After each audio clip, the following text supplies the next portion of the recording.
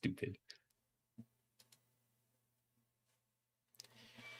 Welcome, everybody, to the Making Awesome podcast. This is episode 241.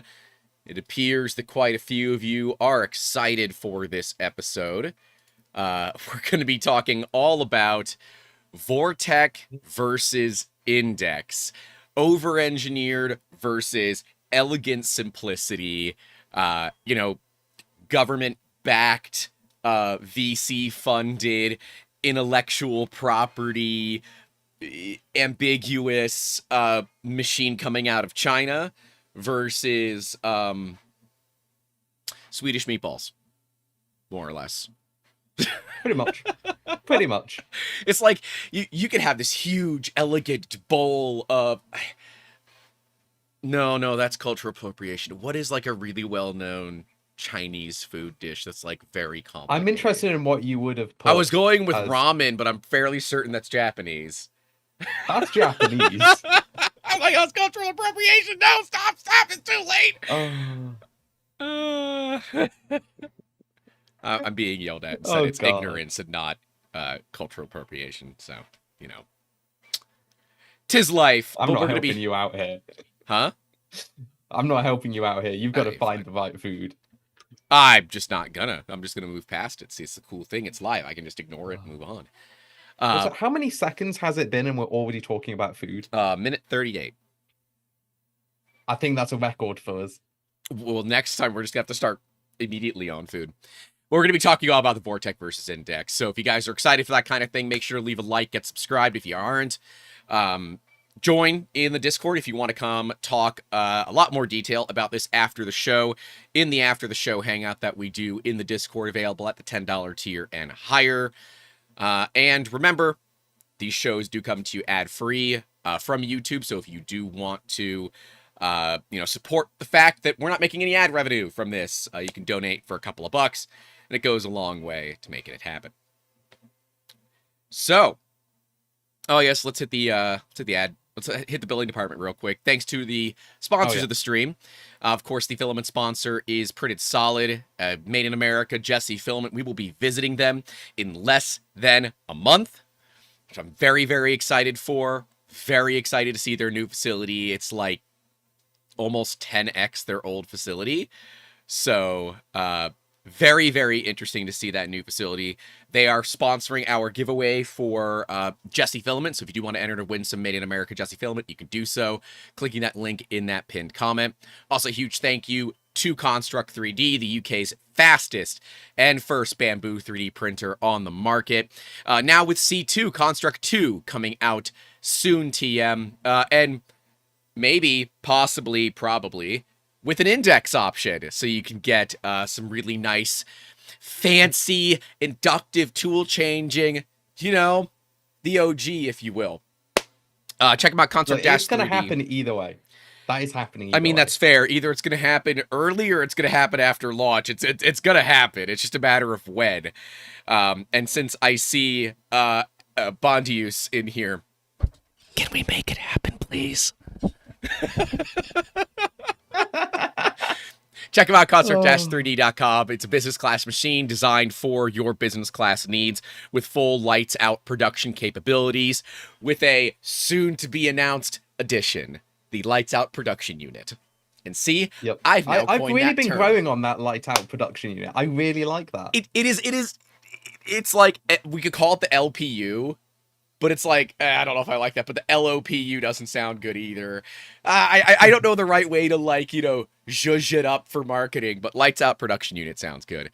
3D Interloper says, Jacob Elmer Fudd Lord. Do you want to explain the hat for the folks watching us right now? Jacob's wearing a camo hat for those that are listening. I am wearing a camo. A very, very lovely Swedish splinter camo. It's, in my opinion, one of the best camos in the world because it actually looks good. Though the Korean one, the Digi camo, does look pretty hot. But that's a side topic. But no, so as I've been getting ready for this, I wanted to have a really nice, one camp versus the other camp, and we can fight against each other. So the background, blue and yellow, Swedish flag colors. The hat, Swedish Splinter. This is official as well. I've got a full Swedish active military service uniform. I just couldn't find it. I think I've put it in the loft somewhere because, to be honest, how many times am I going to be wearing a Swedish uniform? In the Not UK, that I can't many. imagine very often. Yeah, not that many. But it does look, it's drippy. It's right drippy. But the only thing I could find was the lovely hat.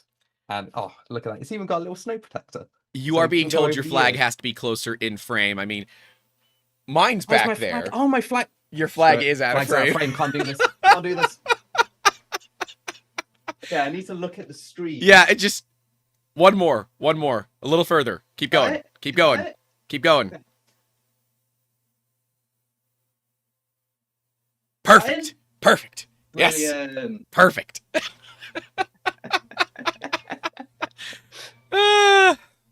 I think this is a very good time to mention to the viewers possible bias.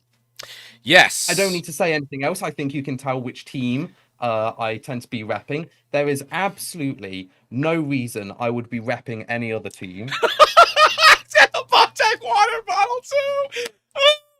I don't know what you're talking about.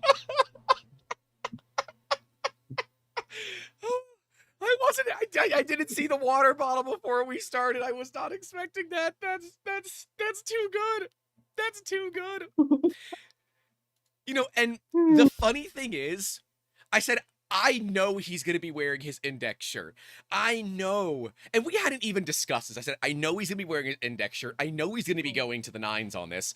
So I can't, right? I have to play devil's advocate on this one. I would love to be wearing my index shirt. And so the full disclosure is that we have been previously sponsored by Bondtech. They flew us out to Sweden where we got to see a few prototype versions of the Index in person live. We filmed videos. They covered all the expenses associated with that trip. And, you know, obviously there does exist some bias associated with that, especially because we've seen one in person and we've only seen one in renderings. So, I mean, plus I'm very vocal that no matter what happens, there will be a Construct 3D Index equipped machine. Yeah. So that is quite heavy bias on my side, I've got to admit. Yeah, your bias extends beyond just the YouTube channel itself. I mean, look, if Bambu wants to sponsor us too, there'll be bias associated with that, but they have to supply us a shirt. On the list of people that Bambu would give money to, I'm not even certain that they've even considered me on that list. But hey, it is very fun to watch a lot of the Bambu fanboys get pissed off about us covering some of the fire issues with the A1. They're like, why do you keep digging into Bambu?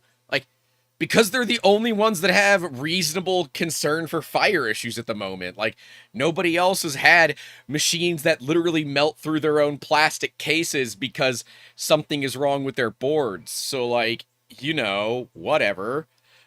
Also, when we're done, we're going to be sending you all to go hang out with Mr. Steve Builds, who is celebrating 4 years on YouTube, hanging out, working on his Micron with one of the developers of Calico, aka Danger Clipper. So when we're done, we'll be sending you guys over to hang out with Mr. Steve Builds as well. So, Vortekch versus Index. You know, I will say, I don't think I saw this coming from Bambu. I don't. They claim they've been working on this. But I didn't see it coming now. They claim they've been working on this for 3 years. Okay. That's the one thing that I have I have to believe them.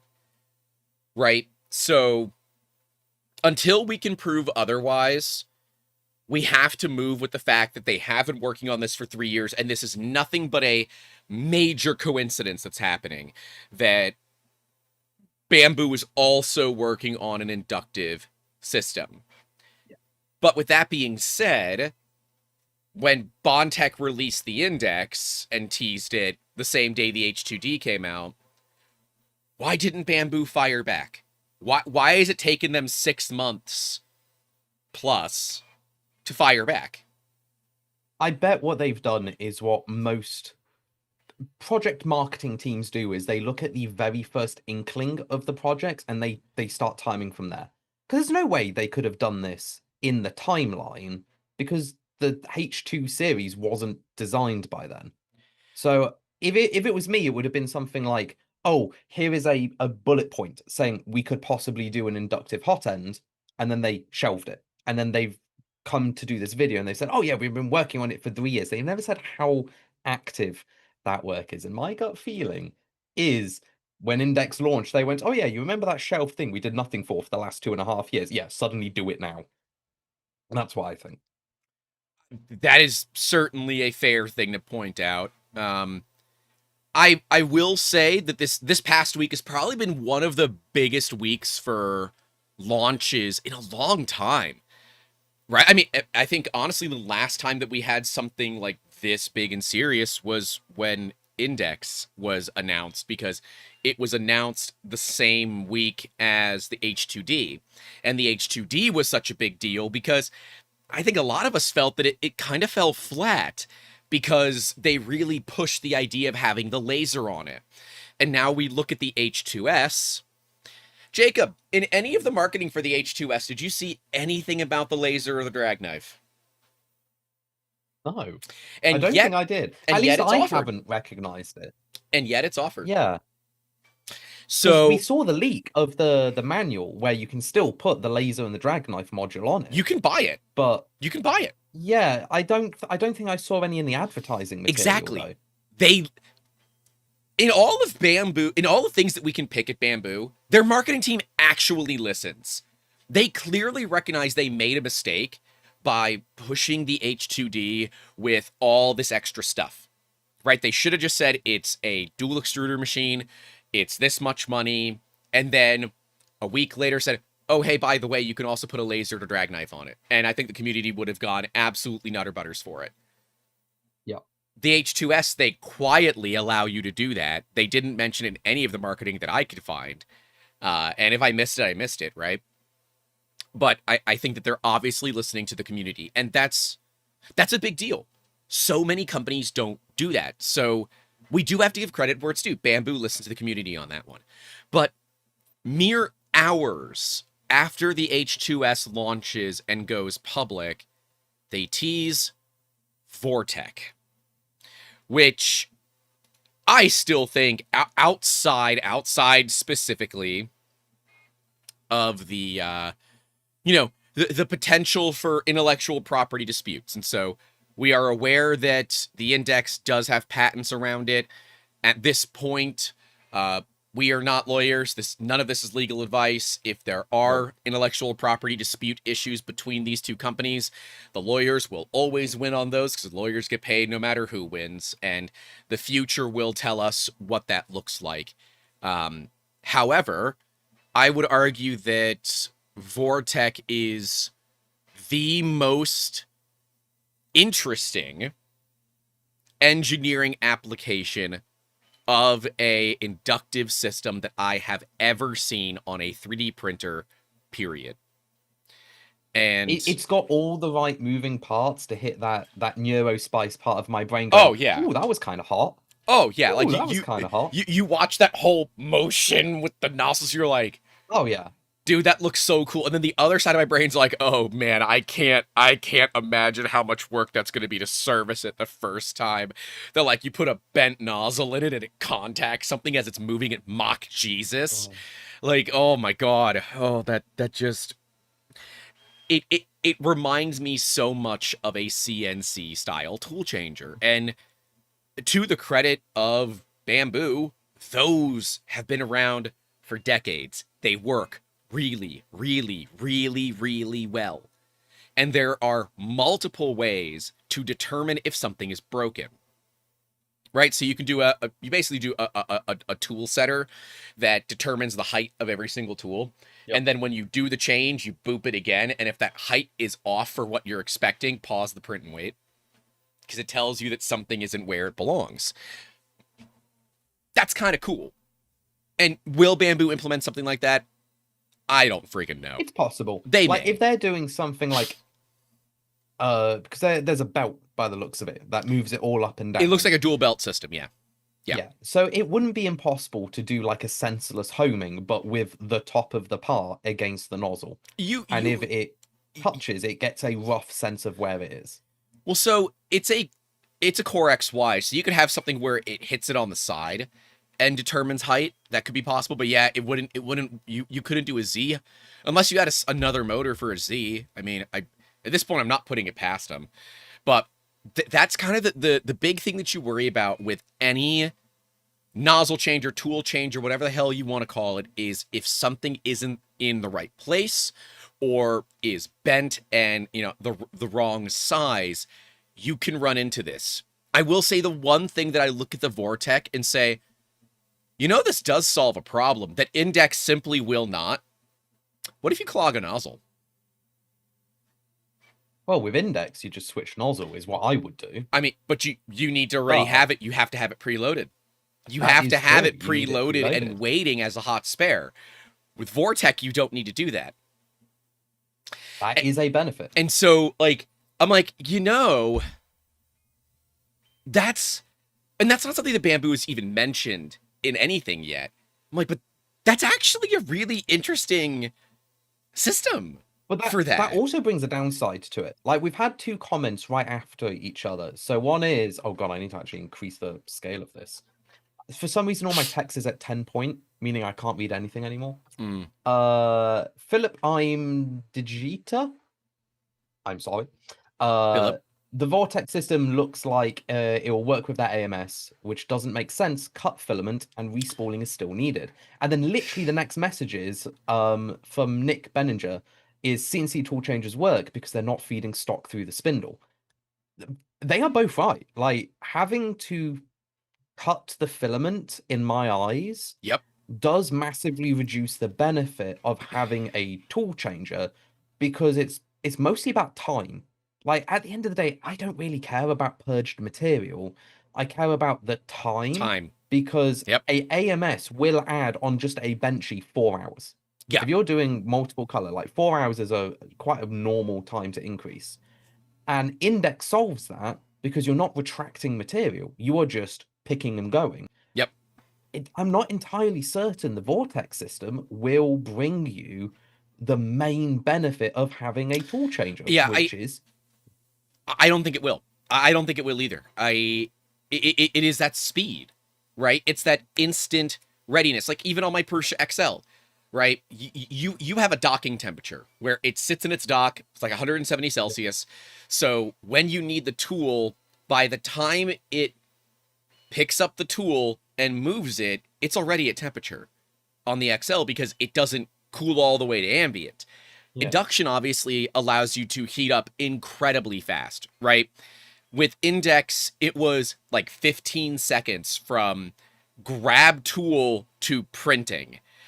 Bambu is claiming 8-second heat up times, which I believe is double that of what INDX is capable of doing. I believe INDX is capable of doing around 4 to 5 second heat up times. Then there's the prime, then you move to print. Obviously, we know that Bambu has engineering prowess over this industry at this point, right? They came onto the market 5 years ago, and they've made the biggest, not only change in the industry itself, but they made the biggest name for themselves of any 3D printing company ever, right? You can walk into even some of the largest additive manufacturing companies and ask if they've ever heard of Bambu, and they guaranteed to have heard of it, right? Where 5 years ago, outside of Prusa, and that was maybe they heard of it, you couldn't walk in and they would know about, like, Creality, right? So there's that. Bambu has kind of thrown us into a renaissance, and I might say that the age of the induction is here. So instead of this being the Bronze Age, I'm going to call it the Iron Age, because these have to be steel to work with induction. So this is the Iron Age of you don't have to stick to materials. You could have just said the induction age and it would have worked. Well, shut up, Jacob. This is fun. Let me You've have got fun. the information age. That's not even a physical thing. You know, why you always have to yuck my yum over here? I'm trying to have fun, and you're over Yucking here your just yum is trying what to be I'm best technically at. correct.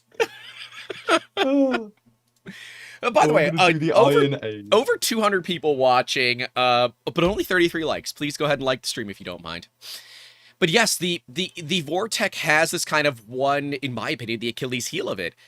It still requires an AMS. And sure, you can theoretically have up to, like, what is it, 24 colors on a Vortekch. Yeah. You still have to deal with the wind back and wind down time of, and wind out, I guess, of the AMS. And now, I have an original AMS. I don't have the AMS 2 or the 2 Pro, whatever they're going to call it.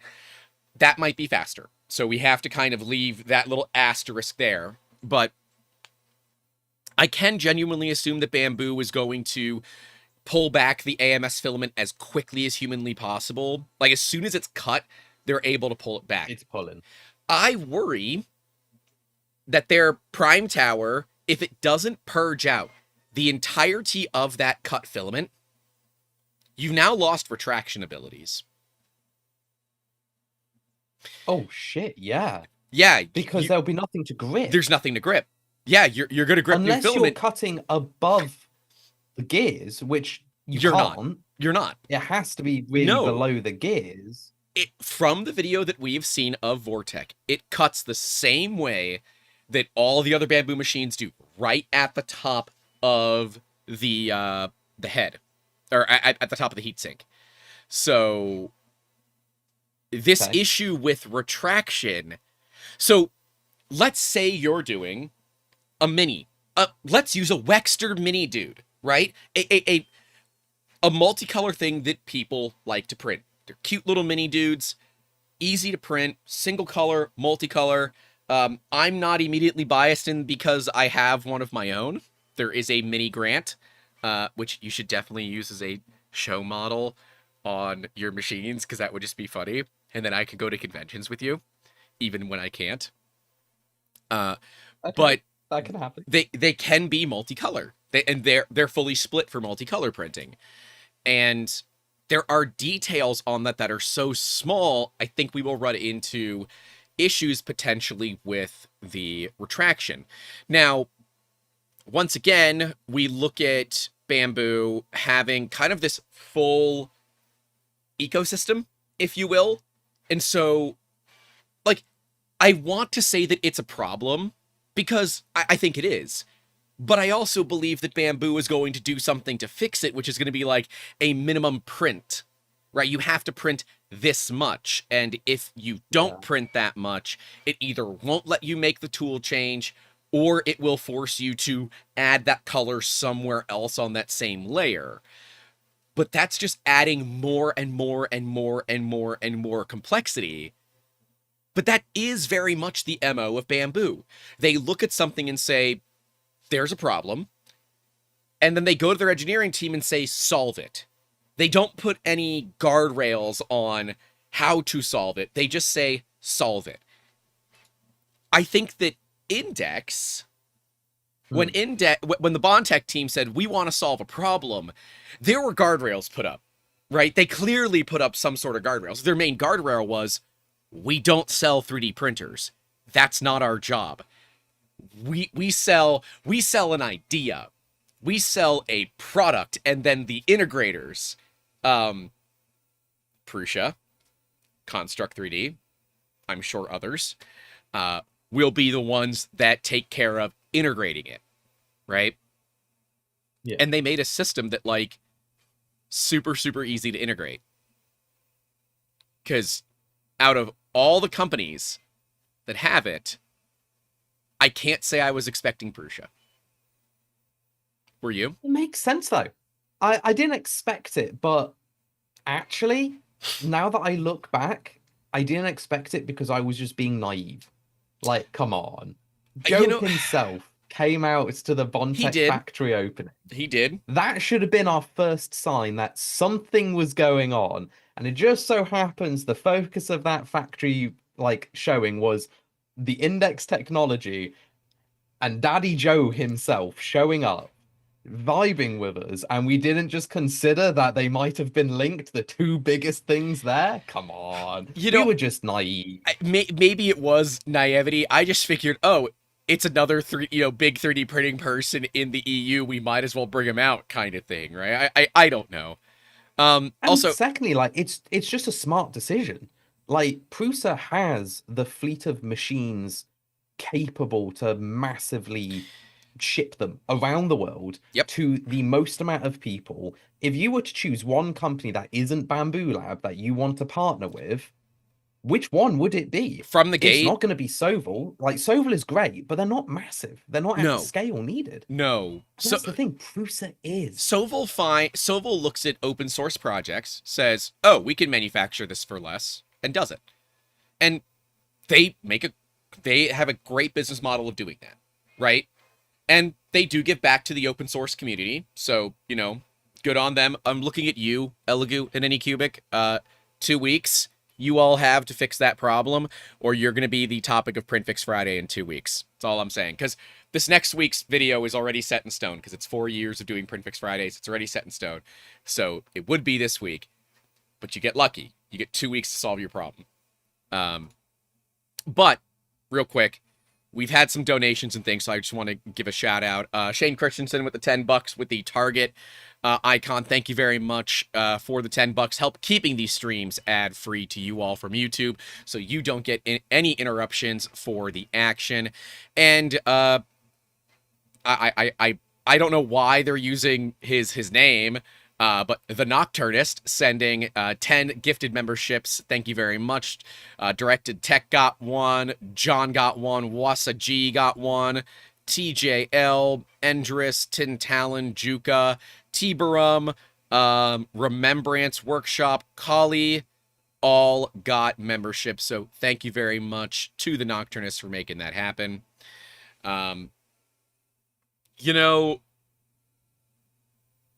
I look at the systems and I say, I at some point I expected someone to work on doing a Prusa integration, but the one thing that Prusa is a little bit iffy on has always been firmware. And my understanding of this is because back in the day when Prusa first started, it was Marlin-ish. Right? Marlin wasn't really even a thing. Back then, it was kind of in its alpha or beta stages. So you kind of just built firmware on Arduino. It's basically how we built like firmware. Firmware is going to be the big one. Like, at the end of the day, like the firmware for Index is, in my opinion, probably the secret dark horse of why it's so interesting. Well, because while tool changing isn't unknown, it's polished now, and the fact that you have Prusa figured it out, right? Prusa got tool changing to be reliable. Yeah. Now, so that does not say that everything about the XL is perfect. There are lots of little nitpicky things that I can say about the XL. But repeat after me. No machine is perfect. No machine is perfect. No machine is perfect. No machine is perfect. But the whole pickup and set down of the tools on the XL, not only, at least for me, I've never had it drop a tool, right? And I honestly, I'm surprised it has never dropped a tool, to be honest. But it has never dropped a tool. So I've never had that issue. So they figured it out, right? And its docking location is reliable, so it works. I just don't know if I expected it on a Core 1. I think it's actually kind of smart. It's a small-ish machine. Like, okay. It's still a big print volume, but it's cute, and it matches the cuteness of the heads. You say that, but now they've just completely undercut the XL. Fuck the XL. Nobody cares. Nobody cares. So, it's slow. It's slow. Screw the XL. Put the Index on a good machine. Go like, you know what? The XL had its time in the pan. Screw it. It's over. We are now going to a smaller print volume, albeit, but an enclosed, high-speed, CHT-capable INDX powered machine. And bear in mind, we don't actually know the implementation of INDX for the Prusa machine yet. So they might have done some secret source on that as well. But with that being said, it sometimes you do have to, as a designer, sit back and go, yes, we did this with the best technology we had available, but that has now moved on. And how long has the XL been out now? Like 2 years? 2 years? I 1 honestly year? don't know. It I was don't know. Like, it's announced been a like while. 4 years ago. And like we live in an age where your phone gets replaced once a year. I am not So replacing a is it $4,500 printer every year. You can go to hell. well, people No. replace their $4,500 phone every year. There are no phones that are $4,500. Isn't there that stupid gold one? Okay, The scam. Jacob. Okay, Jacob. Like, come on. You know. Oh. But like I just And see it's like okay, the XL's had its time XL. to He shine. doesn't mean those things. He's just in a mood today. I still love you. You're still my favorite large form 3D printer, okay? I'm just saying the XL's time is on the chopping block. The moment It is. Prusa goes, you know what? Maybe there's an upgrade kit for an INDX on an XL. That XL you've got is going in the bin and you're getting an INDX XL. Well, no, I'm just gonna upgrade my regular XL to an INDX XL. Yeah, but is it the same XL then? I don't know. Soul out of the XL and you've put a new one in its place. See, the thing with the Core one, like, so you go from a 5 tool head 365 cube to a 7 tool head, what, 240 by 220 by 270, I believe, build volume? Like, or 250 by 220 by 270. You've got my attention. So, like, there's a particular part, I talk about this part all the time. In fact, I made them so recently, I have the support material sitting in the trash for them because I made them so recently. Love multi-material printing. This oh my part... God. Wait. 802 Garage. Have you seen his comment? Which one? That it's just the name of what it could have been called. It's like 10 up from the bottom. INDXL. INDX out. That is a genius name. Oh, that is kind of genius. That's kind of hard. That name does go pretty hard. It writes itself. Yeah, it kind of does. You know, you're saying about people changing their phones every year. I'm on like a 5 or 6 year old phone. It's totally fine. I'm not changing it. iPhone 11, soon. baby. Yeah. I'm not changing it. No.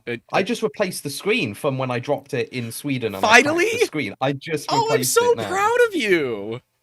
It only cost 40 quid as well. Are you going to put a screen protector on it now? No, now that I know it's 40 quid for a screen replacement, I'm just not going to drop it once a year.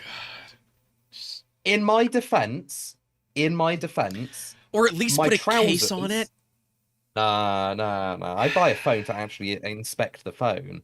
But in my defense, the trousers I was wearing were new and the Velcro failed because it was cheap Velcro. Was Normally, the sun in your eyes? Like, you've got all these excuses. None of this is ever your fault. Well, now I know whenever I'm wearing those trousers, I'm not going to trust the cargo pockets. Ever. Because just walking made the phone fall out. Well, running across a highway made the phone fall out. That's fair. Yeah. Which is much cooler to say than it just fell out of my pocket. Not doing this today after we went to Värnamo when we were in Sweden. Yes, that is precisely where we went because that's where Bondtech is located. And I'm going to put air quotes over hike because I feel like it was basically a hike from where Bondtech is to the center of Värnamo. We did that twice. And if you do want to see what that trip is like, you can join as a channel member for as little as 99 cents or $1, something like that. And that gives you access to the behind-the-scenes content, extended cuts of certain videos, and over 3 hours of 360 footage from our time in Sweden. So, honestly, our time in Sweden was so good. I want to go back just for holiday. Yeah, it was really nice. They said that area is just like a curated nature park, but that's just everywhere. Not doing this today. Said I have a friend that works there. You were at the school also. We didn't go to any school, but we went to Pizzeria Chaplin, which is still the best pizza I've ever had. Period. That was Like, that was good pizza. I've had New That York was pizza, and look, I'll throw some hands, okay? Pizzeria Chaplin was the best pizza that I've ever had. Period. Anyways, when we do look at the differences, right? I will be very curious. I wish Prusa would be public about their sales numbers, just because I want to see when Core 1 Index is released, how it affects the sales. Because, like, I feel like so many people buy the XL, not because of its size, but because it's a tool changer, so you could do multi-material. And yeah, I will admit that my biggest factor for buying an XL was the tool changer. The fact that it's also a bigger build volume is really nice. I like that. But I mostly use it for its tool changing capabilities. So, given the option now, having an Index Core 1 or an XL, I would rather have what I'm assuming will be 2 Index Core 1s for the same price as one 5 toolhead XL. I would go with the Core 1s in my opinion. Yeah. Like, it just makes sense. Like, how, as much as big build volume is nice, time is nicer. Like, I can cut parts down. I can't buy time. Time is the big thing.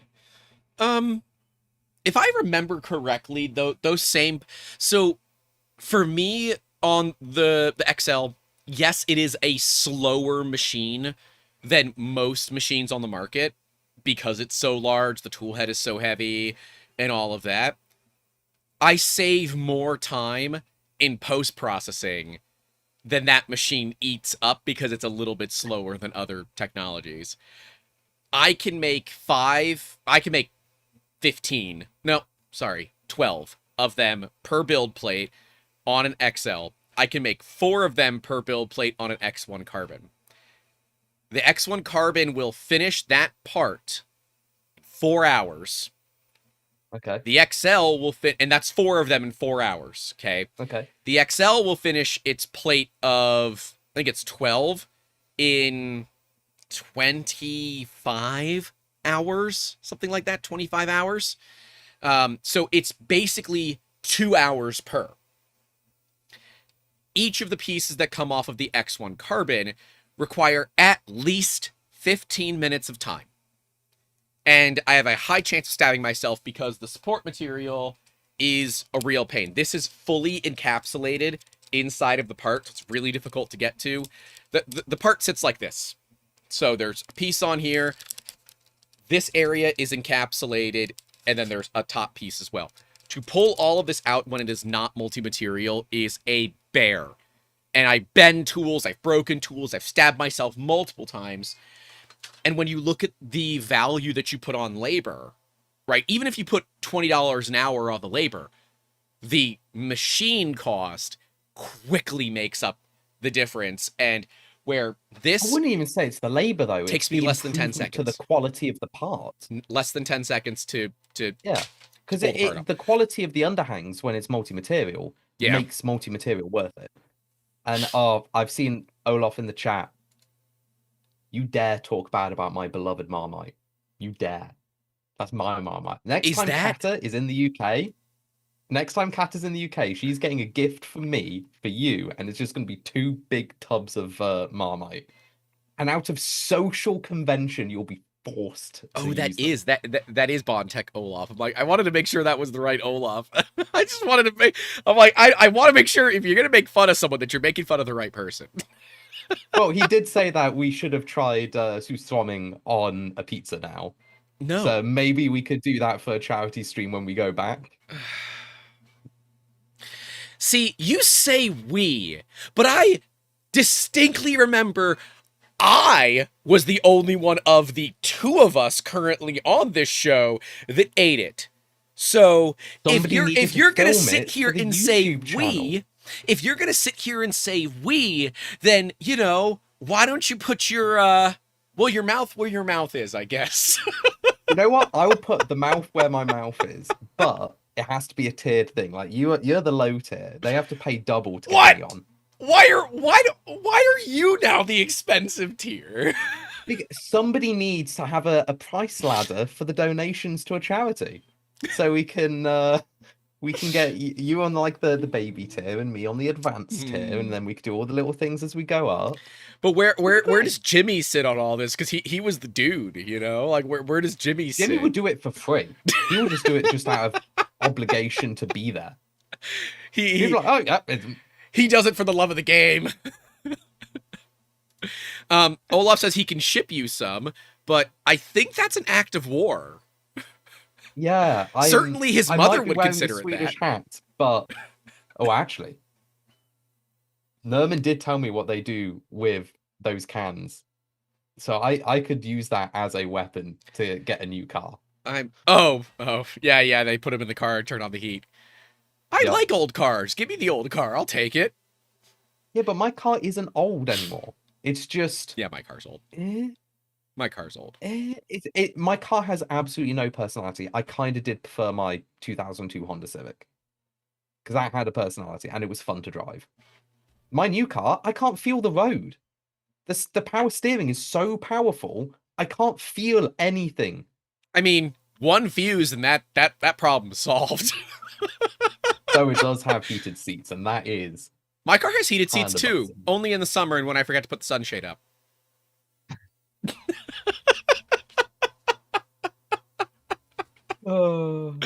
Back on topic. Like and subscribe because this is the kind of crap that you guys get. It's the kind of crap you guys get.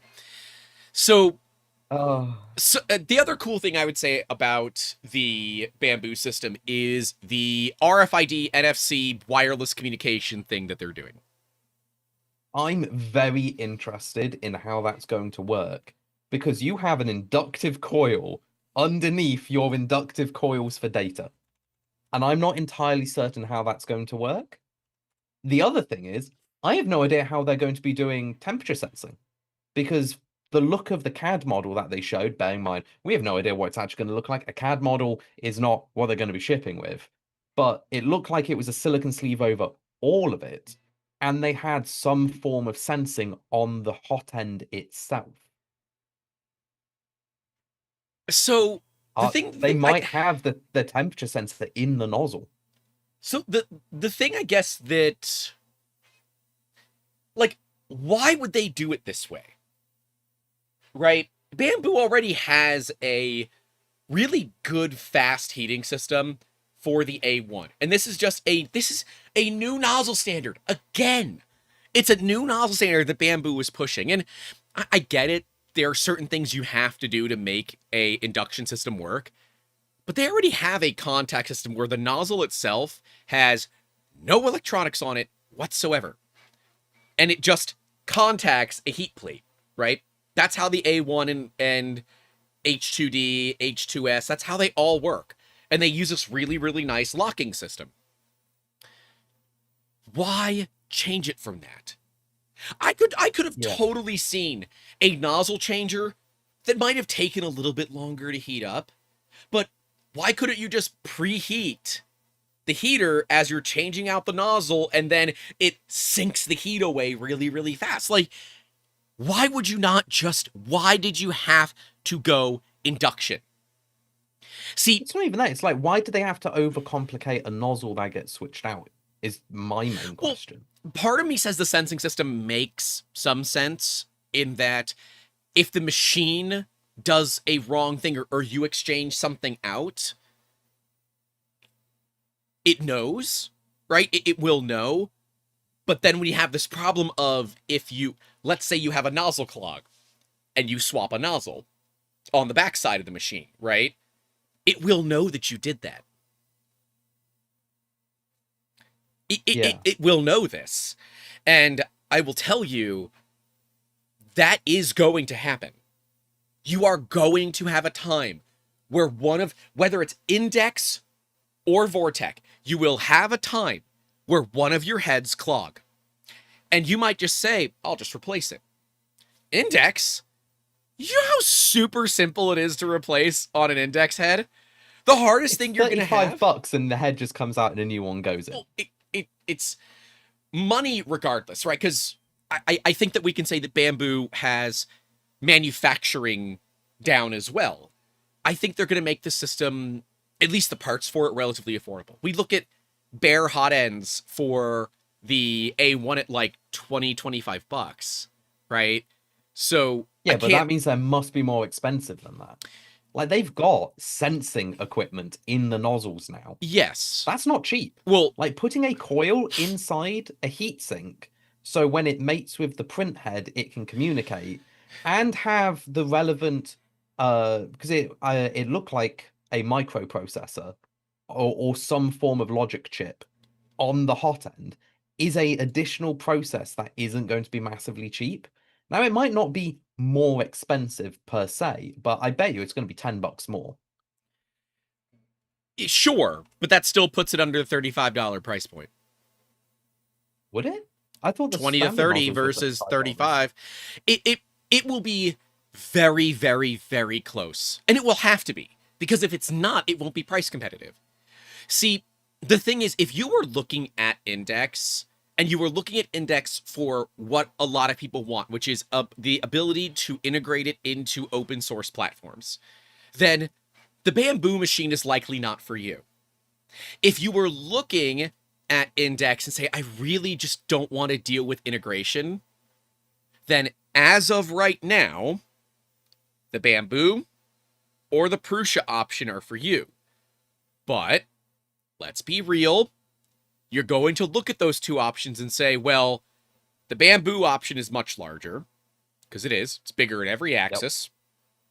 Yep. It's likely not going to cost much more if it even costs more to begin with. And so you're going to say, I just care about price and what I get for it. You're going to go with Vortekch, right?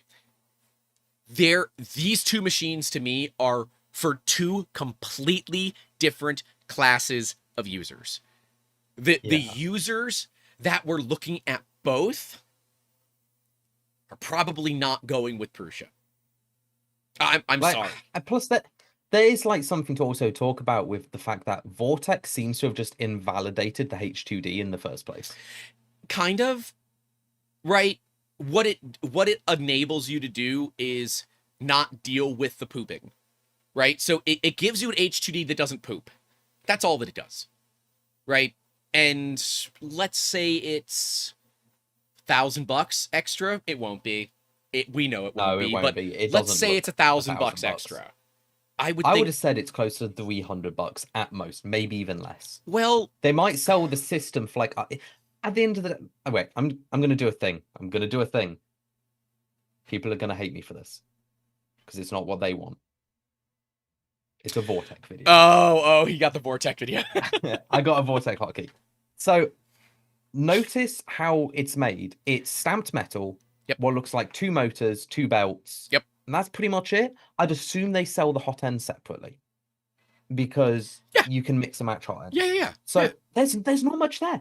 There's not much there. Now that I've absolutely alienated our entire viewer base, let's go to something that makes me feel happy now.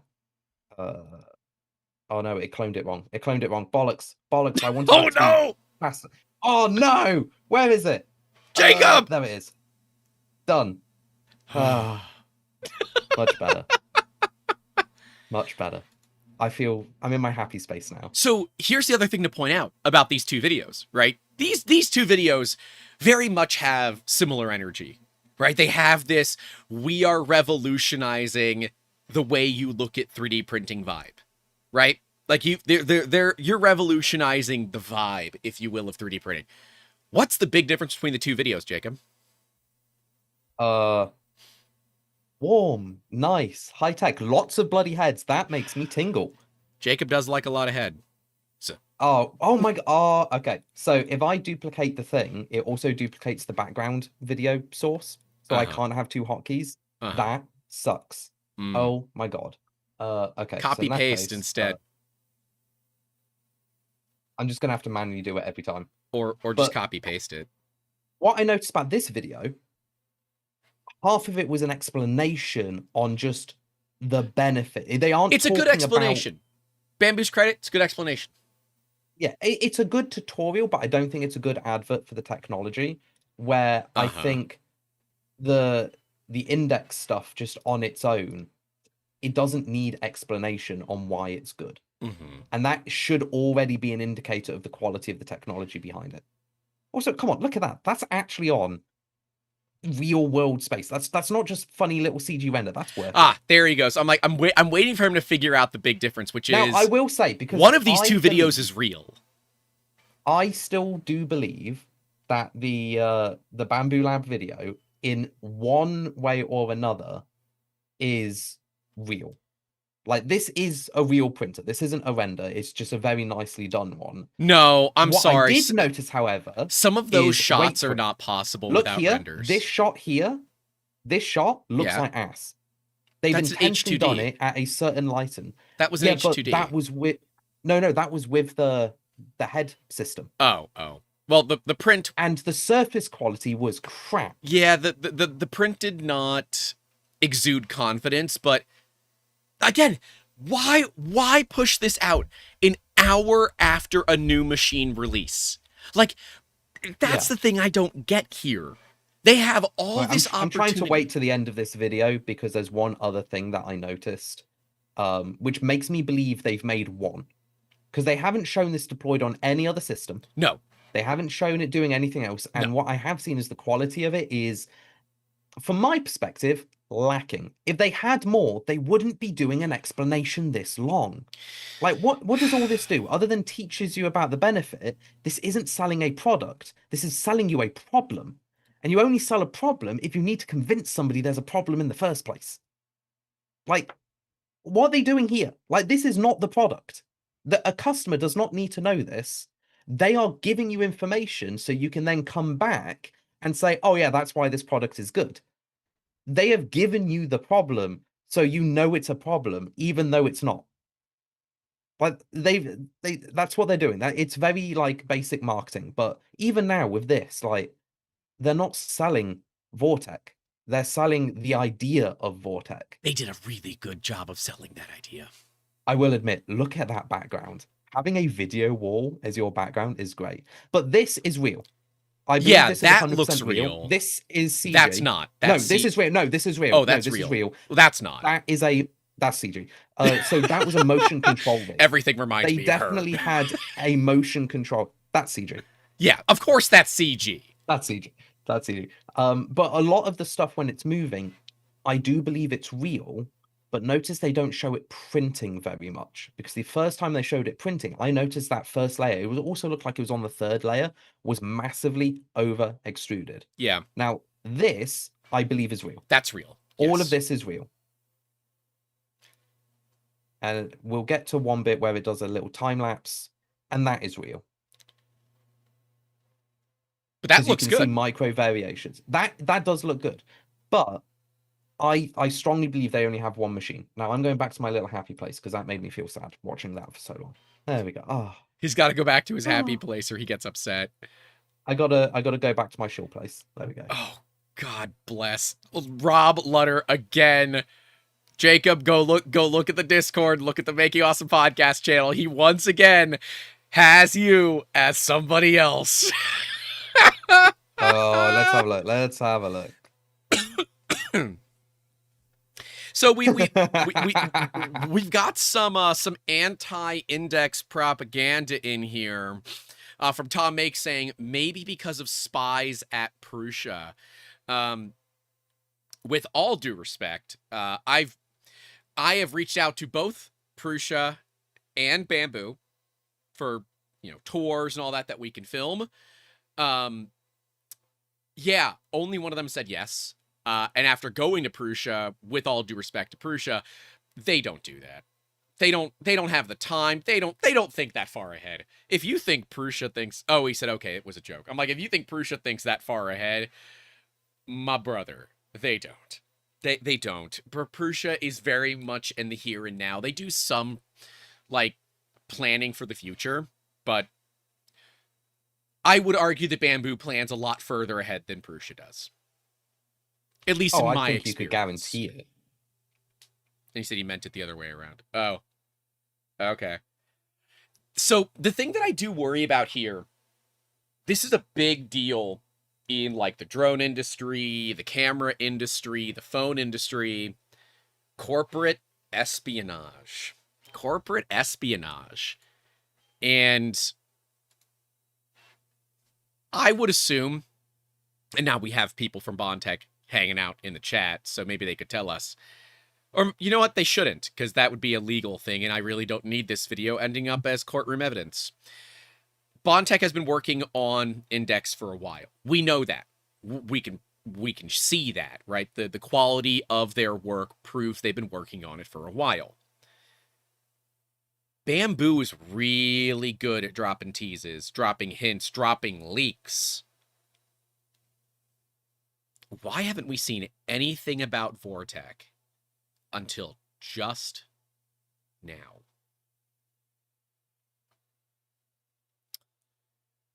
And like, I think that is the nail on the head. Like, and a lot of people said their marketing is spot on. They're selling the problem, they're not selling the solution.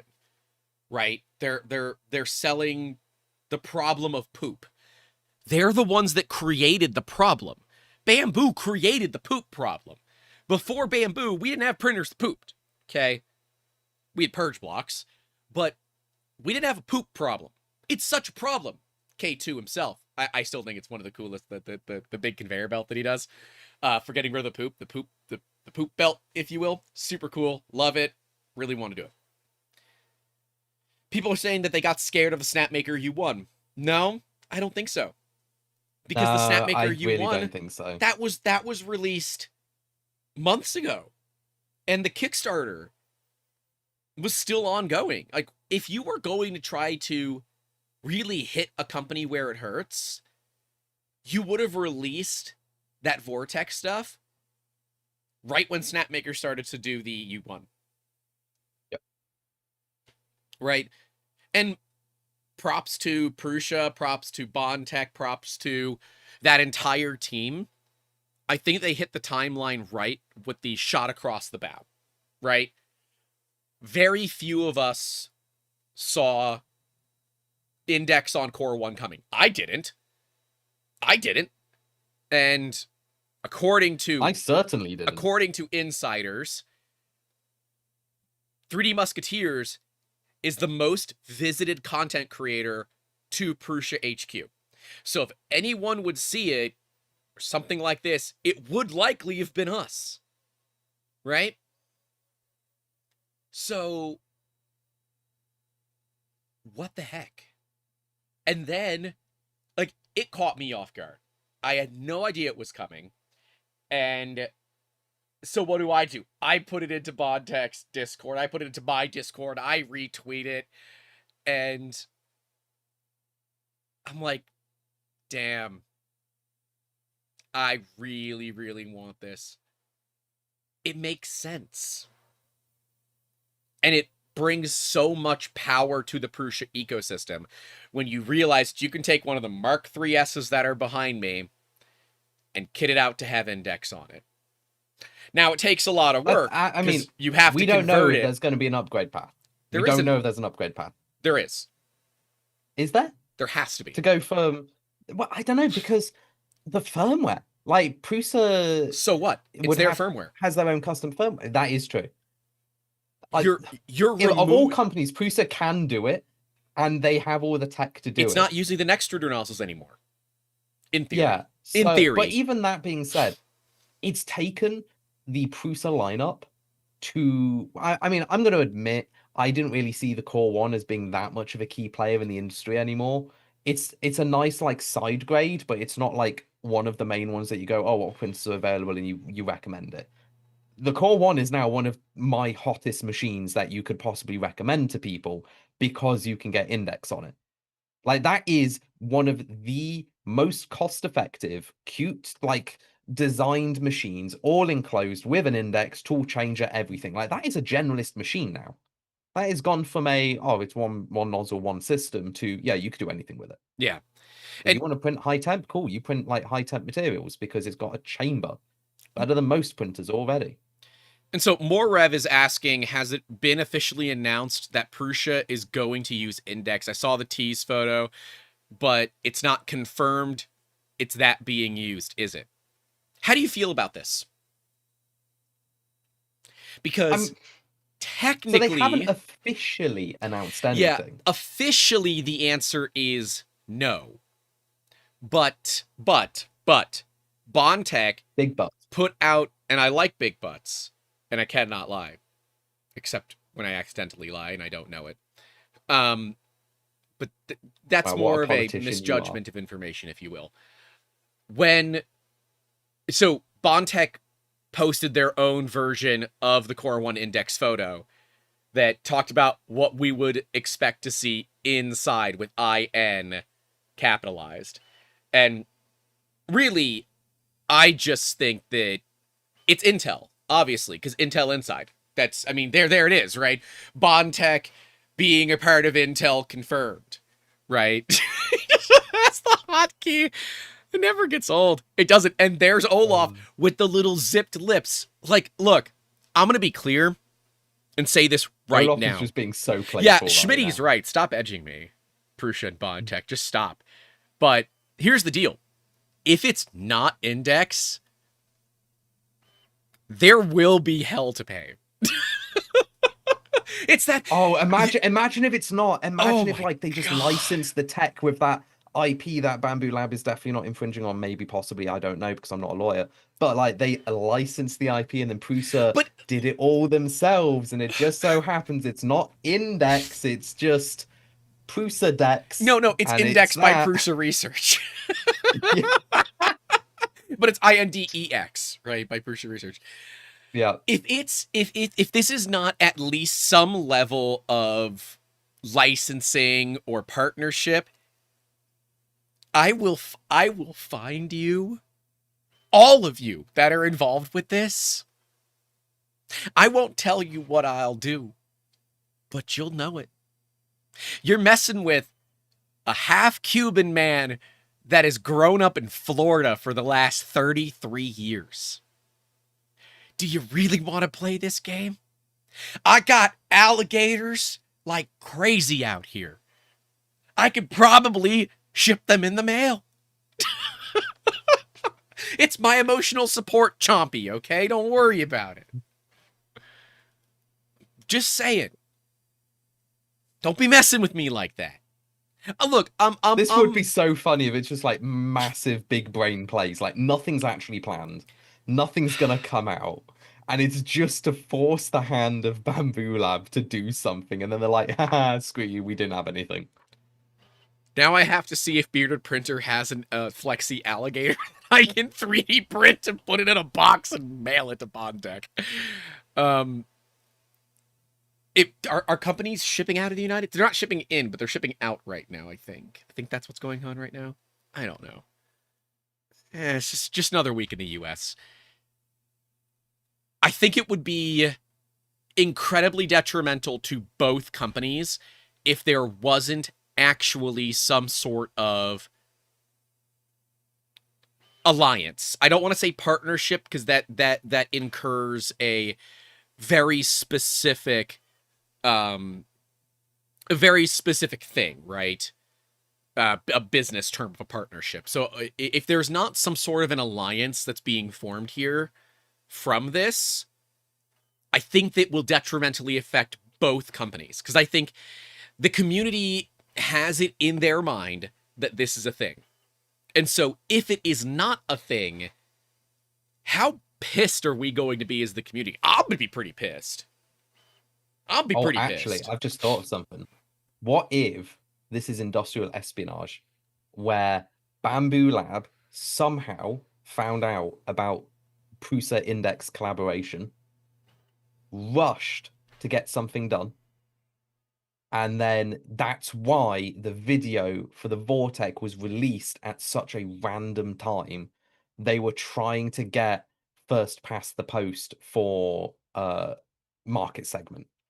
And it's just because they knew Prusa and Bondtech were working together, and it forced their hand to do something out of their standard time sync. Because we can all agree the Bambu Lab video launch time was weird. It was way too close to another launch. Like, wait, like that would have been like number one thing a marketing manager would have seen as like, no, wait a week, wait a month, not do it within a couple of days. Because that's how you get massive buyer's remorse to anyone who's bought one of the products. And then you just announce another. Like, bear in mind, we've had industrial espionage done against us, and we're a micro company. We had Bambu Lab engineers come and start looking in the back of one of our machines when we were at a trade show once. This is something to point out as well, that if Bondtech isn't getting all of their stuff locally, and we know that they do their best, but there are certain things that you just can't get locally. And if the people, and I don't know who these people are, but if the people that are the intermediaries that are assisting with buying from companies from China for things like stepper motors, right? I don't think stepper motors are really made in Sweden. But if those people have visited Bondtech, seen the tech, NDAs don't really apply once you're outside of a country, okay? Corporate espionage is a thing that every major manufacturer, major being if you have spent $100,000 on manufacturing, you have to be concerned about. It's why when you go to shows with your product and you have a custom motherboard, you need to put things like security bits on your screws so that, or grind the head of the screw off so it has to be like physically removed, because companies will try. And if you don't take those machines with you at the end of the day, they're just there for anybody to get. And so this is the issue that we have. And again, it's lawyers. Lawyers have to determine who done it, right? Lawyers have to determine that. Bondtech does have intellectual property associated with this. Specifically what, we don't know. That has not been made public. And quite frankly, I should have. I didn't check for any patents that were filed in the US with it yet. So I don't know for sure. But Bondtech says they're protected. So if there is anything going on right now, we'll know.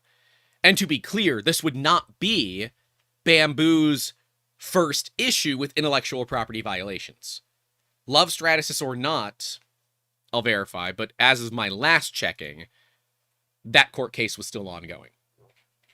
Let me check right now, because I have it open in a tab. One of them got dropped. I know one of them with the Stratasys things got dropped because for some reason Stratasys forgot to put on the legal document the Bambu Lab US division. It's still ongoing. They only did Bambu Lab Chinese division, so one got dropped, but I heard another one appeared after that with fixed everything.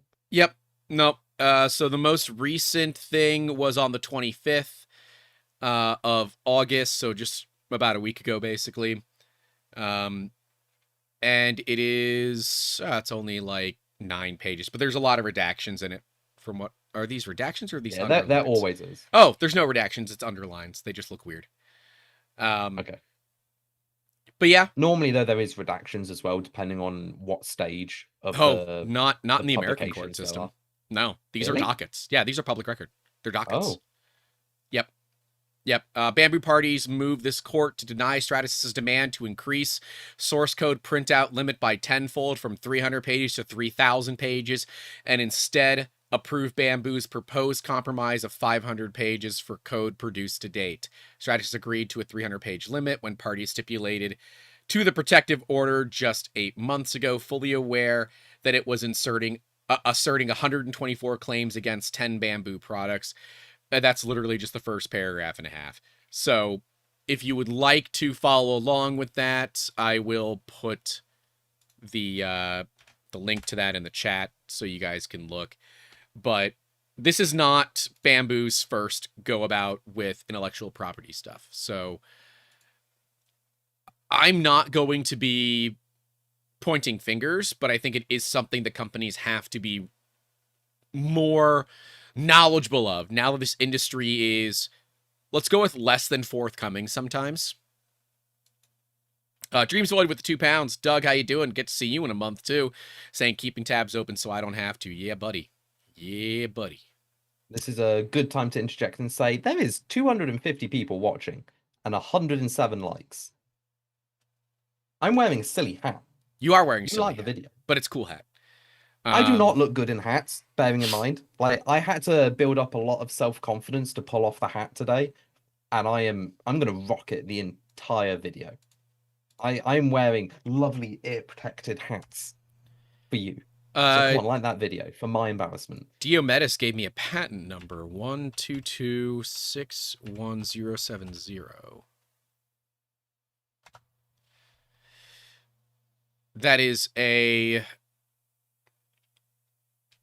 yeah, that is a Bondtech patent. But it was filed in 2018, so that's not going to be it. But it is. It was assigned to Bondtech in 2021, so I don't think this has anything to do with it. But that is something related to Bondtech. But anyways. Oh, Jimmy's in the chat. I do have a full uniform as well. I've put it in long-term storage, I think. I couldn't find it. I've got every other uniform I've had. I've got my German Bundeswehr one. I've got my my Russian multicam one. I've got my Swedish one somewhere. I've got a Finnish one. I found that, but I don't have my Swedish one on hand, and I'm really pissed because I was going to wear it over the Index shirt because I really wanted to double down on it. And I'm really annoyed by that. GP3 Design says you look like one of the rebels on Endor. The ear protectors, I'll tell you. I know you got the ear protectors on. They keep you from hearing all the haters. I know. The ear protectors stay on German bed. It's fine. There we go. Nope. I'm not getting into that one. So some things we also don't know about Vortekch is cost, right? Cost of the nozzles. Will the Vortekch nozzles work with the H2D and H2S? So does it have to be a whole new system? Or will those same heads work in the H2D and H2S? I don't know. I don't think I would... Side tangent, while we're talking about heads. No. Just because everyone keeps mentioning it, I have not shaved my head. Yeah, view at your own risk. My hair is still there. Saying this is actually how flat it gets when I wet it and I just brush it back and I don't do anything to it. So I just have crazy hair. It's fine. My hair is always kind of curled and up, but this is normal. This is just like, normal for me. Look, I'm in my mid-30s. I'm glad I still have hair. Okay. But yeah, we if Bambu introduces a new system, but that system is backwards compatible with the H2D and H2S, so I can run the same nozzles on all the machines, I don't know if I'm too upset about that. I don't see how that's possible. Why? I legitimately don't. Well, they've got all of those new internal sensors on the nozzle. So there's no physical way that they'd be able to make them backwards compatible. We don't know that. Do we? Like, educated guess, I don't think it's possible. Business-wise, it doesn't make sense to make it backwards compatible, but would you really trust an end user to have two different nozzle standards on one machine and trust them not to get it backwards? No. Because when you add in the Vortekch upgrade, that could also change out the other tool head in an H2D. Why wouldn't it? And upgrade it to one that runs the same. Is the heatsink part? Oh no, it has to be a new head, an entirely new head. Yes. Because it's got coils in the nozzle, so the head has to come out anyway. So it doesn't matter then, because you're not going to do backwards compatibility, because it's head compatibility. Mm-hmm. It's true. That's true. Vendulus with the $5. Thank you very much. Says, what I don't like about Vortekch is the elevator function. It's so many moving parts that can break and the closed source. So let's put something out there immediately. Neither of these systems are open source. So let's immediately go with that. Neither of these systems are open source. So that's not changing, right? Both systems are closed source. Now, Bondtech has already committed to, having upgrade kits available for things like the Silval SV08, Voron 2.4, Voron Trident, that kind of stuff, because those are machines that people want to see INDX on. And at the same time, we've seen it on a Voron 2.4, on a Ratrig V-Core 4, on a Voron V0. So they had to engineer it to do their testing, so why not just release it, right? But the INDX system is not open source. The Core 1 is not open source. Bambu is clearly not open source. But yes, point is we've actually seen it, as J-Lo says. Yes, I get it. Yes. We have seen INDX. We've held INDX. We've attempted to steal INDX for ourselves. They wouldn't. Whoa. I meant long term. We attempted allegedly steal. Allegedly, yes. Yeah, that's right. Borrow with no return. We might be white, but we're not rich enough to get away with crimes. Sorry. At least in the States. A plane fly out of Sweden, we could have got away with that. But a train ride out? I say we didn't fly out of Sweden. We flew out of Denmark. Copenhagen. Yeah, Denmark. Yeah. Right? I went to school. Not for this, but I went to school. Yeah. I don't know. Copenhagen? Copenhagen. I'm just going to say Copenhagen. And I'm going to leave it there. I'm going to leave it there. I think it's Denmark. I barely remember that airport trip because of the running across the airport. We are not retelling the amount of stress trying to get that airport thing done. We got it. It worked. It was. Let's just say there was enough stress that we will not be talking about it on stream. Nor in the Discord. This is a there were lines, and we crossed some lines. We did, and that is all I'm going to say. And there were lines crossed. We got yelled at for it. We got yelled at so bad. We got yelled at so bad. Bondi is saying, I'm fairly certain I saw some parts in Grant's pants as they were leaving. Yeah, is that what you think those were? Is that an index in your pants, or you're just happy to see me? Is both an acceptable answer. OnlyGrantRants.com. Yes, I own that domain. You're welcome. Really? I couldn't tell. Oh. So, I'm going to assume that the systems are going to cost relatively the same. I think that's probably the only way. But I feel like if you are Team Bambu, you are so hyped for this. You are so hyped for this because you are likely thinking, how can I get INDX into my ecosystem? And Bambu said, ha! Hold our beer. They weren't even thinking that. They weren't thinking that. There is no way anyone in the Bambu sphere were like, oh, we need INDX. Because that was the thing, is they already had I know plenty of multi-material and multicolor. I know plenty of people. They are like, I really do wish that we had like more than just two heads on an H2D. And especially when the Snapmaker U1 came out, right, with its whole tool changing for 4 tool heads, 270 cube build volume.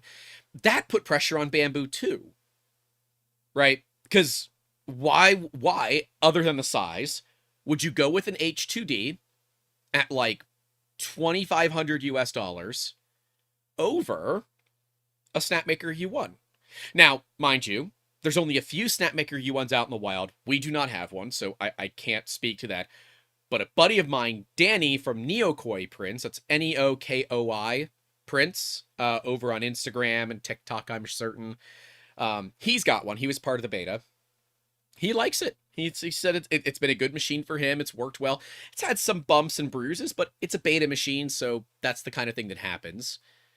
I mean, I think my issue with it is just the Bambu ecosystem. Like the people buying like the Snapmaker U1 and the Bambu Lab H2D, they're going to be pissed.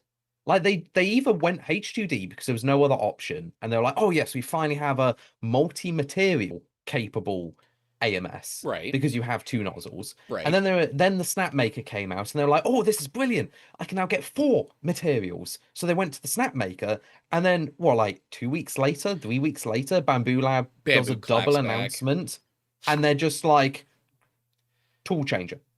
Yeah, And you they're going to be know, sitting there going, I just bought a H2D. I just backed the snap maker. And then they've suddenly just announced this out of their standard time. I bet you there's going to be so much buyer's remorse for anyone that bought a H2D. Because again, some people were like, well, what's the benefit of the H2D over the H2S? And there was a two little bit of heads. buyer's remorse. Not Yeah. much. It was just the 2 heads. And that 2 heads is enough. But there's a little bit. That was the seed of buyer's remorse. Sure. Then the snap maker comes out, and that buyer's remorse grows. And it Yeah. might have been enough that they bought a snap maker because hell, snap maker was popular. So then they bought a snap maker and this, and I'm finally happy. I have a tool for every occasion. And then they announce this again. But And then they're like, Vortekch, why did I buy this? I could have waited a month no, and I could have got that.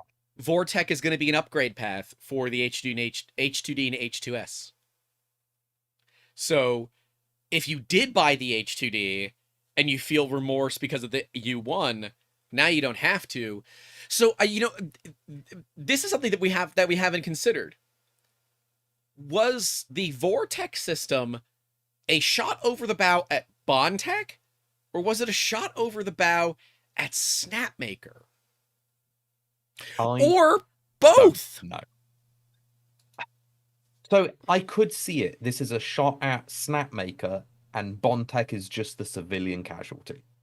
Like they were in the line of fire with the technology, where obviously Bambu Lab has gone, oh, that's cool. Let's do that as research. And then Snapmaker came out and they're like, cool, let's go to production with it. And then Bondtech just end up getting caught in the crossfire with the, hey, wait, that's ours. When in reality it was a shot at Snapmaker. Because the Snapmaker machine is scarily good by the looks of it. I posted in the Discord a teardown of the U1, and that it looked decent. It's a well-built machine. Yeah. I could not find anywhere, in my personal engineering opinion, which doesn't mean that much, that was cut corners for the sake of cut corners. Like it was a solid frame with solid kinematics, with solid belt control. Like it looked like they've put effort in where it was required. And it wouldn't have surprised me if Bambu Lab looked at it, gone, ooh, this is going to really hurt H2D sales because it gives the same functionality of multi-material to 2 different less than machines. half the price. Yeah. So it could have been timed for that, and Bondtech got caught in the crossfire, but it still doesn't sit right with me. It just so happens it's an inductive hot end, not a A1 series plate hot end where it's just touching. They could have done that. How hard would it have been to have, instead of an inductive hot end, it contacts a plate? Yeah. Like the A1 series. Yeah. So yeah, that's fair. I don't know. There's too many coincidences for me to put my finger on it. Fair. Too many coincidences. Now, here's the tough one. I'm going to put you on the spot for this. Oh, please do. I like putting you on the spot. It's fun. When Vortekch came out, you saw it. Yep.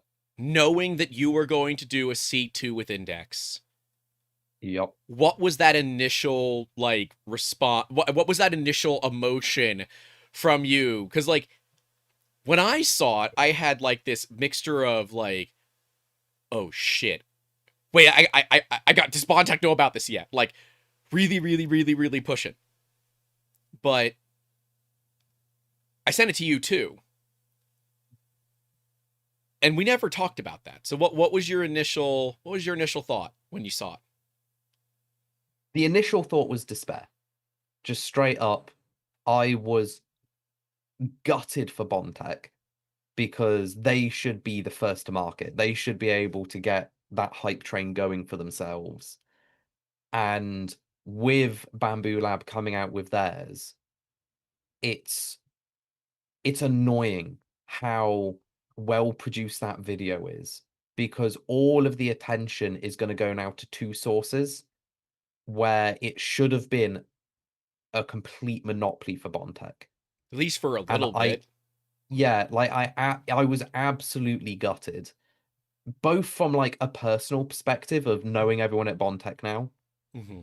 and the work that they're putting into it and just the quality of the equipment, and then Bambu Lab comes along and steals the rope out from under them, because that's happened to us with Bambu Lab, and I felt very linked to that feeling with they're going to be feeling what I felt when we launched this, and Bambu Lab did the same. And then there was also the more corporate side, which is bloody hell, Bambu Lab are going to release a light industrial machine with a tool changer, and that was what we were going to do. And knowing Bambu Lab, they're going to probably push it very hard, and it's going to muddy the water again. And as with all of Bambu Lab's marketing, it's never as straightforward as what they say on the tin. And that sucks, because I really wanted to come out with either a 2, 4, or 6 head index system on the C2. It can fit more than that. And that, well, it can definitely fit more than that. However, we were going to link it to the AMS we were making for material preparation and a failover. So we wanted to match each bay with one head. But that's a separate thing. I've got a thing for that. I've been working on something behind the scenes. We'll talk In about it after, theory, because it is not something in we should talk about theory, in public. I've worked out I could get 12 heads with 12 filaments in the same print volume, Right. which could be an index specific AMS unit. Right. And bear in mind, I should say for everyone watching, I'm not going to call it an AMS unit. I just don't know what to explain it to people when they go, oh, it's a filament change, but not a filament change, because it's not changing filaments, but it's storing filaments. But it's got feed forward and feed backwards capability and individual drying capability like an AMS, but isn't an AMS. So, but yeah, so I can fit 12 in a C2 volume, which would be pretty good. And I was just gutted. I was really gutted, because I want Bondtech to be the top dogs on this tech, because they're the ones that came to it. They're the ones that have done it. Yeah, like, part of me really wanted them to have this, like, market monopoly for a little bit. But then there's the other side of me that's the consumer, which is like, F them. It took them too long to get to market. And somebody else is now trying to compete in this space. So who wins? The consumers win. Right? I'm gutted because, like, you and I have a personal relationship. We have a personal relationship with Bondtech. We have a professional relationship with both of you, right? You know, both companies, both Construct 3D and Bondtech, have, you know, paid for us to come out and look at their facility, right? Just technically no money exchanged hands outside of, like, covering costs, right? We did not get money on top of the covering of the cost, if you will, to go out and see these facilities. And so, like, I'm gutted for that. But when I look at it as a consumer, dude, It's this good is for pretty consumers. awesome. Competition is always good, and you're getting a fully. Now, this is the key thing we've been saying for all the time. Oh, hold on. Index need. Oh, Olaf just confirmed oh, something that I've always had a sneaking suspicion of. And I don't think I've ever heard him or seen him confirm it until just now. You can fit a box turtle to index, but you don't have to. I always thought this was possible. We had never gotten confirmation that it was. So you can have an AMS style setup with index. It's possible. oh, that's kind of hype. Oh, that's kind of hype. That's kind of hype. Because now, so really the big benefit that you saw from an H2D with Vortekch is that it gave up to 24, right? Or 25, I guess, technically. Index. Well, SV08 with index, box turtles, I'm doing it for less. Doing it for less. Oh, that would be good. That would be really good. But no, it's going back to what we were saying. The big thing we've always agreed with is index needs application. It needs a company to implement it as a off-the-shelf unit to get mass adoption. Like, there's only a small subset of hobbyists. Thankfully, probably 90% of the active ones on the community are in this chat right now. but that's not massive. Like you've got the Vaughan community, which will do stuff with it. You've Oh got like yeah, the the Vortekch media SVO8 is gonna go community, nuts. but that's pretty much it. Like the custom printer community and the Vaughan community, that's pretty much it. And that's not a massive market segment. Whereas getting Prusa on board is a huge step forward because that is a Yes. market segment. And then getting other companies that can integrate that technology means you can do that to other brands. And that is how I see most people buying it, is So the integration side. assuming again that the Prusa integration is legit, you want market validation or technology validation for your product, you've got it. It's right there. That's it. If Prusa is willing to hitch their horse to your product idea that breaks their ability to upgrade, right? Because the new MMU is not upgrade capable from the old MMU. This is the first time in the history of Prusa that I am aware that you are unable to upgrade from one to the next. You can go, in theory, all the way from the first generation Prusa all the way to a Core 1. We've always wanted to do this. I have not been able to get my hands on a Gen 1, official Gen 1 Prusa kit. I can get my hands on Gen 1 Prusas because they're easy to find, they're relatively cheap, but they're not official. I've always wanted to do that official move. Because what I want to do is I want to anodize or paint all the hardware orange or some color so we can see how much is still left. Because like we know the Y gantry won't, or the Y axis won't be there, the frame won't be there. That stuff gets replaced by the 2 and the 3 replace those pieces respectively. So how much of it ends up staying? This is the first time in Prusa's history that I'm aware of where you cannot make an upgrade.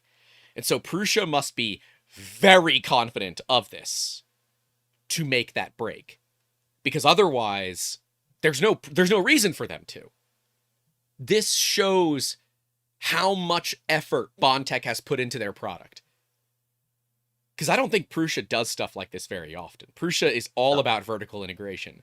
This is relying on when was the last somebody time else. you saw Prusa rely on anyone else? Like, have anyone else's technology in their machines?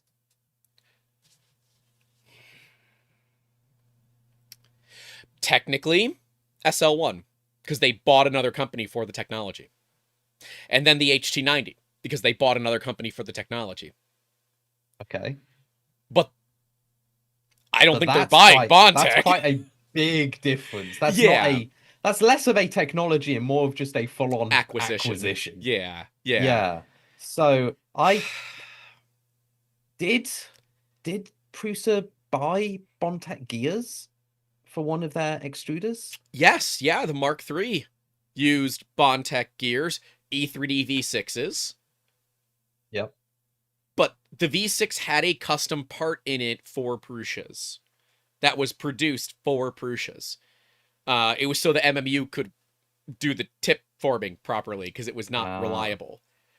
So while they've used Bondtech parts before, they moved away from using Bondtech parts with the next extruder. However, the high flow is Bondtech. Bondtech makes the high flow nozzles for Prusa. Or there's a multi-level partnership. Hold on. Let me see. So E3D, high flow obsidian Prusa nozzle, including Bondtech IP on the backside. So because E3D licensed it from Bondtech. But I don't believe E3D has. I don't think E3D has Swiss mills. No, they don't. So the Bondtech's E3D's making the process inserts. Is well, we won't entirely know, but it would make sense if Bondtech is making the inserts. Yeah. But what super easy to ship what E3D does is their machining lab isn't massive. It's more for prototyping. We filmed it. And yeah, and then E3D then goes off to other UK suppliers Mm-hmm. to get them manufactured to the UK quality standard that we know and love from E3D, but they've got trusted suppliers that they go to get that done, and they stick with them every time. Now, it wouldn't surprise me if they were also doing it there, depending on like quantity and style, and if they wanted to keep it in source or not. But E3D aren't precisely the direct So manufacturer of the part. Olaf is saying that they make the stock nozzle. So this is the high flow Obsidian. So this is E3D. The stock high flow, the brass high flow made by Bondtech. That would make sense. That makes sense. Because there might be changes you have to make to the stock, like geometry, just for the coatings, for example. Oh, yeah. Yeah. Yeah. So it would make sense if that's done and handled by E3D, who knows the most about the coatings that they've developed. So they will just do the entire stack. Because at the end of the day, a Swiss mill is a Swiss mill. Like, if you're going to turn apart on one bit and turn apart on another bit, they're both in the same ball category of being bloody perfect. They are. Yeah, they are. It is one of those cases. I think that Prusa, Bondtech, think they're going to get this right. Now, I'm a little hesitant on this because historically speaking, Prusa's launches are rocky. Their products sell very, very, very, very, very, very, very, very, very quickly. And because of that, and they don't ever have enough inventory, your lead times start to get a little bit egregious. Like once you go over 2 weeks to get a product, lead time nowadays is a problem. To Bambu's credit, they almost never have lead times. And if they do, it's 1 week or 2 weeks max. Like, even when we're talking like brand new H2S, you can buy them in stock right now. Only the combo. They're releasing the H2S without an AMS in October, according to their website. That's the one thing that I am worried about, is how well the launch goes, how well the integration goes, and if we can get the VFA issues solved by then. So, okay, it's 3 things. If we can get those 3 things solved for the Core 1 and Prusa for the release of the Core 1 Index, you've got That's a pretty hot machine. You had my attention to begin with. Like, I'm giddy. I'm giddy. I love my Core 1, working around some of the VFA issues and things like that. But I love it. It's a great machine, really easy to move around, super, super sleek, super, super sexy. Love the black steel. But it was kind of missing. It was missing a little je ne sais quoi, right? And Index does bring that to it. Now, I have 2 Core 1s. I have a Core 1 kit, and I have a Core 1 that was factory assembled. We have not built the kit yet. We will commit to building the Core 1 kit with an Index on it immediately. That will be committed to. Because there's no reason for me to have a Prusa Core 1 without an Index on it. There is no reason as a business for me to run Prusa Core 1s and not have Index on them. I don't care what the added cost is. There is no reason for me not to do it. The weird problem that you look at with the... Olaf is just being a massive tease. Of course he is. That's what he does. Oh, stop it. You're making me feel things, and I don't like feeling and things. Olaf like says, you think Index is coming to Core 1. Yes, I do. Or maybe Core 1 is coming to Index. They're playing with you. What it's probably is going to be a new name. So it's not Core 1. It's just... Your blue light died. Oh shit, I didn't plug it in. That was just on battery power this entire time. I'm like, oh, he said something bad about Bondtech. Olaf's in the room. Jacob, blink twice if you're in danger. Go plug in your light. Don't question why the light, you don't question why the light turned off. Here we go, here's the cable. There you go. Like, there's the cable. Can't see it. It's cut off. Doesn't matter. But I believe you. Oh, no. Sorry, that's what they always say to me. You think that's air you're breathing now? Vibes, Schmitty says. Yeah. Yeah, this is very much, you think this is air Okay. that you're breathing vibes. And look, I'm calling it Core 1 with Index. I don't care what the hell you call it. You know, it's still herring in a can, okay? It's still a thing, and it's still a thing that I want. I will be curious to see what Prusa does for the extruder. If we will see some sort of like now Kith version of this, where we have a Nextruder extruder with Index, like how much of It's possible they could have licensed the switching tech or the gripping tech, and they've done it Indextruder, themselves. the Indextruder, Olaf says. I mean, that's not a bad name for it. I want to see how much is from each party, right? Like, is Prusa just bringing the machine to the table and the index is being adapted to it? Or are we seeing more of a mating and this is like the child, if you will? So I love these bits because this is where nice, like beautiful application like kind of makes me giddy. I want to see Prusa have modified it quite heavily. Not because I'm not saying Index is bad, it's because I think when you get a different set of eyes and you see different design methodologies colliding, you get some really interesting decisions done.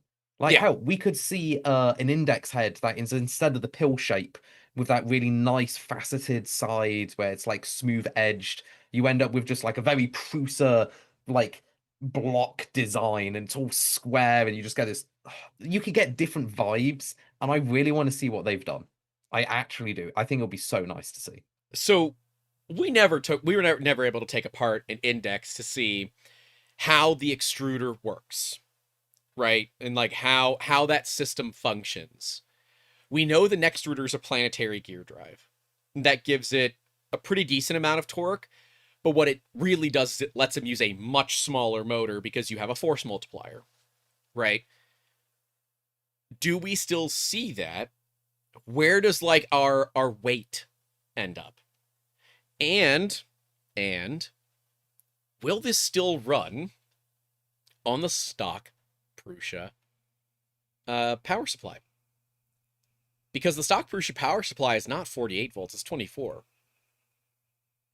I'm gonna say yes. I think so as well. I think it will. Because the last time we saw Index, it was applied on multiple pieces of hardware, and not all of them were running 48 volt. Additionally, there's a lot of hardware on the board for the induction coil. So I'd say they're probably just cutting the power themselves. Like they're doing just power modulation to do it. And from what we know, the Index doesn't require too much more power above a standard like 40-watt heater. So I'm so interested in finding out the efficiency of the induction. Because it's a not. 40-watt heater isn't much. It really isn't much. It's not efficient. But with that being said, a regular like PTC ceramic heater is only about 40% efficient at making the heat to go into your polymer. It kind of saturates itself very quickly, so you never actually get the wattage it's rated. It's just really interested. So like one of the things we found when we were doing CHT testing and regular volcano testing was a regular volcano only pulls maximum 20 watts. You cannot get more flow rate than a 20-watt heater because you capped by the melt rate of every material. Even like wow. the runniest ABS, you can't pull more than 20 watts. Okay. CHT, you can't really pull more than 35 watts. So you can get up to about 40 watts, but so 35 the rest of it's watts just is like the maximum. So I put a 60-watt heater and I'm losing a lot to just like conduction. Pretty much. In It's the a air, mixture of conduction and the ability to heat it up when it's needed. Because otherwise it triggers the firmware because it will just slowly start cooling if it's matched with the amount you're melting. Yeah, so Olaf's over here saying I'm having very fun. The rest of us aren't, okay? The rest of us are upset at you. You specifically. You tease. I think you have the wrong market that you're in, Olaf. This video is going to end up age restricted. There's going to be a warning, and you have to click it to get to the rest of this video. Bondi These says lights, it's they're going red after this. It's very fun being on the opposite side for once. Yeah, is it? So it's the Core One by Prusa Research by Joseph Prusa. Is that we have to add a little sticker on the bottom that says by Bondtech and Bondtech? This just makes me so hungry for getting my hands on INDX. I really want it. And we got to get INDX on C2. That would. Well, so that's the thing. It's like fast is what I mean. Whatever the Core One will end up being, because I'm not entirely sure it'll be called the Core One by the end of this. But the Core One INDX, the Core 2, positioned, or the Core 1 point index. Perfectly. It's positioned perfectly for consumer and light industry. But then you're missing out on the industrial side. There's that entire side where all their machines are crap. Industrial machines suck. That's why we're going to make Construct 2, because we realized how bad they are. Yeah, and industrial is brilliant. We could do different ways. And INDX on Core 1, there's so few parts that I really need the XL size for multi-material. Like, a lot of the big parts we make don't need multi-material, and I almost never use it for multi-material on the bigger parts we make. So it is kind of a bit of a gut punch for me on that. Oh no, I see there's so much benefit of but I like it. Industry. So nozzle failover is one thing, material failover is a second thing. You have those two together, you have an impenetrable system of printing. Nozzle failover is a big deal. It's a big deal. Normally it's only filament failover, which is like the big deal at the moment. You put a 5 kilo reel in, and if it runs out, it switches to the next 5 kilo reel. Yep. But what happens if you get a nozzle? You're printing carbon fiber. You get a nozzle clog, because that does happen. Oh yeah. Screw it. Switch nozzles. Go from one nozzle to the next nozzle. Nozzles failover. That fixes all of the issues of certain materials. And industry will just lap that up because they are hungry for anything good.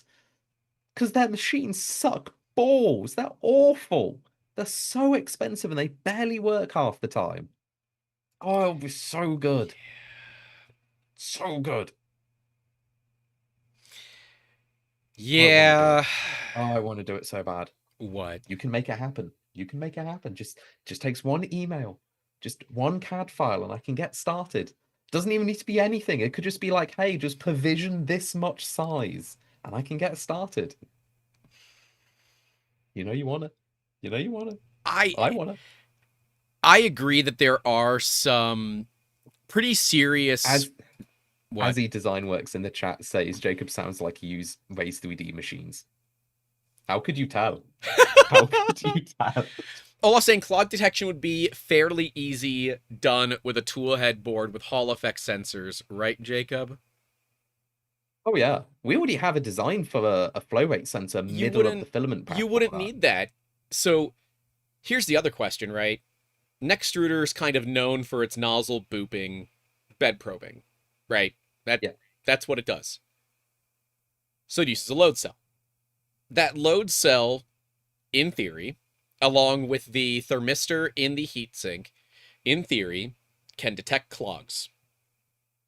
By looking at the added length from the Nextruder, you'll be able to see it in the load cell. Like, if the Nextruder is clicking because it's clogged, the machine can detect it because the load cell detects it.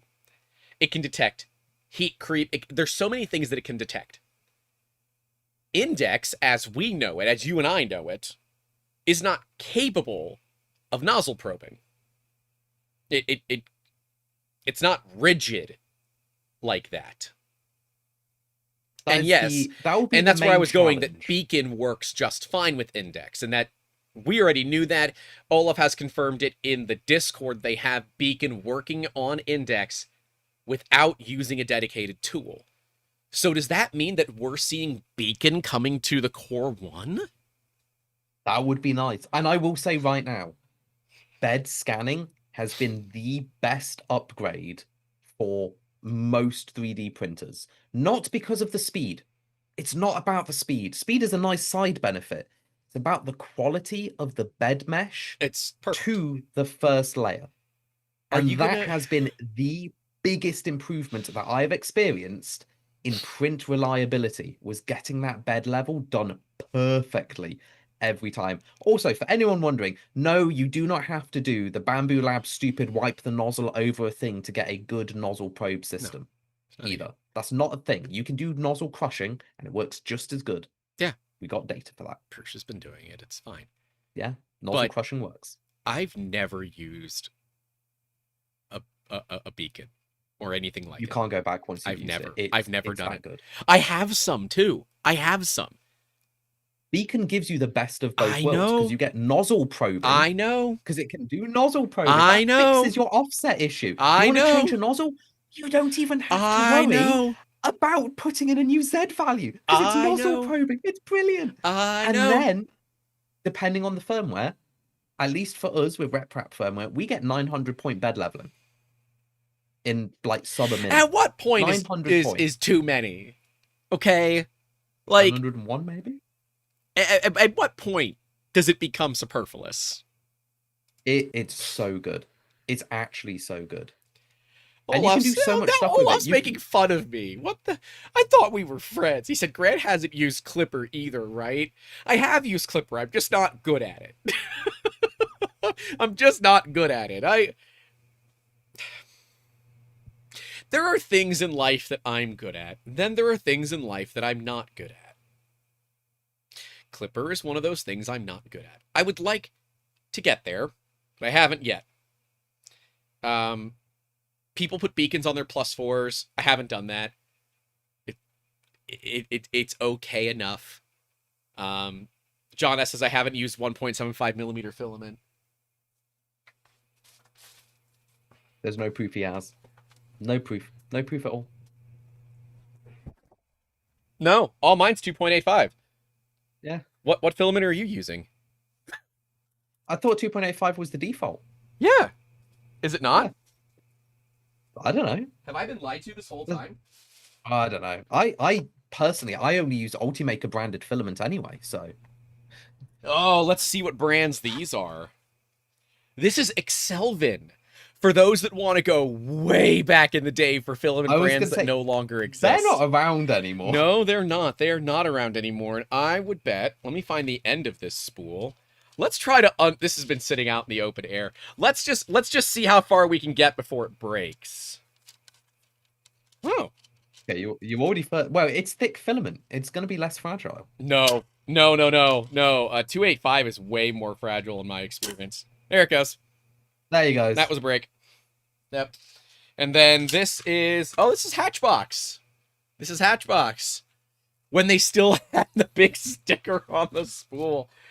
Yeah, I have some 285 sitting on the shelf still. I think I have like 40 kilos of 285. Yeah, I just sitting around. I have no machines to process it. I got rid of all my 285 machines a while ago. Give it away. I will say 285 does one thing very well, which is TPU. Because it's thicker, it's less noodly. So it does TPU semi-okay. But other than that... Doug Dreams Void says, stealing kidneys, you're not good at that either. No, we're not. We're not good at that. Yet. Olaf saying you still use SmoothieWare and peak heat breaks. Hey, I still stand by. Peak heat breaks were a good idea. Probably the most over-engineered thing I've seen so far. Trying to think if I still have a machine that has a peak heat break on it. I think I might. I definitely have a smoothie board still. Because they don't die. I looked at an octopus board wrong and it died. I have a ramps board that you can just short anywhere on the board. And they don't die. You could probably just submerge the board in metal powder and it would be fine. It wouldn't care. Those old boards didn't give a damn. They didn't give a damn. These new boards, you look at them the wrong way. You say the wrong thing to them. They're gone. It's terrible. But that will also be the thing, right? Prusa, fully vertically integrated. So the director of their SMT line last we were there, his name is Miroslav. Really cool guy. We watched them make the boards completely in-house, right? From cutting them, silk screen masking, to pick and place, wave solder, verification, all of that, all in-house. It's all done in-house. I don't believe that the current Nextruder system on the Core 1 is capable of driving INDX the way it stands. I don't think it's possible. So we're talking about a full electronics rebuild. I wouldn't be too certain. I wouldn't be on too the hot certain, end 'cause side, thinking about it, I would guess. well, that's why I think I'm INDX. gonna ban emojis from this chat, Olaf. I'm gonna do it. Olaf is just teasing us this entire time. He's having too much fun. He's having too much fun. I'm loving this. I'm loving it. If you ban emojis, I am promoting him to moderator so he can still do it. But no, I see for INDX, because I know how smart they are. They've probably simplified the application to just being maybe a motor, one form of like input output, and then just a regular trigger setup for a fully like hardware defined control system that doesn't need the firmware to run it. Yeah. So it would just treat it like a regular hot end. It would just have a different right PID loop, and that's it. Like that's all I see. Like they just have to build an adapter basically for the communication. Like, but see, I wouldn't even say an adapter don't run you Clipper. do it on. Or no. Why would it need? Why would it need Clipper? That's what it's kind of designed for, I guess. Really? Yeah. It's all macro based. It's going to run on MetPrep firmware with no complication, and Prusa already uses macros. So I see it as literally they're just going to plug in 5 wires, 4 for the motor, or well, 1 wire chain for the motor, 1 for the heater to turn it on and off, 1 for the temperature readout, because we're not entirely sure what that is. I'm pretty sure what it is. And then maybe a servo or something else to actuate the gripping of the filament, and maybe another sensor for load detection so it can actually like measure tolerance. But that isn't something that the Prusa would struggle with, because they're just standard outputs. There's no, oh, we need to do math as it's going on and we need to click a device. That's and the get big thing with Python INDX, like... right? There's, outside of being able to control and handle the craziness of the induction system and not throw thermal runaways when there isn't a nozzle in it for a short period of time, I guess electronically there's not much. And Olaf confirms it, saying if INDX would be fitted to a Core 1, hypothetically, it wouldn't necessarily need a big change in electronics or at all. Okay. And that's why I like INDX so much. It's why I really want to work on it, because it's going to be, dare I say this, touch all the wood in my building. It might even be easy to apply. And that's where the Bambu system kind of fails, is that there is not a snowball's chance in hell that the Bambu system is easy to do. That upgrade is going to suck. It is going to suck. The amount of screws you're going to have to remove to install this is going to be excessive. Excessive. It's going to be bad. But will it be a more user-friendly system? Okay, my gut feel, I have to take the Swedish cap off for this, because I'm going middle of the road. My gut feel is entirely based on watching the Bambu Lab video and seeing the INDX in person.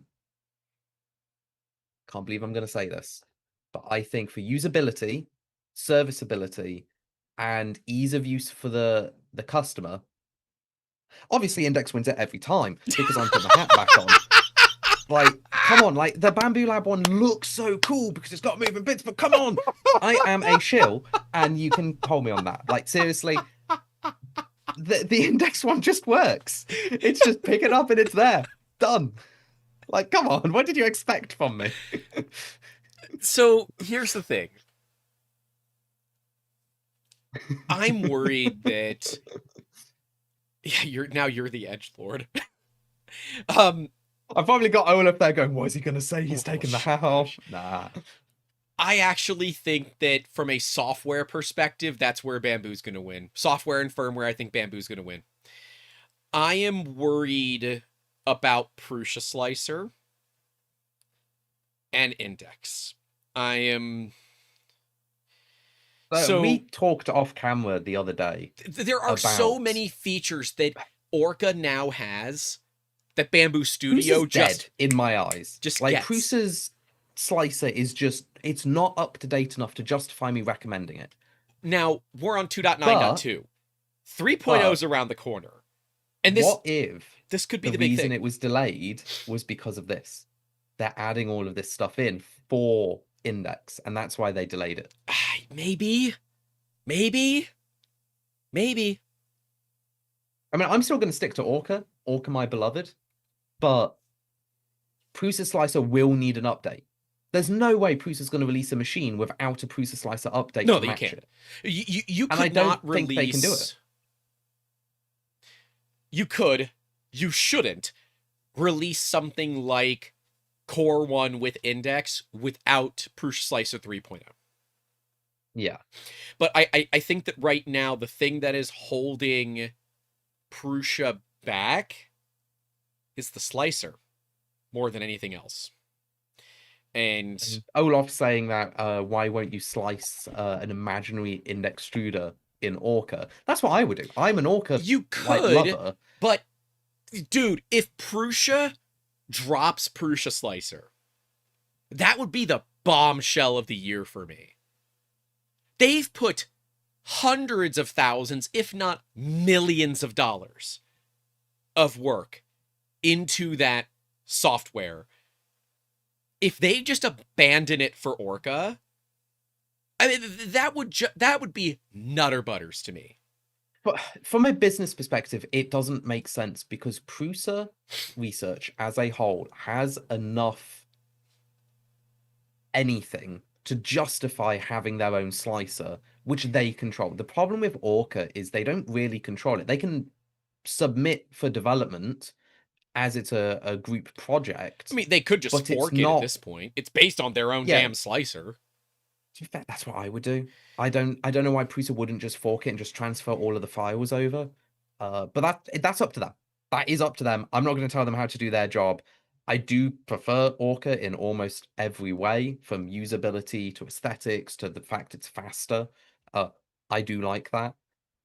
But yeah, like we're talking about Prusa here. Prusa likes having an ecosystem, and their slicer is one aspect of that, and dropping it, Bambu does the same thing. Sense.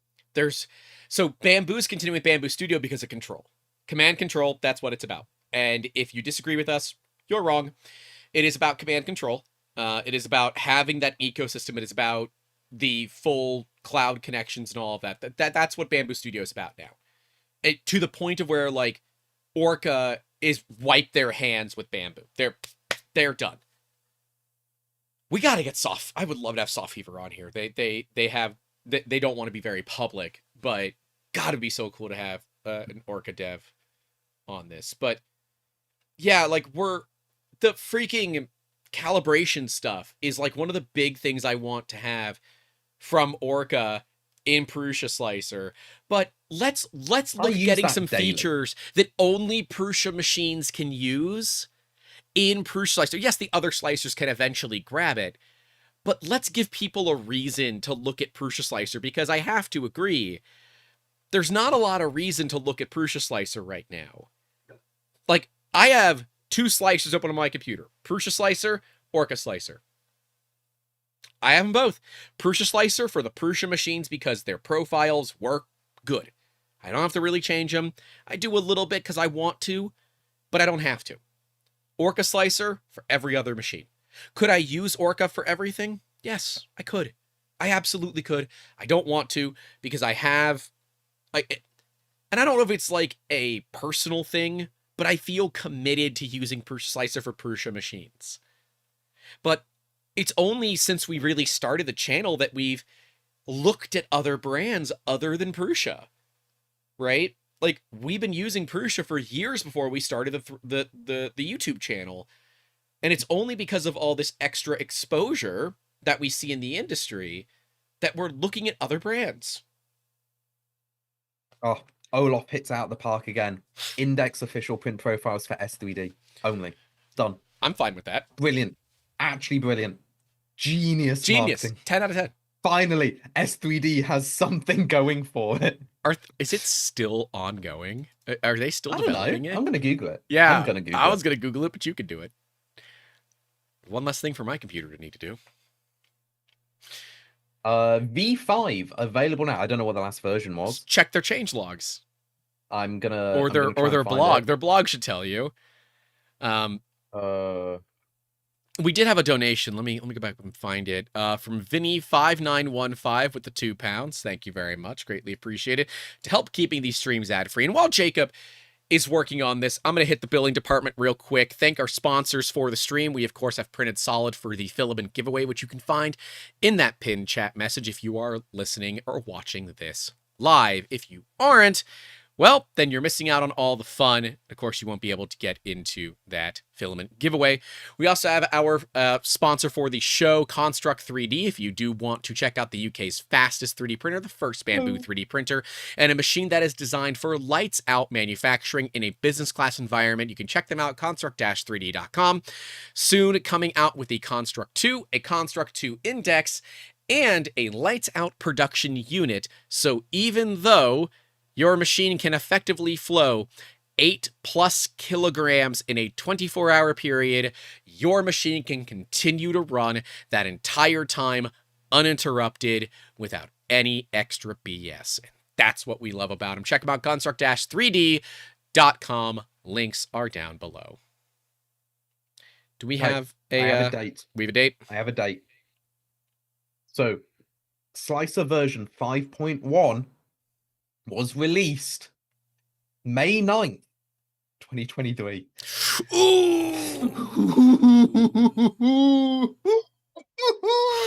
Oof. Oof. Simplify 3D hasn't had an update in 2.5 years. Their last blog post was December 13th, 2023, which was saying Simplify V4 is ending life. That was it. That was their last blog post. And that was in 2023. The thing is, I can click the buy button and I can still buy a license. Ooh. Olaf, I know you were joking, but I just want to make sure. Please be joking. But if it's not Repetier host, I'm not going to use it anyways. So screw off. Repetier host or nothing. Repetier host or bust. Repetier host or bust. Yeah, the software and firmware. God, that means I'm gonna have to upgrade I'm gonna have to update my machine firmware.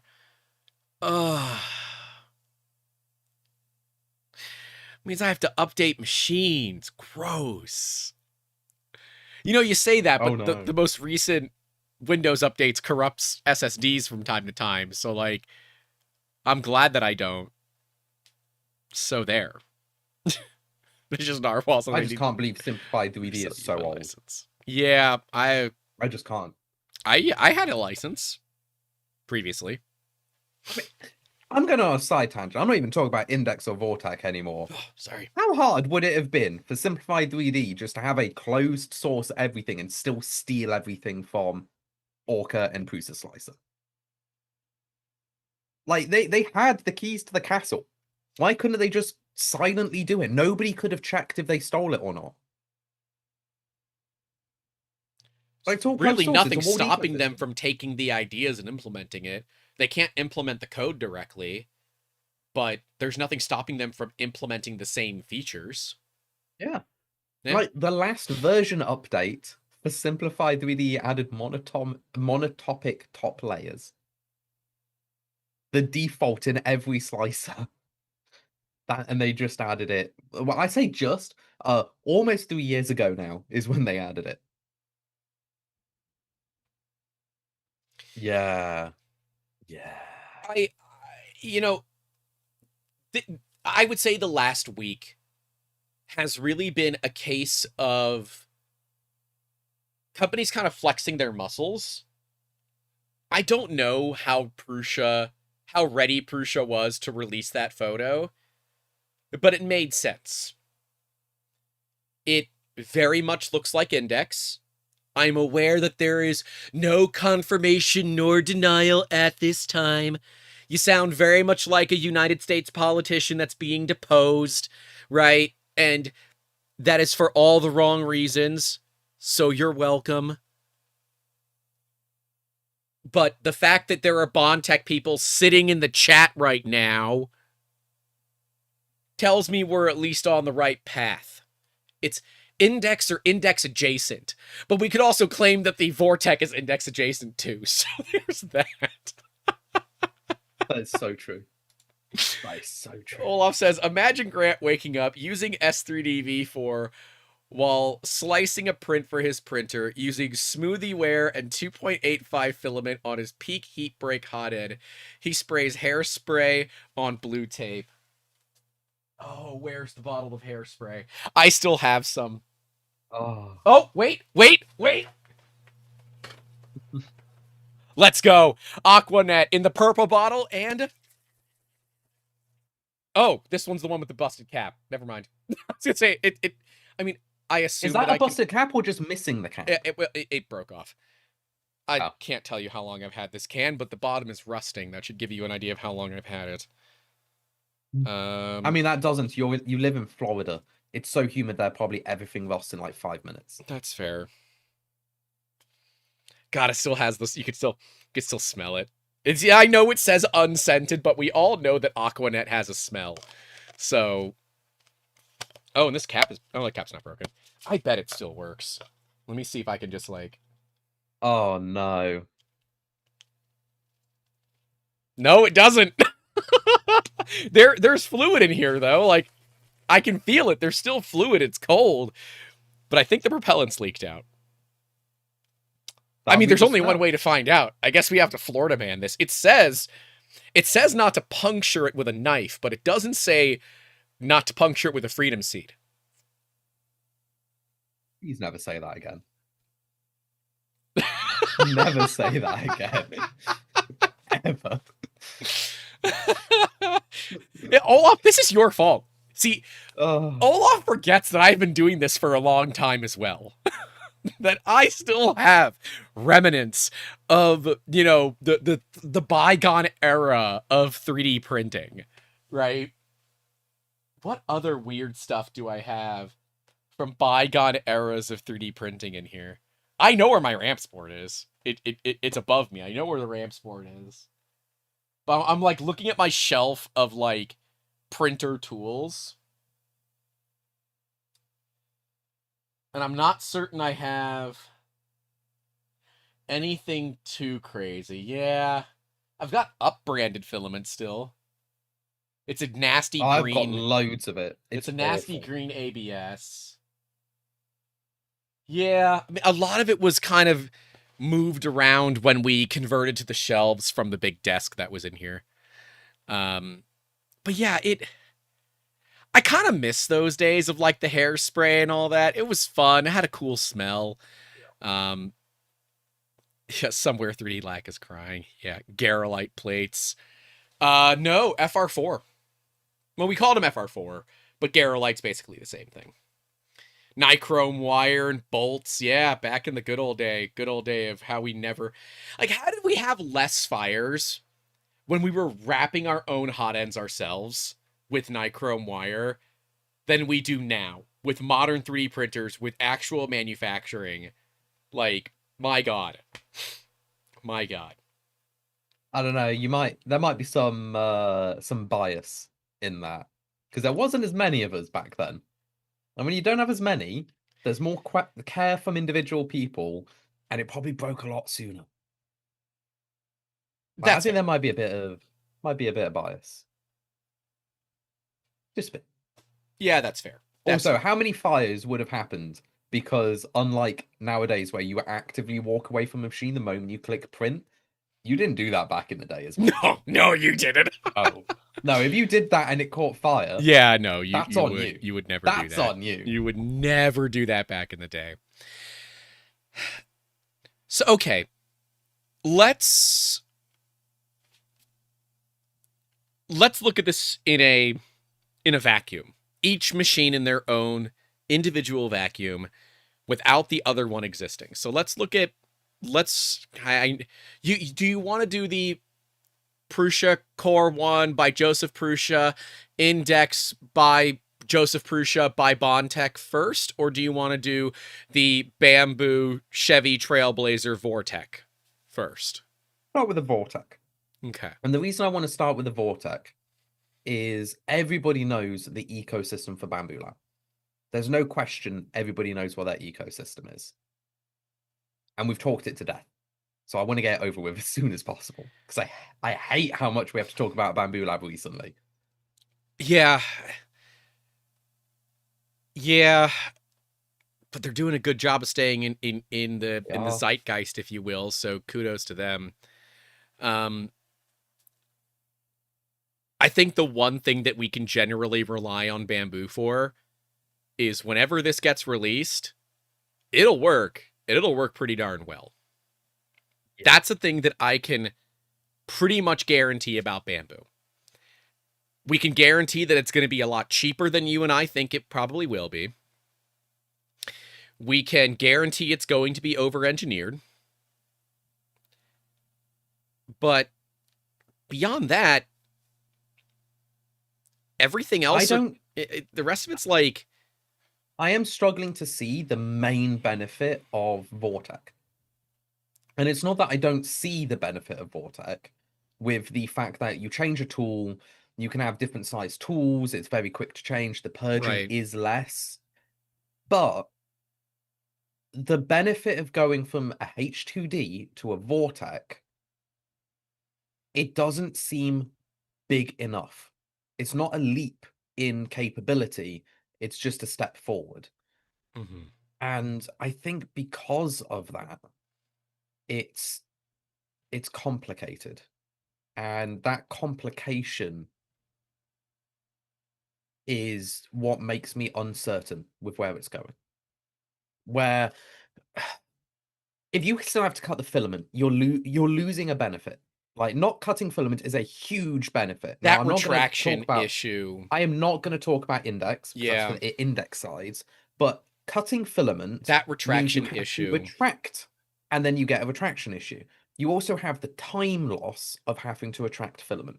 Yep. Now, unless they might do something like an A1 where they've got like the multiplexer directly above the input to the print head, I don't see how that's going to happen. No, it's going to use the AMS2. There's no... Yeah. If they release another new AMS from this, it doesn't make sense. No. And that's the problem. Their application of it doesn't make sense. Where you're not swapping the filament paths out, you're swapping the nozzle alone. And printers have done that before. They're like, there is nozzle swappers. I've done it plenty of times, just not on, not because the machine supported it, but because I needed to. I've nozzle swapped in the middle of prints. I've done it before. I'm sure I'm not the only one. I just don't see the major benefits of going to Vortek, where you still have to attract the filament, you still have to cut the filament. You've got a cutter in the system, which does get blunt over time. The main benefit is you can maybe do multiple nozzle sizes, as well as like multiple nozzle types. The biggest benefit, it's the even Bambu. Then, you're still working with an AMS unit. The biggest benefit, it's the Bambu ecosystem, and for a lot of people, that's what they want. The same way that people will line up and buy the newest iPhone because it's the newest iPhone. They don't need Oh, it. The iPhone I've just realized. 15 is just as good as the 16 to most people, right? For what most people will use it for, the phones are effectively the same. But they'll Hey, still Grant, line up because they want what? I've just realized we've been looking at this wrong. What? We've always been comparing it to Index because it's induction. Okay. We need to stop thinking Index even exists and just look at tool changes. Just tool changes. That's the only competition in It this wipes the floor with sphere. other tool changers. It wipes the floor with tool changes. Yeah. It doesn't wipe the floor with Index, but it optimizes But it's still a tool changer. But the retraction issue still exists. Yeah, the retraction issue still exists, but when you compare it against, let's say, the Snapmaker or the Prusa XL, what they've done is they've shrunk the print heads into individual nozzles.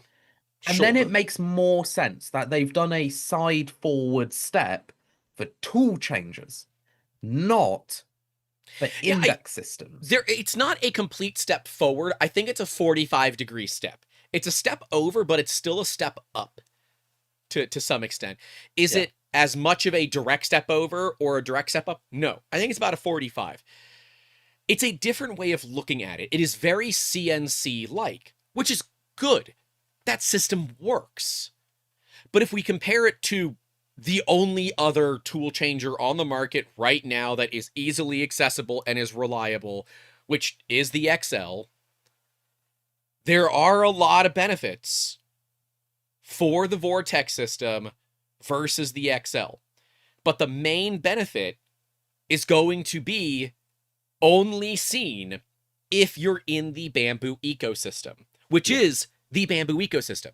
If you've already invested into a different ecosystem than the Bambu ecosystem, especially the Prusa ecosystem, because the XL still has a lot of open source stuff about it, then the XL wins handily. And certainly when you go to make, like, we want to make a video comparing multicolor performance on the XL versus the X1 Carbon.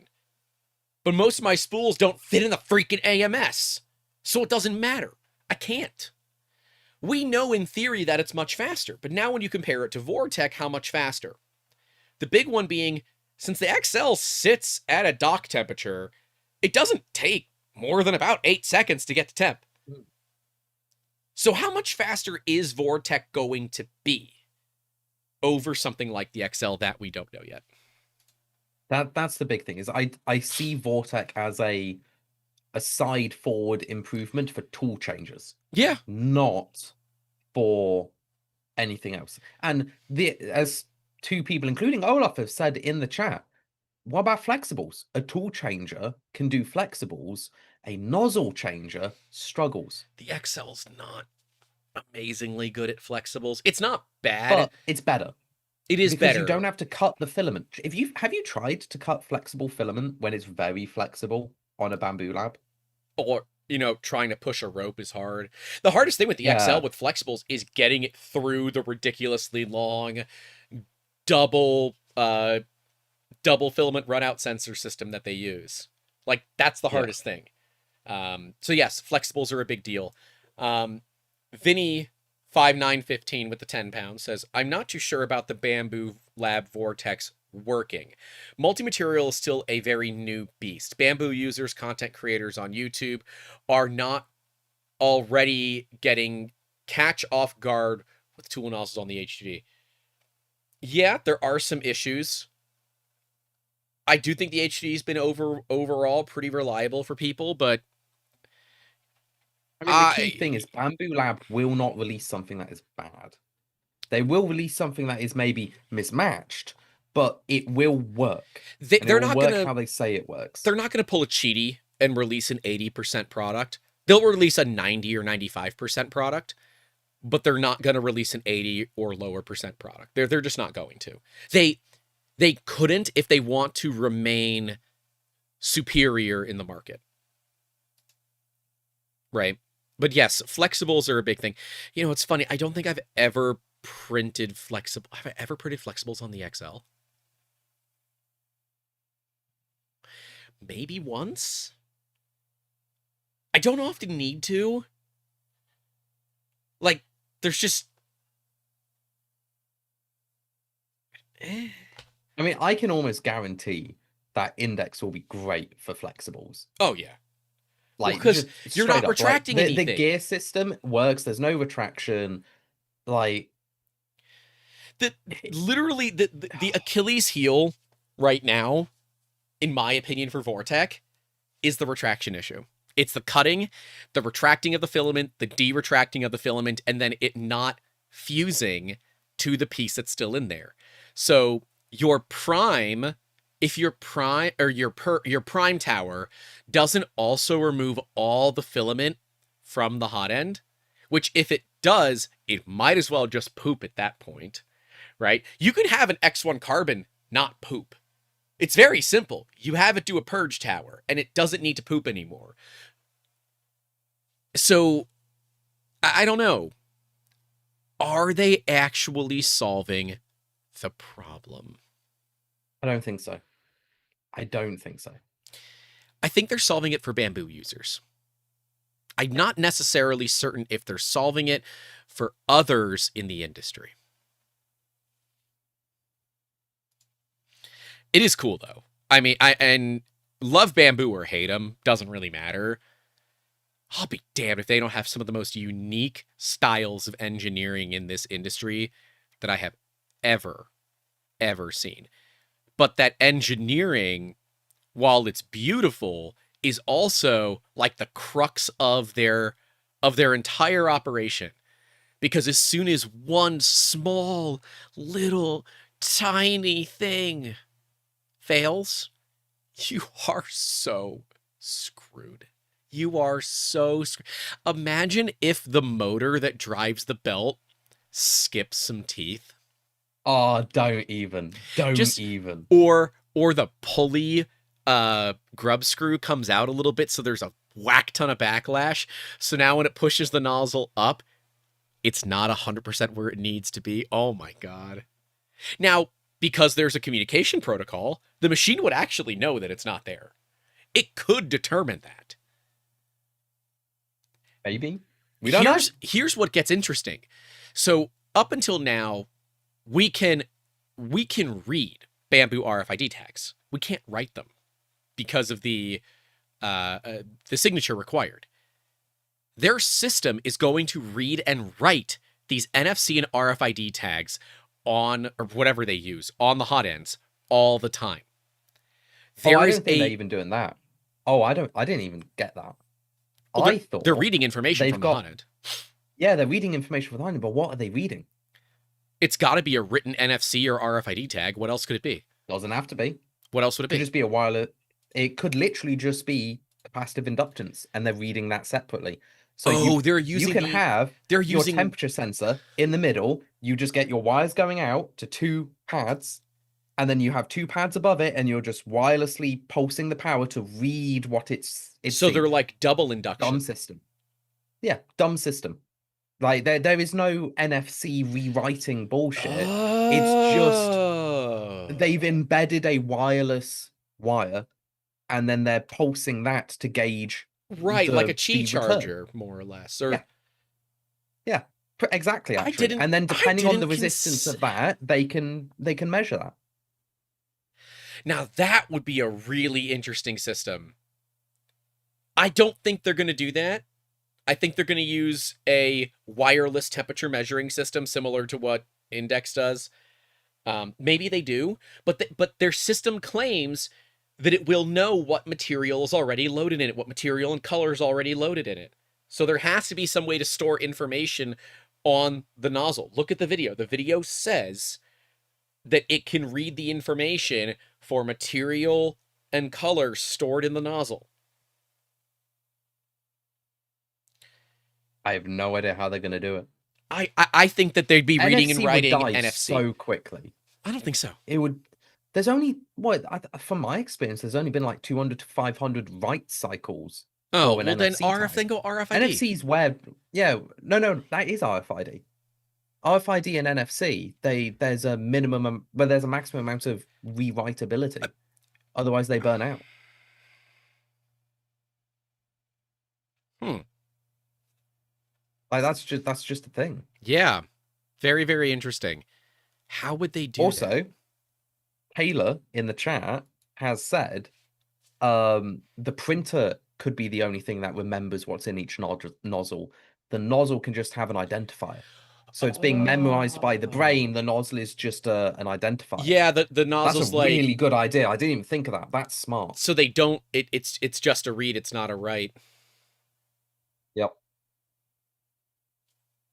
And that could work long term because Yeah. then you're not writing. Writing has issues. Like there's only so many times you can rewrite something. Though I think they're going to be doing that for the temperature sensing because their sheath that they covered it looked 360. It looked like it was a tube that went over the nozzle. And that makes me think they've embedded the heater cartridge, not heater cartridge, the heater sensor, whatever device that they've put in there to measure the temperature, in the nozzle itself. I think Taylor's got it. I think Canuck Creator's got it. I it would be really cool if they did have some sort of wireless ability for the temperature reading using coils. That would solve what I think is probably one of the more problematic issues that I have with INDX, is that if for some reason, because I'm almost positive it's an infrared temp gun that they're basically using to read it. They've never actually came out with it, but just from what we saw, the fact that it's all matte black when it clearly doesn't need to be, if it's a little scratched or there's some goo on it, whatever, your temperature reading is now a little bit unreliable. Having a wireless coil system, even better if it can be powered by the transient inductance that's happening from the induction sensor. Or Probably won't be, to be fair. It probably won't be because if it's a wraparound, the coils are vertical facing, and then that collector is flat. It would be so cool. they'd probably but they'd ignore each other. Shut up and let a boy dream. Why don't you? They'd ignore each other. You just take all the things that I love in life, and you ruin them. They're ruined. The coupling is wrong. No coupling for you. You gotta let you're a banned boy from dream. coupling now. Yeah, yeah, fair. You would have a second system, but God, that's over-engineered. The wireless way of like using some sort of inductive, not inductive, but infrared-based sensor is the best way to do it. It is the. Let me rephrase it. It's the Occam's razor way of doing it. It is the simplest solution, right? This system of having coils and all that's pretty complicated. It's very complicated. Wait, Taylor might be wrong. Hold on. Something just hit my brain. Something just hit my brain. I don't like it. Pull up the video again. Are you able to pause the Bambu video in the middle? Can you pause it or no? I can slow it down. Don't worry about it. Or just let it run. I can do better. What am I playing at? I can do better. So in their video, when they show the little wireless idea. You can just share your screen. Yeah, that works too. That should be about in the middle, right? Yeah, right? There's some stuff missing, and you're missing from it, but that's fine. Nobody cares keep going to the left. Come on, a little more. There, you're good. There you go. Okay. You can zoom in more though. I just I need to start recording my side to make sure that our editor doesn't get angry that I'm not recording what I'm showing. I'm remembering this sort of stuff. Yep. So which bit did you want to look at? Toward the end where they're talking about the wireless communication of the heads. Okay, just tell me when to stop. Yep. Tell me when to stop. Talking about the problem, not really showing the solution. Talking about the weird ways that you could actually solve it, but we're not gonna do that. We're gonna do something different. There. Back up just a bit. Back up just a bit. What is it? X? Oh shit! I pressed X. That's the wrong. Is it R? Yeah, R resets my speed. There we go. Talking about something different. No. Keep going. Yep, the thing that reminds me of her. There we go. Stop. Look at the pins that are on there. So it says no pogos, but there are reprogrammable pins on the top of it. There are still pogo pins on it. This bit here looks like a microcontroller. Zoom in. Can we enhance? Can we? Yeah. Oh, How's that that? actually worked quite well. So there's coils. Yeah. Like they're showing you coils, but they're also showing you dots on a PCB. Those dots are clearly for programming. They're clearly. Oh, this one? No. No, that's a QR code. No, that's a dingus! code. On the You're backside. talking about these ones? Yes. Yeah. Someone said to scan the QR code. Has someone scanned the QR code yet? It's probably proprietary. Try it. Like, come on, that'll be proprietary. Try it. I'm doing it. I'm doing it. Oh, let me see if I've got the dedicated QR reader on my phone. QR reader. Please let it be like a Rickroll. Oh my god. I consent to sending all my shit. It works. It's a data matrix code. What is it?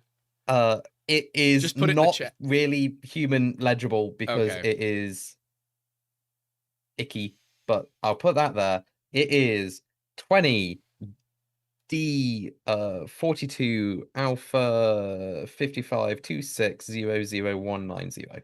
That is the code. That's the code that comes from that tag. That is the code. I'm not talking about. So, for those that don't know, there are programming pins on this next to the screw on the back left. Those two are programming pins. There's one on the right side as well. There's a two couple in the back as well. There's 5 total, one which are the amount that you need for USB, generally speaking. Yeah. And what's interesting is this entire top piece, that's a PCB. I do not believe will be black at the end of the day. This is a PCB. You can see where it slides in and it bolts in the 2 corners, probably, or those 2 bits there. That is just a slide-in PCB.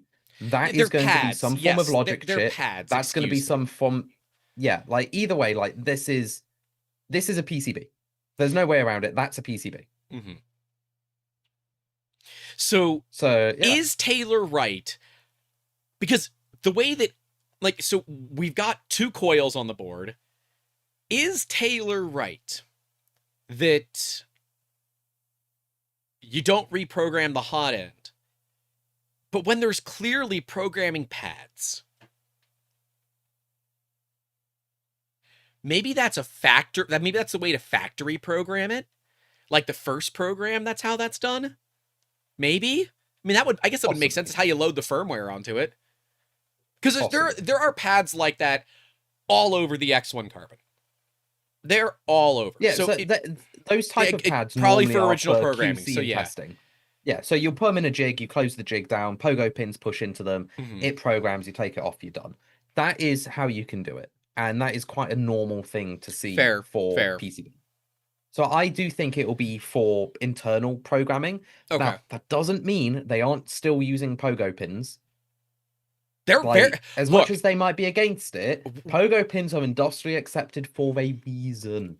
They are good. Bambu said that bed slingers are dead. They would never do a bed slinger. Then they released the A1. So Bambu was saying that pogo pins are dead. Are they? Now look, where is it? I have an example of what happens to pogo pins. Can I easily find it? I might not be able to find it. I have an old smartwatch, a tick watch specifically. Love that watch. My desk is an absolute disaster right now. I'm hitting things. I don't see it immediately. I've got the stand for it, but I don't see the face. So I'll show you the stand. Come on. This is the stand. I mean, it's a printed stand, but you'll be able to see the actual pogos. Focus, God, focus. Everything, just oh my God, focus, please, for the love of all things that are whole. Thank you. There we go. So, those are the pogo pins for the tick watch. Very, very tiny pogo pins. Something. Either it's my sweat, my skin. Something interacts with the contacts on the watch, the pads on the watch, and they wore off. Like they corroded and got destroyed within a year, if that, of reliable really wearing. fast. Yeah. And since it uses magnets to hold the watch onto the charger, the pin spring is pretty strong and it actually pushed through the pad. That's not normal. And I really liked the Tick watch. It was, to date, probably one of my more favorite smartwatches that I've had. I now use a Samsung. Oh, I gotta see. Samsung Galaxy. It's a 45 millimeter. I think it's a Gen 3. Yeah, I'm pretty sure it's a Gen 3. Samsung smartwatch Gen 3. It says my heart rate's 104. It's kind of high. That's kind of high for sitting down. Yeah. Yeah, it could be the Florida chemicals, like Pezlis says. I now want to know what my heart rate is. 77. Oh, yeah. Still checking. But... Oh, it's gone up 82. There you go. I'm very interested to see what Bambu's integration looks like. And if nothing else, that's the thing that other companies should pay attention to, is how Bambu handles temperature sensing. I think that their whole idea of tagging the heads, it's a cool idea, but it does, like, hey, if I get a clog in one, I can't just, like, hot swap it during a print. But, like, it should be fine. It should be fine. I think companies should really pay attention to how Bambu does their integration. Because that's kind of the thing that Bambu seems to always get right. No matter some of the cost cutting that we see from them, their integration is dead nuts on right every single time. And so we know they've done testing. But things are always subject to change. Things are always subject to change. I don't know. Do you like this idea of, like, wirelessly, like a Qi charger style, passing temperature data? I like the idea. But I think it's smart. Do you think it's more reliable than infrared? Oh, hell no. I think infrared is infallible.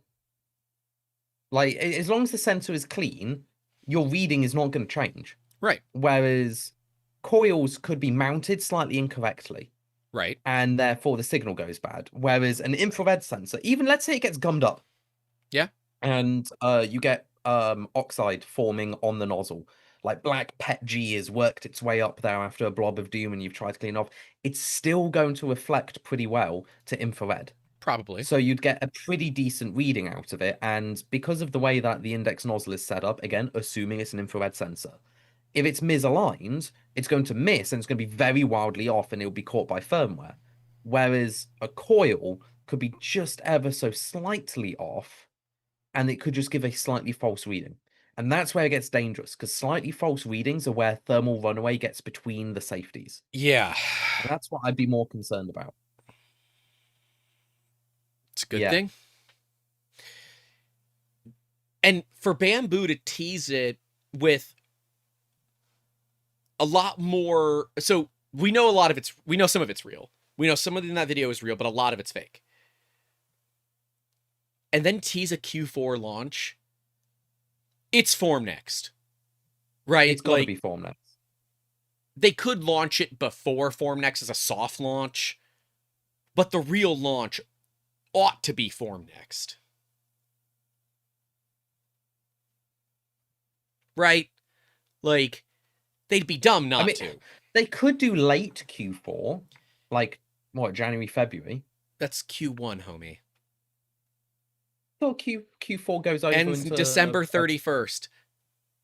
It's every 3 months, Jacob, because that makes Jacob. Hold on. Wait, hold on. Jacob. I'm thinking financial year.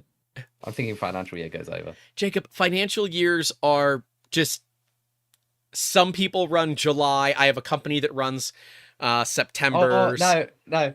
So in at least I've always been told, and I've just realized where I've gone wrong with it.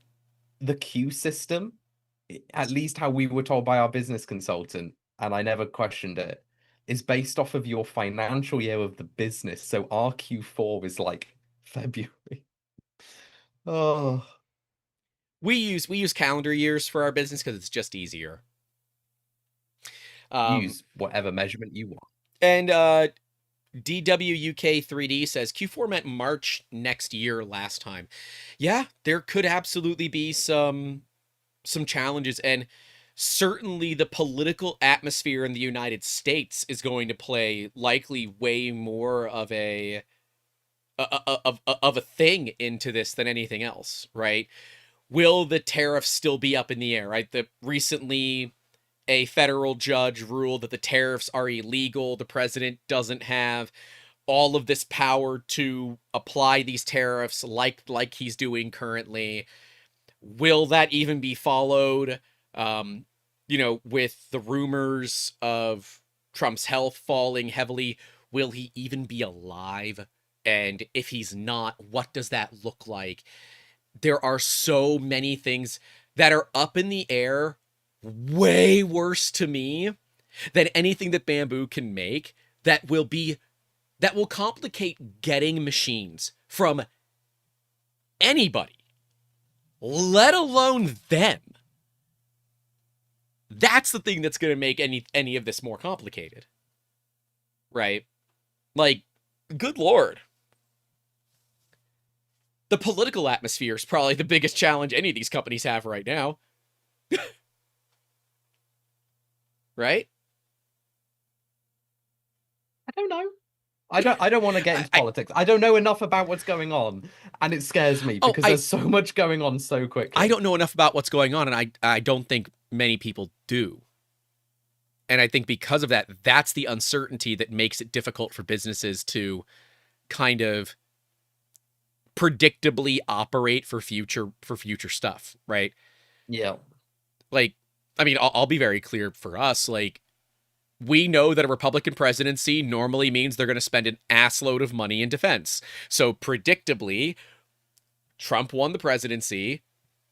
So we shifted our company away from a certain market and moved more heavily into defense. All 4 of the big defense contracts we've had this year got doged. So we are now shifting back away Yep. from defense and moving on because it's not working.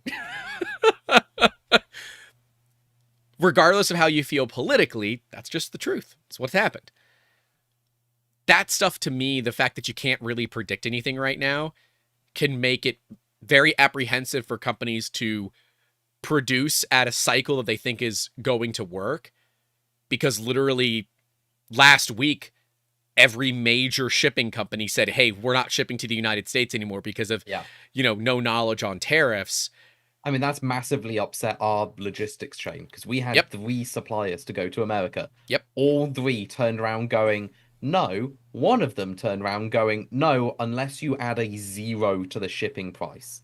And I'm pretty sure you don't want to buy a machine if the shipping price costs more than the machine. Yep. Yeah. And so, like, that's considering the US market is, I think, objectively the largest market for 3D printing out there. That alone is going to have more of an impact on release dates for companies and shipping dates for products more than engineering itself. But I could be wrong. I don't know. What do you guys think in the chat? I think you are. Let me do a poll. Let's see what Do the a poll. poll. Yeah. This is a perfect poll time. Yeah. And while Grant does that, I'm here to remind you, like the video. You don't get to see me wearing silly hat every day. Like the video. Do it. You know you want to. Actually, how many likes do we have now? Let me go check. 160. 160. Oh, we've only gone up 15 in the last half hour. Come on. Come on. You guys are better than that. Got 242 people watching and only 160 likes. Shame on you. I'm wearing a silly hat for you. All right, There we go. 161. Whoever that one was. let's see if cool. I did a good job on that poll. I don't know if I actually did a good job on that poll. Poll looks more Slavic. I hate you guys. Um, um,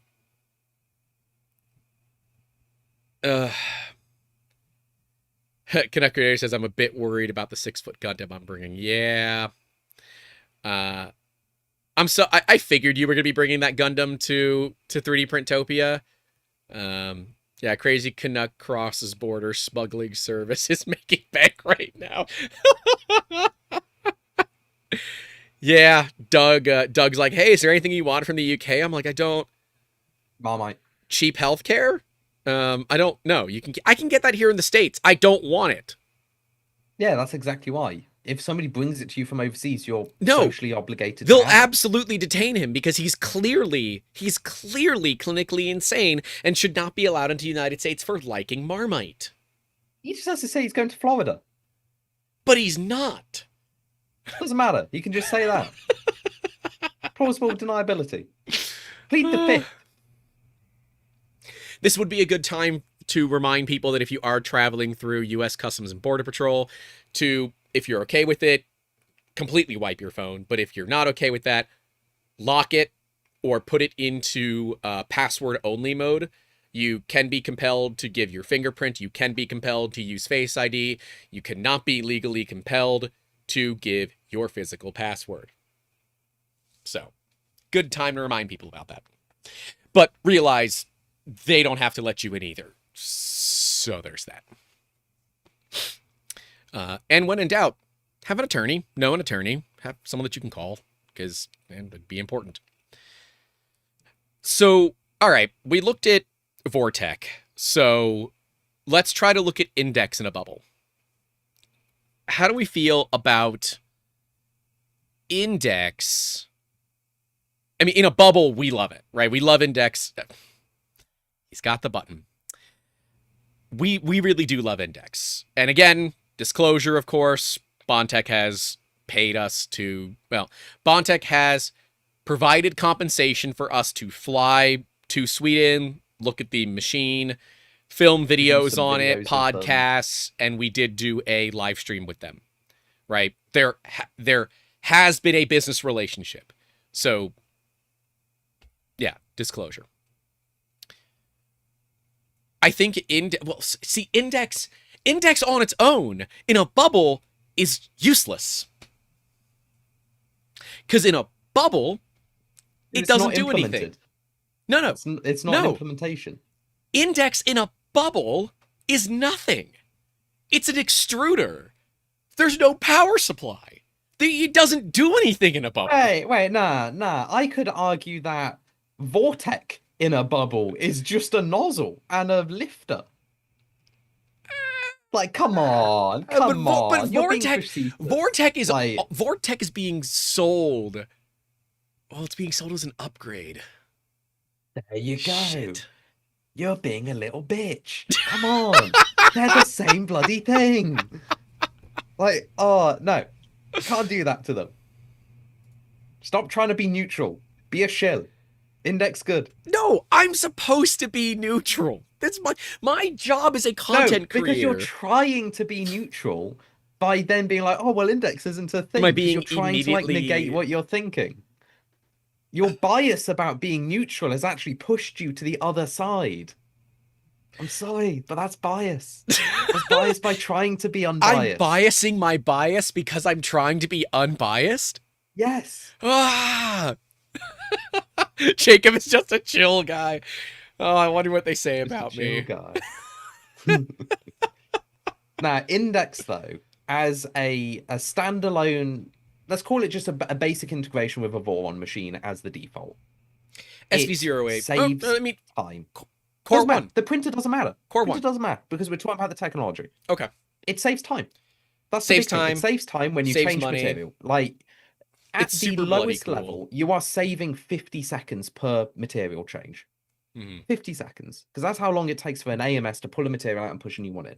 I still have a Prusa Slicer window open. Hold on. Let me see. That part uses 187 tool changes. this one that the support comes off of. 187 tool changes to do it.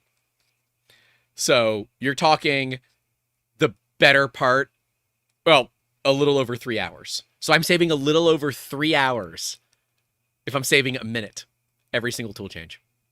Yep. Money.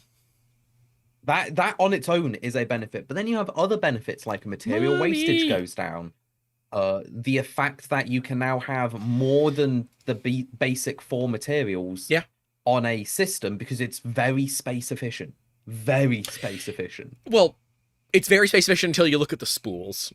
Because we didn't talk about that with the Core 1. Where the hell are they going to put 7 spools on a Core 1? So, well, I can say the same thing for the index. Where the hell are you going to put 7 spools for an index? Well, you're going to put it on an answer is on top. No, you know what the answer is. No, out of the camera shot, so nobody has to question it. Where are you going to put them? Out of the camera shot. You know what? That is probably the best one. So the Core 1 with 7. Here's my theory. 1 is on the side, the other 6 are on the top. And they integrate the top hat with the spool holders. Because it's going to, it's going to need, well, might not need a huge top hat, but it's going to need some sort of a top hat. And so they put 6 on top, 1 goes on the side, and you're done. That way you can have the 7 and you don't have some random, like, odd amount of spools. Mm-hmm. Right? That's how I think Prusa's going to do it. Bambu, they're doing it with AMSs. So kind of similar, but not similar. Right? Bondi said, did you see any spools in the 2.4 video? No, we did not. No, we did not. No, we did not. We did not see this. And that is, so yeah. Where do you put the spools? Somewhere where the camera can't see them. It would be cool if Bambu did release a larger AMS, more VFRs. I wonder if maybe we'll release a 6-bay AMS. But I mean, why? Just buy 2 4s and now you get an 8, right? You get effectively an 8. Bear in mind, the H2D with an AMS has 6 slots. Because it's 4 on the top and 2 on the back. Oh, I don't even consider rear spool holders. I consider them... That's probably what they're going to do. Unreliable pains in the asses. So, traditionally, I look at index machines. Spools go on the top. Okay? But if you're gonna be crazy and put index on like a bed slinger, you have a very Dolly Parton based bed slinger, right? On a Core XY machine, it's still gonna, that's a lot of mass up at the top. So I foresee companies looking at Big Tree Tech specifically putting index boxes, like they have this new Panda box that they're coming out with. Did you see that, by the way? The new Big Tree Tech Panda box thing. It goes new one or an old new one? No. They just teased it, and it's got poop chutes in it for both the A1 and the X1 carbon. So the poop goes into a bucket now underneath the printer, and it's got storage for build plates, storage for tools. I'm like, brother, sign me up for that. And it's got underglow. So everyone loves a good bit of underglow. Everyone loves a good bit of ergobleds. But with that being said, that is one of the main benefits of Index as well. No poop. There is no poop, so you don't have to worry about that. But poop is such a pain. Could you mount all the, so like a Core 1, I'm not certain that I really want all the spools on top of the Core 1. I'd rather them be underneath. I'd rather... You never know. They might be coming out the back. They might be coming out the side. If they come out of the back of the Core 1, so help me God. Maybe just the tubes come out the back. The first thing if they come out of the back of the Core 1, the first thing that I will do is find a community mod where somebody got to it before I did and made one that goes on the top or the bottom. Because I am not putting spools on the back. That is the most... This is the worst place. It's a Core XY. Mass at the top of a Core XY is good. No, it's not. The machine... Have you seen any Core XY printer running at like, you know, insane speeds? They move. Yep. Yeah, and mass stops it moving as much. On the bottom, not on the top. That means on the top. No. Top-heavy printer, good. Fat bottom girls make the rockin' world go round. Okay. Queen said that. They didn't say anything about the other way to do it. I am just saying, Pantheon are top heavy. Yep. And you can see it by how much they Yeah. shake the tables. But they're also really bloody heavy. But if you put more mass on, it moves less. Lower center of gravity is better.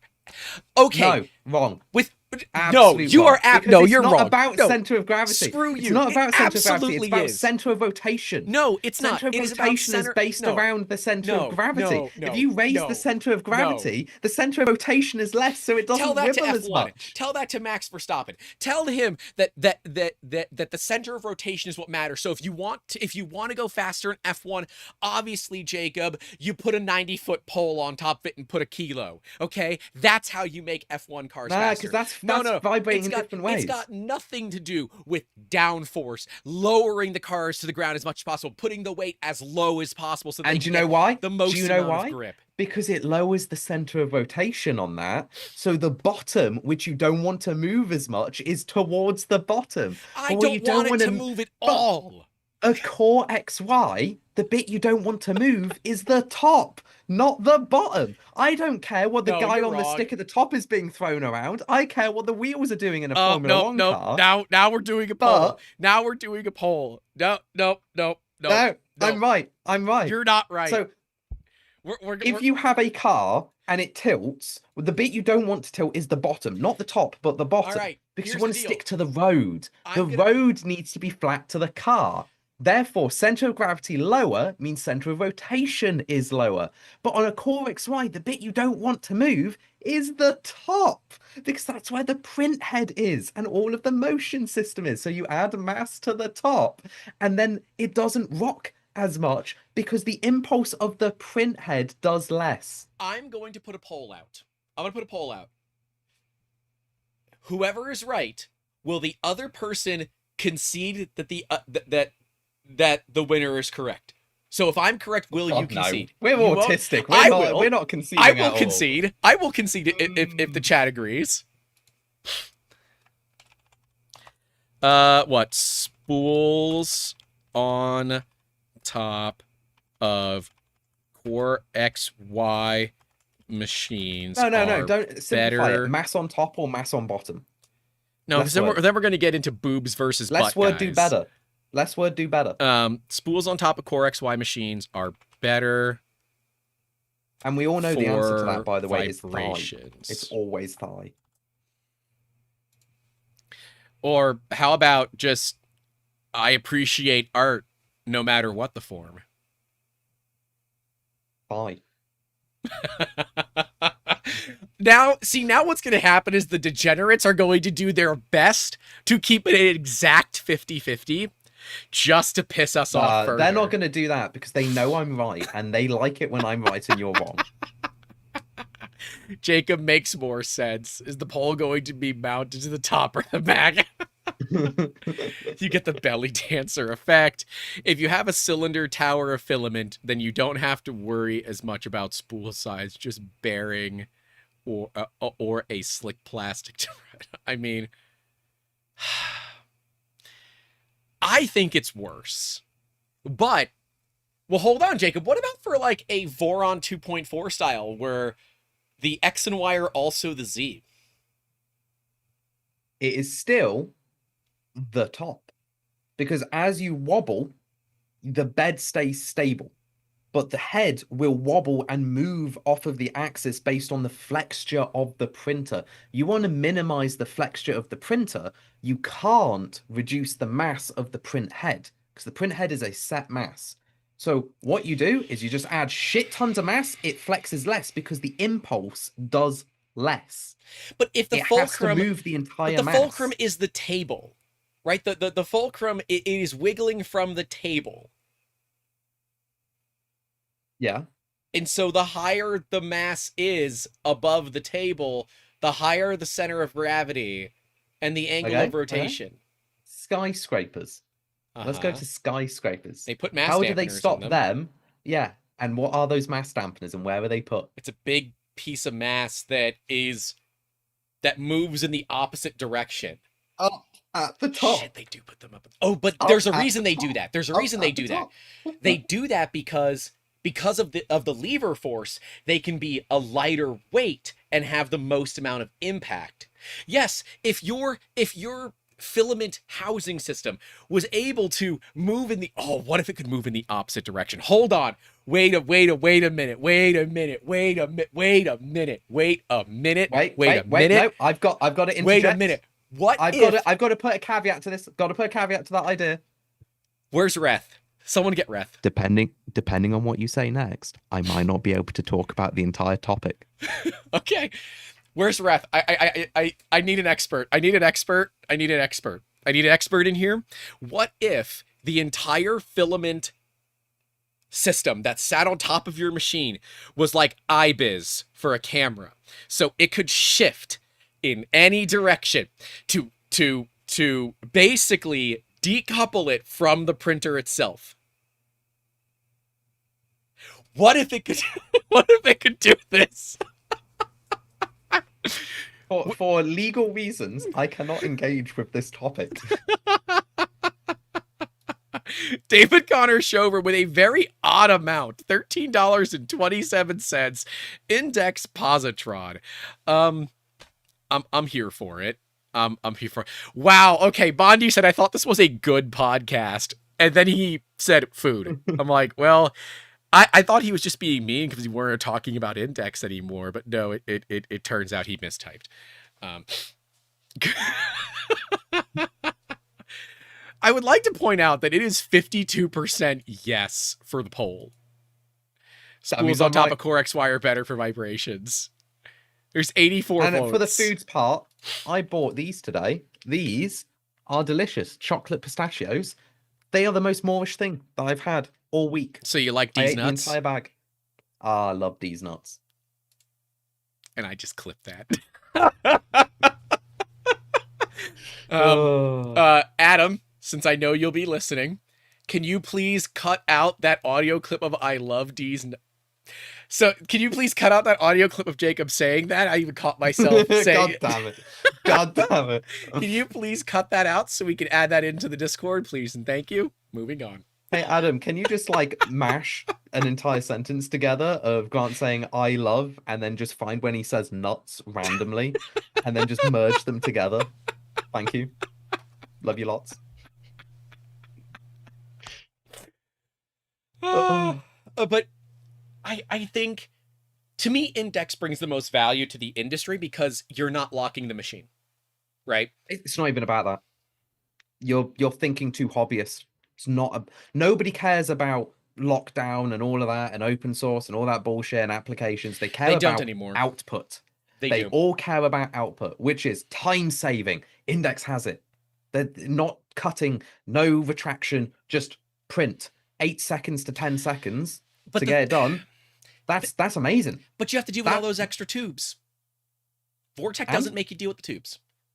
And I'd rather take extra tubes and just design it into the frame. What I'm saying is that is what if we're playing devil's advocate, that's what the other side says. I'd like to point out one technology slightly different than another technology. Oh, they've got different integration patterns. I don't care. I save 50 seconds every tool change. If I'm doing a benchy with 4 colors, I've saved 4 minutes every layer. A benchy has 1,000 layers. Do the math. And that's just for changing color. Now I've got another 4 nozzles on a relatively small printer for different material. I could do specialist materials. I could do high flow materials. I could put a weird nozzle on. I could put a scanning tool head on or whatever I want. INDX fixes so many issues the industry is finding, not because of the raw technology, but because of the solutions it brings with that technology. Heating up is a problem. Keeping material at a standby temperature degrades the material. It does. If you only need to do a little bit of purging instead of the entire nozzle, even better. And that's done by not keeping the nozzle hot. That's the priming. You can now do dynamic temperatures. All of these sort of things are benefits that INDX have. That have a universal application. And the primary two is material compatibility and Time.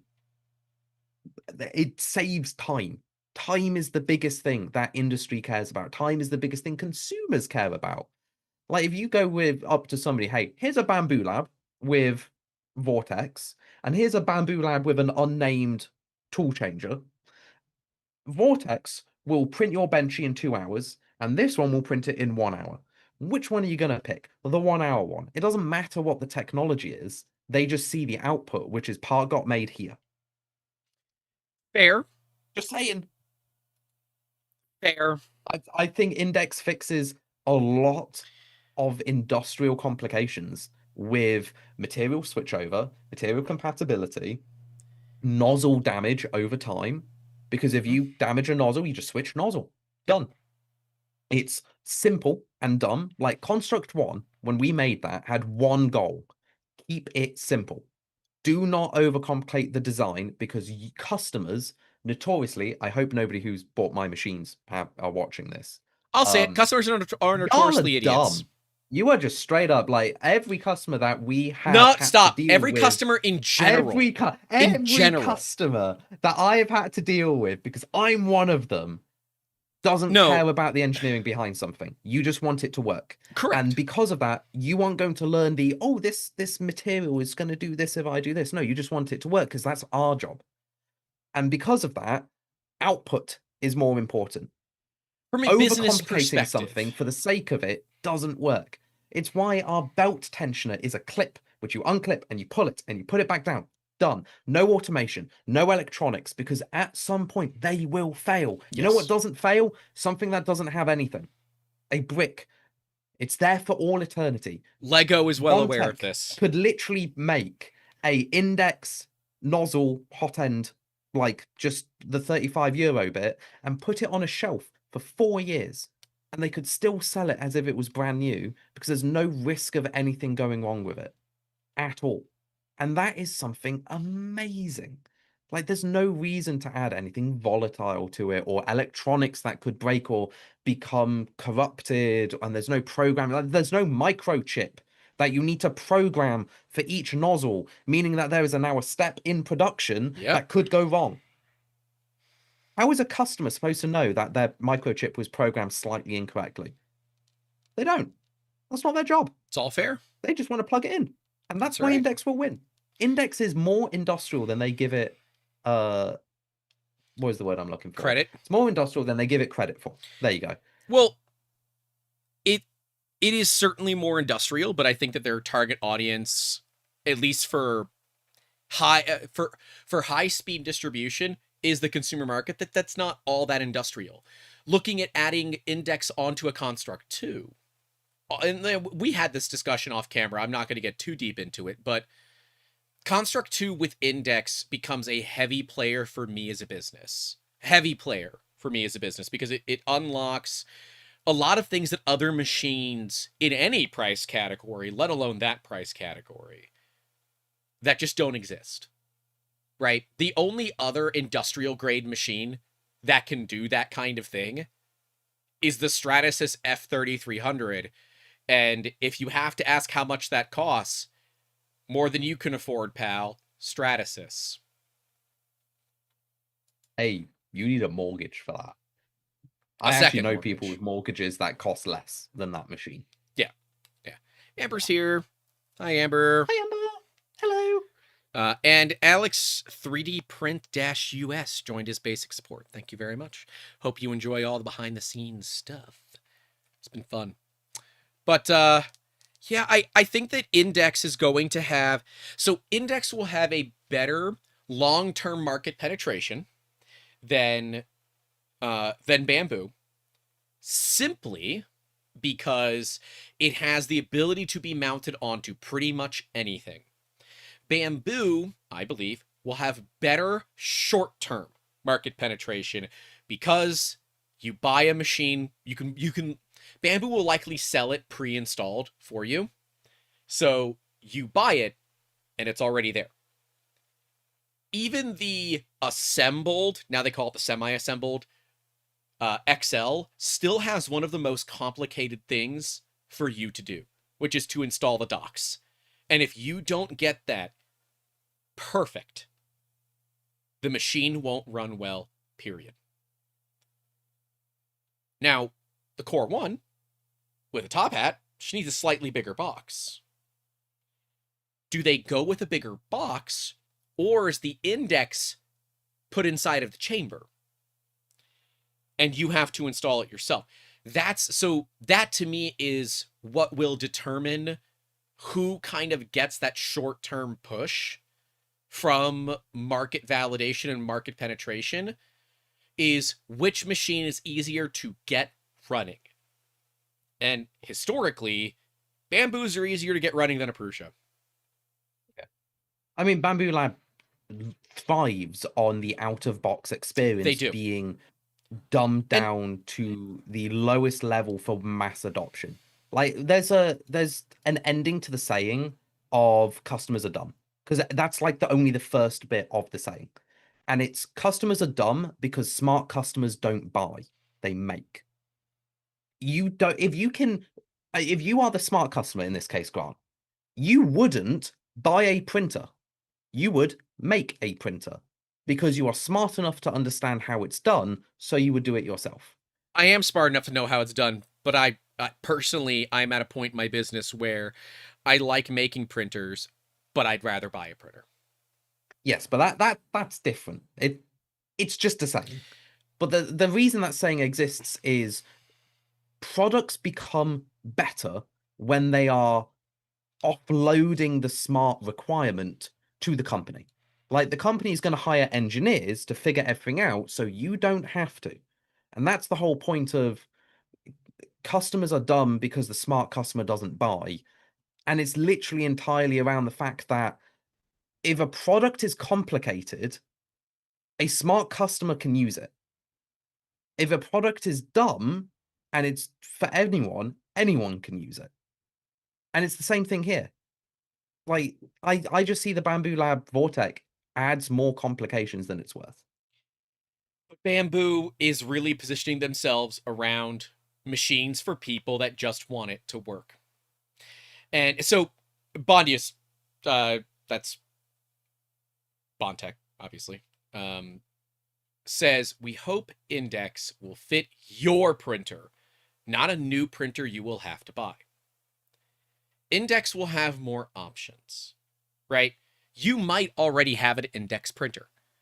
I would argue that while there is some DIY work associated with it, buying an SV08 and an INDX kit gets you a better machine, bigger in every axis, less complicated, so easier to maintain, for less money. That, I think... Again, SV08 Max. Huge. See, that starts to get too big.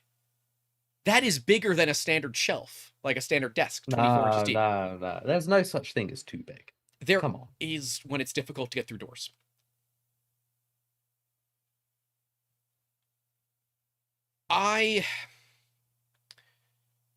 Actually, just going on a side tangent, this is something I love about the INDX, is how space efficient it is. Like, that's my bugbear with printer design, is how inefficient a lot of these printers XL's are. Woefully inefficient for space. It's so bad. Like, what is the print volume versus footprint of the XL? With the spool holders on the side, brother, it's huge. It's huge. Like, that's the thing, is like, a lot of these printers are just so space inefficient, and it all comes down to the print head. The print head has like just weird gaps all over the place. Both of them are going to be space efficient. That is something that is the same with Vortekch and INDX. They are both hyper space efficient. I hope. Depends on where they put the spools. But I can't get over the fact, and Liz puts it right. Some smart people do research and just want to get things done. Some want to play, some want projects. And Bambu also has their Bambu Academy with a wealth of information in course form, and they've only seen a lesser format from Prusa. Yeah, Prusa Academy doesn't even have anything for the XL. I shouldn't laugh at that. As friendly advice from one competitor we should to be another, upset about it. What the actual hell? Update that. Fix it. That is a failing. And when it's a failing that I am going to abuse. I don't know how, but I don't care to know how. Because we have full training manuals on everything. Yeah, I still say, and even with Bambu's Academy, which I've taken some of the classes, they're quite good. The failure of 3D printing companies still is educational. I think if Bondtech can get INDX on Core 1s, can get them on other machines from the factory. Sorry, Jacob, the C2 is just too expensive to get mass market adoption. It's not going to happen. Oh no, it was It's never an going to be industrial mass machine. market. But if we look at a sub $2,000 machine that comes with INDX on it already assembled, or close enough to being assembled, you've got a winner. But if you're doing a flat pack design similar to what the SV08 and Max do, where it's thinner boxes, you have to assemble the whole thing. No, like Bambu will win that every single time, because they're going after people that want engineering grade filament, engineering grade machines without engineering grade work. And it's something that Bambu's kind of owned since they hit the market. I want to see what Bambu haters, Bambu fanboys, Bondtech haters, and Bondtech fanboys say about the other side of the fence. Liz says the Vortekch ad from Bambu was the smartest dumbed down explanation I've ever seen. Sure, but like 80% of it is completely fluff and has nothing to do with the machine. The teaser shows you like 15 seconds of what the machine does and why it matters, and it spends the other 2 minutes of the video telling you why their previous machine was bad. And while, yes, very good at telling the story, not it very didn't do good a great job at selling the product. But here's the thing, it's their first one. In the defense of Bambu, Bondtech, well, Bondtech spent the entire time showing us about their machine. You take that back, because Bambu, Bondtech spent the entire video showing the hundreds of employees. They know how to make a video. They know that what they're doing, and they still didn't show too much off. Like, and then Bondtech came along and gave you everything from the beginning. Everything. Hey, you want to see an actual tool change that isn't cut down and makes it look all bad? Hey, look at this. It's how it works. An actual explanation of every individual step, so you know how the technology functions, and it's damn sexy. Give Bambu some time. I trust this. I do not trust the Bambu Lab video. Just straight up. Because they have skipped over quite a lot. Like, I've seen, like, what is it, 5 or 6 tool changes? Is that deliberate? Stuff? Is it deliberate? Probably. Like, come on, Bambu Lab don't do anything that isn't deliberate. Bambu's a hype machine, man, and they do a great job at it. They've done a great job at it. They have. And while I'm not going to deny it, it's a fantastic video. T-Shev wants to know if I know of any Bondtech haters. I don't, but I was trying. I'm trying something. I don't know. I want to see. For some reason, you can't use me at all as a Bondtech hater. I want to see I want to see you with a I want to see you get hands on with a Vortekch. I want to see what your thoughts are behind. Like, I don't want to see your opinion at a show. I want to see your opinion with 30 days of use. I want you to have a Vortekch. I want you to use it, and then I want feedback.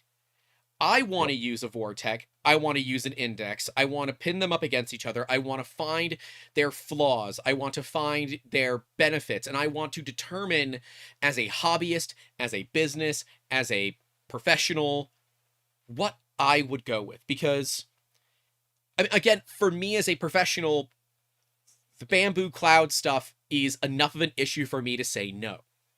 Right? And the fact that INDX exists means I don't have to, like, all of a sudden make a massive compromise. But I think there are a lot of people that were looking at INDX, now that have seen Bambu, said, forget it. I just want something that I know is going to work out of the gate. and that's why they're going to move over to Bambu and not deal with what could result as integration hell, especially if they don't understand how to update firmware, how to deal with Clipper, how to do all of that stuff. And maybe Prusa will ship a ready-to-go unit that you pull out of a box, make sure there's no screws or cardboard or whatever in the way, plug it in, click print, and you're off to the races. Maybe they will. And damn it, Prusa, if you're listening, you need to.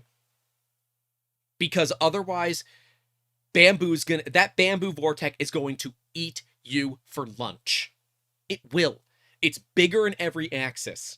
So you better have an out-of-the-box experience, and it's likely going to be, if not the same price, potentially within a couple $100. Yep. Your out-of-the-box experience has to be Bambu good for you to have any chance at market share. And you better have enough of them at launch that you don't immediately go into a 6-month lead time to get them. Yep. All of those they're going to be things, popular. They will be very popular. Both machines are going to be popular. Yeah, but there's one big difference. Bambu Lab don't really get production backlog. Like, how long did it take for the XL to actually start shipping in good enough numbers where people weren't complaining that they bought an XL years ago? Okay, so are we going to mention the 2.5 years before the first one shipped? I wasn't even going to mention that because, in all frankly, it just sounds like I'm dunking on Prusa when I do that because it was bad. They need to suck it up and just understand their launch schedule. Like, I could understand it for the Mark III. Like, the Mark III launch was Nobody rocky, wants to wait 6 months bad. for a printer anymore. Yeah. Tease us by all means. But don't... The Mark IV was rocky. The XL was actually, frankly, just insultingly bad. The Core 1 was rocky. It doesn't matter how good the product is. If you sell something and then it takes 6 months, they ain't going to be happy. They just ain't. They need to get the launch perfect. And if that just means, hey, we need to rent 10 shipping containers and just load 10 shipping containers up before we actually ship anything out, and then at least every seller can get 1 machine or 2 machines, I've been to Prusa's... even that might be good enough. So I'm going to try to explain this without giving away too much. There is a huge room in Prusa. Huge. Okay, I'm talking 15, 20 meters high, and then another 10 meters down.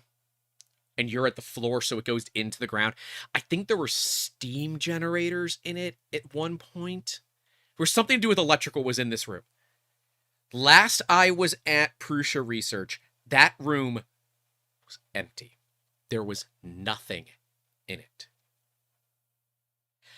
You could use that as staging for ready-to-ship products as a storage room. You know what? I bet that's what it was supposed to be used for. Don't know. I bet you. Like, big rooms like that are normally only ever used for storage. It was still under construction. Like, if you went on the wrong side of a barrier, you were breaking your legs. Like, it was still in construction. I don't know what their plans were. I asked, they wouldn't tell me. Because I'm always going to ask. But, like, Prusa Polymers, that has moved off-site. So, I think it was the 3rd floor now has an opportunity. If you want to laugh about Prusa Research, there's elevators in it, but they are not made for people with camera bags. So when we take... Oh, so they're just European lifts. Okay. Yeah. That's fine. So, like, if we don't take the stairs to go up into Prusa, we have to take... So, like, I can get in an elevator on my own with all the camera gear, and then Amber, and it's normally Shane who's with us, go in the elevator next after me, or they go first and then I come up after, because the 3 of us can't all fit in one lift with all the gear. It was very funny. Did you end up going in the lift in Oxford for Smurf 24? No. You would have loved that one. It was just big enough for 1 printer and you squidged over the machine to fit in. It was a 1-person lift, and it was gorgeous. Well, you know, the buildings have been around longer than... Well, that in that case, The building was around longer before lifts were invented. Yeah, Oxford University was around when the Ottoman Empire was still the thing, I believe. Yeah, I keep forgetting that your The country is Aztecs a were baby. still around when Oxford was a university.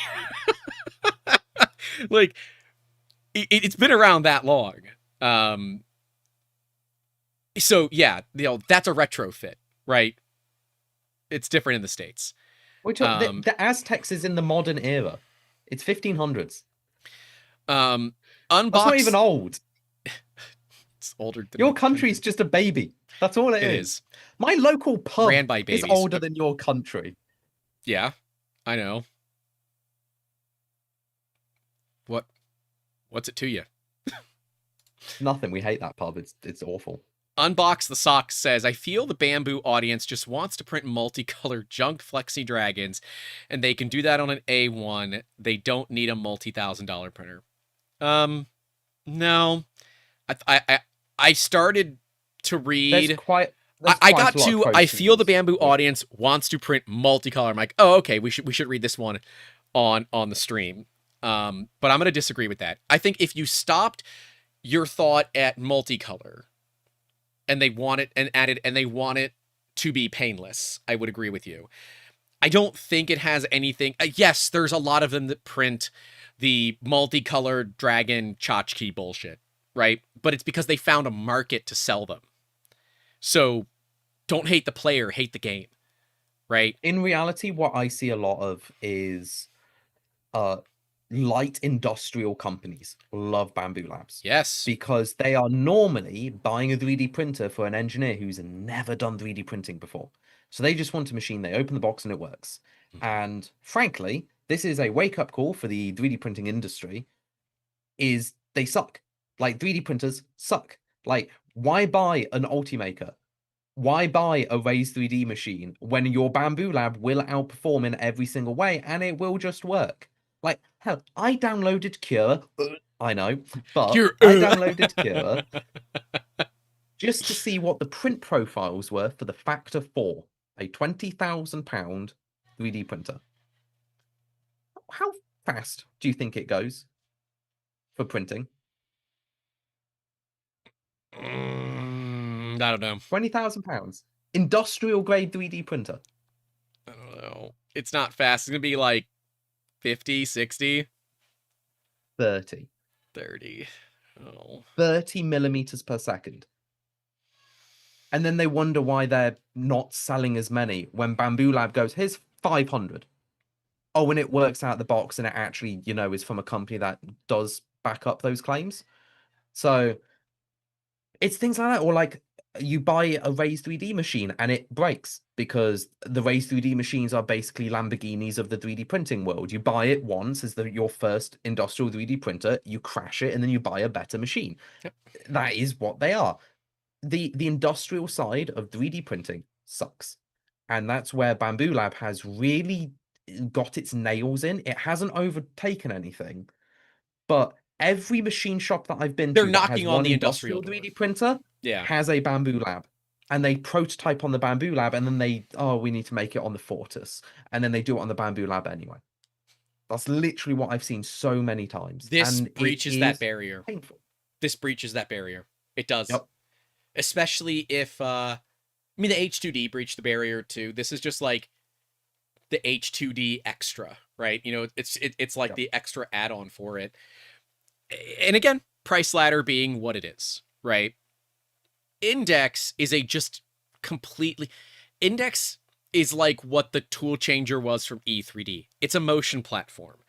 It is not it is a extrusion system. It is not a 3D printer. And so you are reliant on manufacturers like Prusa, maybe, probably, most likely, Construct 3D, definitely, soon TM, and others to do the integration for you and pay the premium, or you have to buy a machine that a kit exists for where you can do the integration yourself. For a lot of, I would say, I don't want to say hobbyist, but I don't know. If you're looking at building a Voron, the idea of an index really excites you, and the challenge of the integration is fun. Bambu removes all of that. And if you're the average new user in the industry, Bambu excites the hell out of you because it's going to make it easy.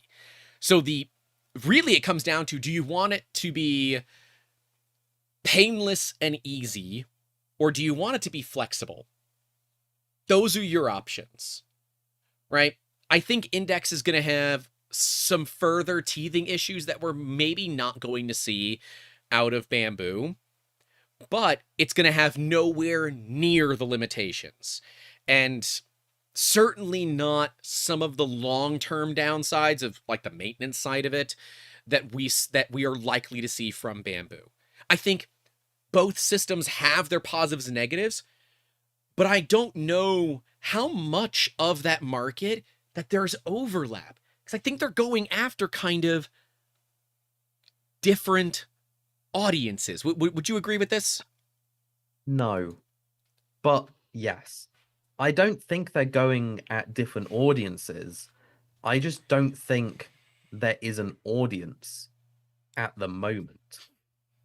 And that is a very key differentiation, is nobody is expecting, like, other than us in the chat where we know what's coming. You could ask somebody what they want with a 3D printer and they wouldn't know. Like, the industry as a whole doesn't understand the value of both Vortekch and Index. Because they And haven't gotten to therefore, use it. when they launch, there is no market segment for them. It is entirely probable they will never compete with each other because the type of people they're selling to don't see them as competition. Even though they've got very similar technologies and very similar applications of those technologies, the actual end result is the implementation. And because Bambu Lab tends to be the upstart with industrial companies, I'm going to focus on industrial because that's really what a lot of people are going to notice, is industrial companies are dumb, like really dumb when it comes to purchasing decisions. They are. They're basically an overworked mum. They have way too many jobs to do, Yeah. trying to earn as much money as possible, and therefore they don't have the legitimate time to do in-depth research on every aspect. Now, it goes the same with Index. Like, you launch a machine with Index, they're not going to notice why you're doing Index. They're just going to tick a box saying, oh yeah, and I can do multiple colors. That's Right. it. They're going to move on. They're going to blink and move on, and that's it. And because of that, I do not think they will compete, because they're not going for different market segments and all of this. They're selling to an industry which is tired. They just need to do something and they don't have the time to do it. So bish bash bosh, they buy one of them. And they're probably going to look at the price tag at the end of the day, or the company. They're going to go, oh, we bought an X1C like 4 years ago. Bambu Labs come out with their new machine and it's got this feature. Cool, let's buy that, and then we'll see what we can do with it. And then they'll give it off to an engineer, and an engineer will go, this doesn't fit my pipeline, but sure, we'll use it every now and again. And then it goes the same with the Index side, is you will get like a marketing person or a salesperson. They go, we need to buy a 3D printer to prototype this carbon fiber part. And there's no integration with the engineer behind it who actually knows about the technology. They just go, yep, we bought you a Mark Forged, and then they cry. And it's literally the same thing. They buy things without really knowing why they bought it. And I think it's going to be the same for Index and Vortekch. They're going to be bought on the premise of it's good. And that's also why the Bambu Lab video is quite good, because it's telling them it's good. And that's it. There's no push, there's no drive. They're just going to be like, oh yeah, we bought this. Like, hell, if I went up to half my customers today and I went, hey, you could get a 2-head version of this printer, they'll go, okay, cool. And they wouldn't bat an eye, because they don't really see the point in anything. They just need to use a thing. Yep. And that's what I get. Yep. Yep. So I don't think they'll compete. I do not think they'll compete. Doug with £2 says, I want Index, but I want Jacob to install it because it would include a warranty. Not going to happen. You're going to have to get Jason to install it because he makes the majority of the machines now. I do most of the research. You've met Jason. Random Joe Gamer asks if we're still looking for A1s to do some testing. We are.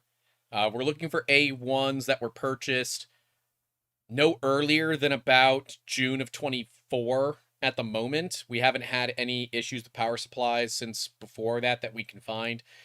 We are also obviously looking for the burned boards. If Bambu does not require them to come back, we are looking to buy those boards. We will cover all costs associated with getting them to us so that we can have them sent off to a professional testing facility so we can determine exactly what's going on with all of that. So that is still something that we are actively working on, something I'm still actively trying to get.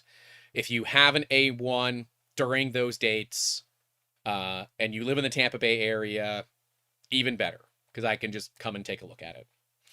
But I'm debating on getting some off Facebook Marketplace, but the concern there is obviously whether they're new or they've been abused, right? You can't guarantee the life they had before you had them. So, yep. Yeah, I think it will come down to what manufacturers integrate INDX. I would like to see 2 to 3 consumer machines integrating it. Wasa and I would G. like to see 2 to 3 industrial. Wasa G saying if INDX gets in with CC, which is Centauri Carbon, they will blow up. I mean, figuratively or literally. The Centauri Carbon, that whole machine there's some issues with it right now. The whole the actual hell. There's some issues with it with the firmware and everything kind of surrounding that and legalities and those kinds of things. But I like the idea of Centauri Carbon. I need to get rid of these Q1 Pros and put some Centauri Carbons in here. I think what you need to do for that question is break down the actual reason why Centauri Carbon was chosen. And it's not that it's a Centauri Carbon. $300. It's a Chinese Bambu Lab printer. It's a Chinese Bambu Lab. It's clone, $300. To be precise. No, the reason you chose Centauri Carbon is because it's $300. I'm not. No. You're wrong. You're biasing. You're not listening. The reason they chose a Centauri Carbon isn't because it's $300. It's because it's a non-Bambu Lab styled 3D printer. Okay. For the consumer market. It's a cheapened Bambu Lab. So I would agree. Like, if you could get an INDX on a Bambu Lab clone, that would be phenomenal. Because then you get the quality of the print head of an INDX, the benefit of an INDX on a relatively matured motion platform, which was qualified by Bambu Lab, because it's a clone of their machine. Now, the company behind it doesn't matter. It doesn't matter the quality of the firmware. It doesn't matter the quality of if it's a fire hazard. What matters is the fact it's a cheaper machine with an INDX. So that would be very strong. And I want to see the same at the industrial side. But the I would love price point's a big reason too. Yeah, but that's why. That just means cheaper Bambu Lab. It's not about it being Centauri. It's just about it being cheap. Yeah. Like, imagine if you got a snap maker for £200 off, but it's got an INDX instead of the snap maker heads. You'd do that any day. That's literally the same thing. The snap maker main body and the Centauri Carbon main body, in my eyes, are identical to each other because they're a Bambu Lab clone. It's the same with like any Bambu Lab clone. Anything that has that motion system on that square, like bent metal frameage, it's a Bambu Lab clone. They're all the same. The price doesn't matter. It's the whole point is it's just cheaper from not Bambu Lab. It's fair. It's fair. Yeah, I mean, dude, I will say, Q4 of 2025 and Q1 of 2026. You know I've who got I would a like lot to of see hope. an INDX put on? I know which machine I would love an INDX put on. What? Ultimaker. Just to piss them off? Well, they're never going to do it, so I don't have to worry about it. But Ultimaker is in a really good position to utilize an INDX system. Their print heads suck balls. They are awful. They are like the worst designed print heads Remember, check yourself at least once a month. But like the Ultimaker printer is kind of ass. It always has been, and it needs like that upgrade. And having multiple print heads on a Ultimaker platform would be quite an interesting industrial offering that there is no competition with until Construct 2 launches. And that is something I would like to see. It's also why I wouldn't want to see anything more expensive than that with an index, because it would reduce the impact of index. Index is so good at that medium industrial scale because there's no competition. Like, what have you got? You got Fortis. Yeah. That's it. That is your only That's it. competition. And frankly, that's not an index competitor. That's a Prusa XL competitor. Maybe. That's literally just Stratus's Prusa XL. It kind of is, because it came out after the XL, so it kind of is the Stratus's answer to the XL, which is funny. I'm honestly surprised that Snapmaker got away with the docking system that is like so exactly like. I mean, if Prusa didn't protect it, it's fair game. I know. Hate to say it. Welcome to it. I know. All is fair. I know. I don't like being that guy, but I would be that guy. 802 Garage, FlashForge AD5M might be a great index base. Oh, yeah. That would be great. Because, like, that printer has always been, we have some of the sayings in the Discord. That's been the poverty P1P, right? Like, I don't want to spend P1P money. Great. Go get the 85M. It is such a nice printer for the money. My brother has one and loves it. They keep reaching out to us for the AD5X. FlashForge does, but they want two 20-minute... Oh, it's a AMS machine. Oh, okay. But it holds the spools on the sides. There's not like a dedicated AMS thing for it. So it's not really much bigger than the AD5M. But they want two dedicated 15 to 20 minute long videos, and they want them within 2 weeks of getting the machine. And the answer to that is no. Yeah, if you're okay with a live stream, I'll give that to you, no problem. But if you want two fully edited videos for a $300 or $400 printer, each of those videos is going to cost me $400 to $500. So, yeah. No. Anyways. That's not happening. I think Index... It's the problem. Wait, no, going back to that. Screw it, because it's going back to what I said earlier. An AD5M and a Centauri Carbon are the same bloody printer. They are poverty bamboos.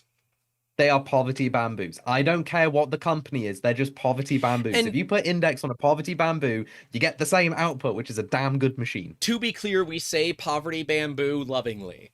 Okay? We are not saying it in like a troll way.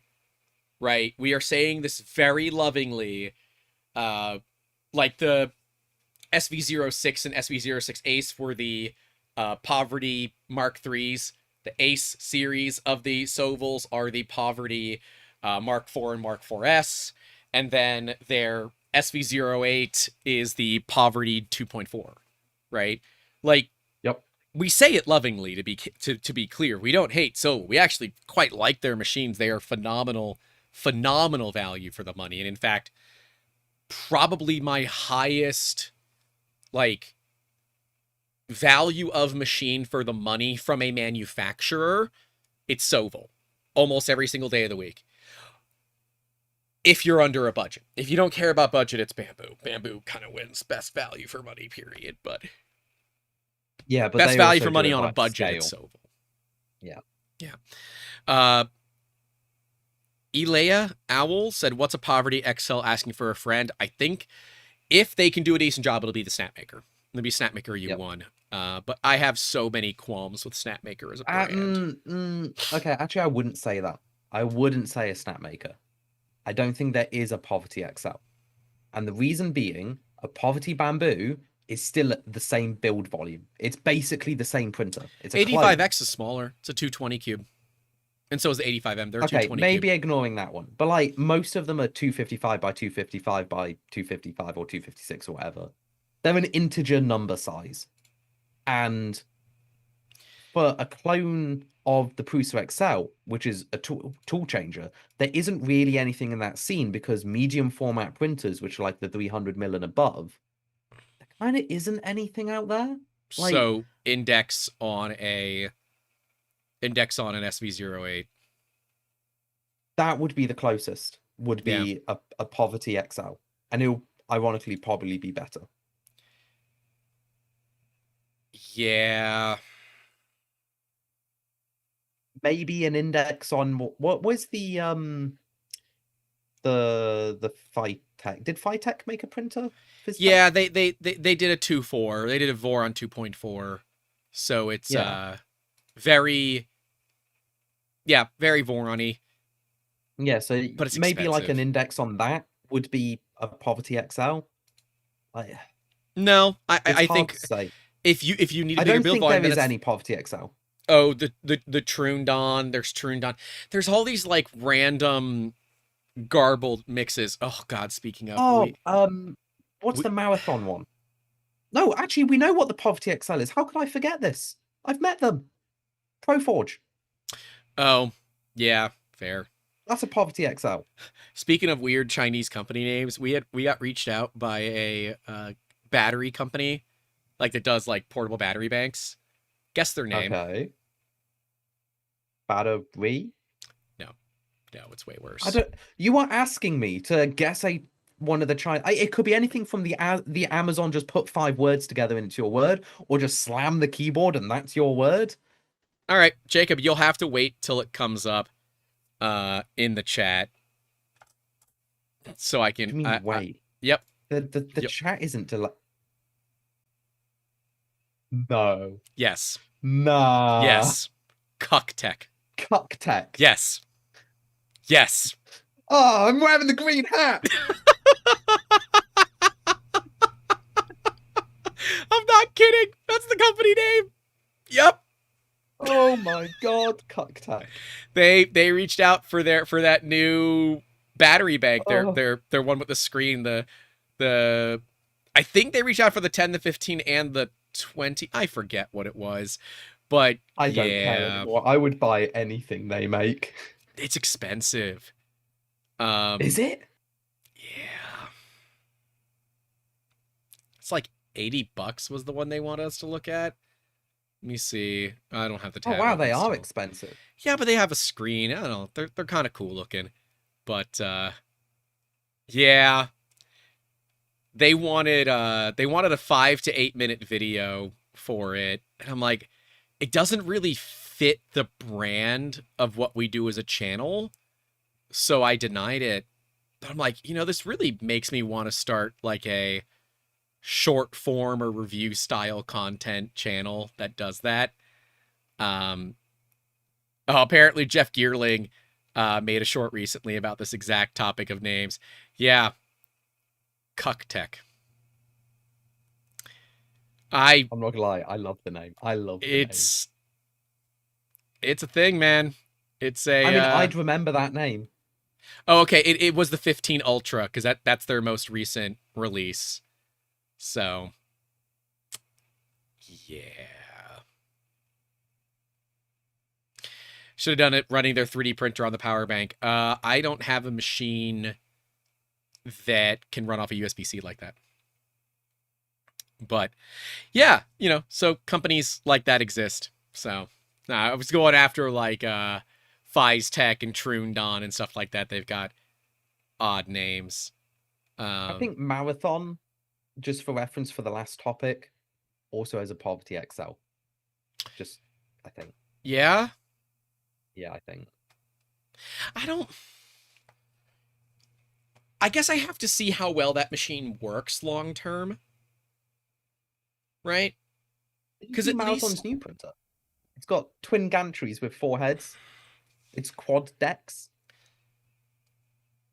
Someone was saying they were in the Bondtech Discord in the INDX channel talking about wanting an INDX with INDX, and I'm like, why?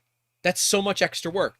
I said, because a lot of the stuff that I do, having identical copies or mirrored copies is really important. And I don't need a 500 millimeter cube build volume that I can get on like a V-Core 4. A 250 by 500 printers. is plenty. Buy 2 printers. Sure, but if you don't have the physical space for it, and an INDX printer will do the exact same thing as 2 printers if you're doing the clone or the reverse, the mirror. It'll be the same speed. It will, but at the same time, like there is complications. It's not the same. Like INDX, the belt tension is affected quite heavily because you're basically doubling the mass of the print I know. head. I know. The first layer is never perfect because you're trying to do bed meshing on 2 nozzles over 2 different parts of the bed. In my professional opinion, INDX kind of sucky. Like there's the downside. It to adds a lot of INDX, complication. Make it so unless it is a perfect machine, Right. you are now living with substandard parts. Yep. Yep. Because you can't input shape it. Nope. That is just a straight up thing because your mass is in 2 different locations at once. Your input shaper is going to look whack. Right. And then secondly, the mass affects the belt, so you're going to get VFAs quite easily.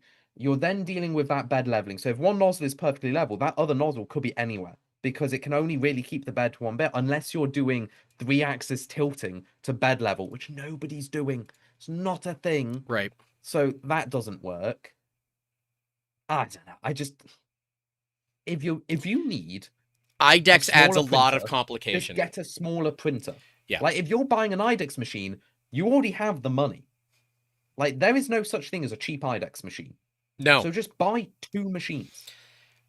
And that's kind of that's what I said. It would be cool to have INDX on a INDX, but I think it's just way more complication than what's necessary. I could see INDX on an INDX, but not in INDX. I could see them as mirrored heads, so you can have 2 banks of heads. Mm-hmm. You still only use 1, but then you have a bank at the front and a bank of heads at the back, and you can access from both sides. Yeah. I could see that being useful. Yeah. Or if you're going to do that, just have 2 gantries. And then you don't have the issue of INDX again, but you've still got forward and backwards compatibility. Or you go with something like a Voron system where the head goes up and down, and then you just have multiple heights of heads, and then you just go to the height, collect the head, and you do the thing. That can work. It can. Yeah. INDX gives you flexibility that Bambu doesn't. Bambu gives you certainty. It gives you certainty in how it's going to work. Yeah. Because their implementation will be bulletproof. Most likely. It won't be without its faults, but the implementation will be bulletproof. For my money, obviously, it's INDX. I know your money's obviously INDX as well. And, again, disclosures are there. You are obviously working on the C2, which is, an INDX, a machine INDX capable, which is a big deal. I am heavily looking at the SV08s that I have. One of them is like for INDX. Likely will convert the other one. And will likely buy more of them used. Because I don't like paying retail. I can already tell from my gut feeling that once INDX is on a machine, that will become the default machine that I always gravitate towards. Yeah, I agree. I can already feel it. Like I do it now with the C2 because the C2 is my main machine that uses an eddy current probe. Yep. Going to an eddy current probe with nozzle probing, I've got other machines, but I'm going back to that one. So now if I got that and INDX, it's the machine that I'm going to think of when I see a problem. I'm going to go, I can put on that machine because I know how it works. And I like how it works. If someone out there is looking for a potential small business idea, it is once we know what INDX will go on, or we already know what INDX will be on for some machines, start designing filament holders for it. Start designing boxes, whether it goes on the top or the bottom. Give people options for both, whether they're on Jacob's team or they're on my team, it doesn't matter. And have heaters in them. Even if they're using the Polymaker poly dryer heaters, I don't care. You want to have some sort of heater system. I prefer... Pro tip for anyone looking for heaters, car PTC exhaust heaters for your internal aircon. Oh, yeah, Cars the heaters only do cooling, but the heaters are $5. Yeah, they're cheap. And they are PTC. So they're cheap and they are safe. They will get up to 70-degree output temperature, which is more than enough for most of these projects. Yep. And they are safe at DC voltages. Some other things to be certain, because it's something like I have an issue on the S4, the Sunlu S4. Make sure that your temperature sensor for like your heater, you have 2 of them. One on the heater itself, and then one on the exhaust air. The air coming out of the Sunlu S4 is so hot that you have to be careful, because all it does, it measures chamber temperature and sends the heaters to full max. Full max is hot enough to deform and melt PLA. Yep. So you have to be very, very careful. They screwed that up. Well, it wasn't the... Like, so instead of putting the thermistor in the chamber, put it right at the exhaust. So you're getting the hot air. I had that issue with my IBOS heater. Was the temperature sensor was off the exhaust temperature of the heater. So it would measure the chamber, not the heat coming out of the heater. And the heater would get too hot. And it would melt anything that was put directly above it, which was every reel. Yep. Really hated that one. That's what I would look at doing. Is put your first temperature sensor directly on the exit of those heaters, and then just monitor that. And then if you know that's 70 degrees, cool. If the air in the rest of the chamber might be 65, even better, because it's not going to melt your filament. You know what's worse than wet filament? No filament.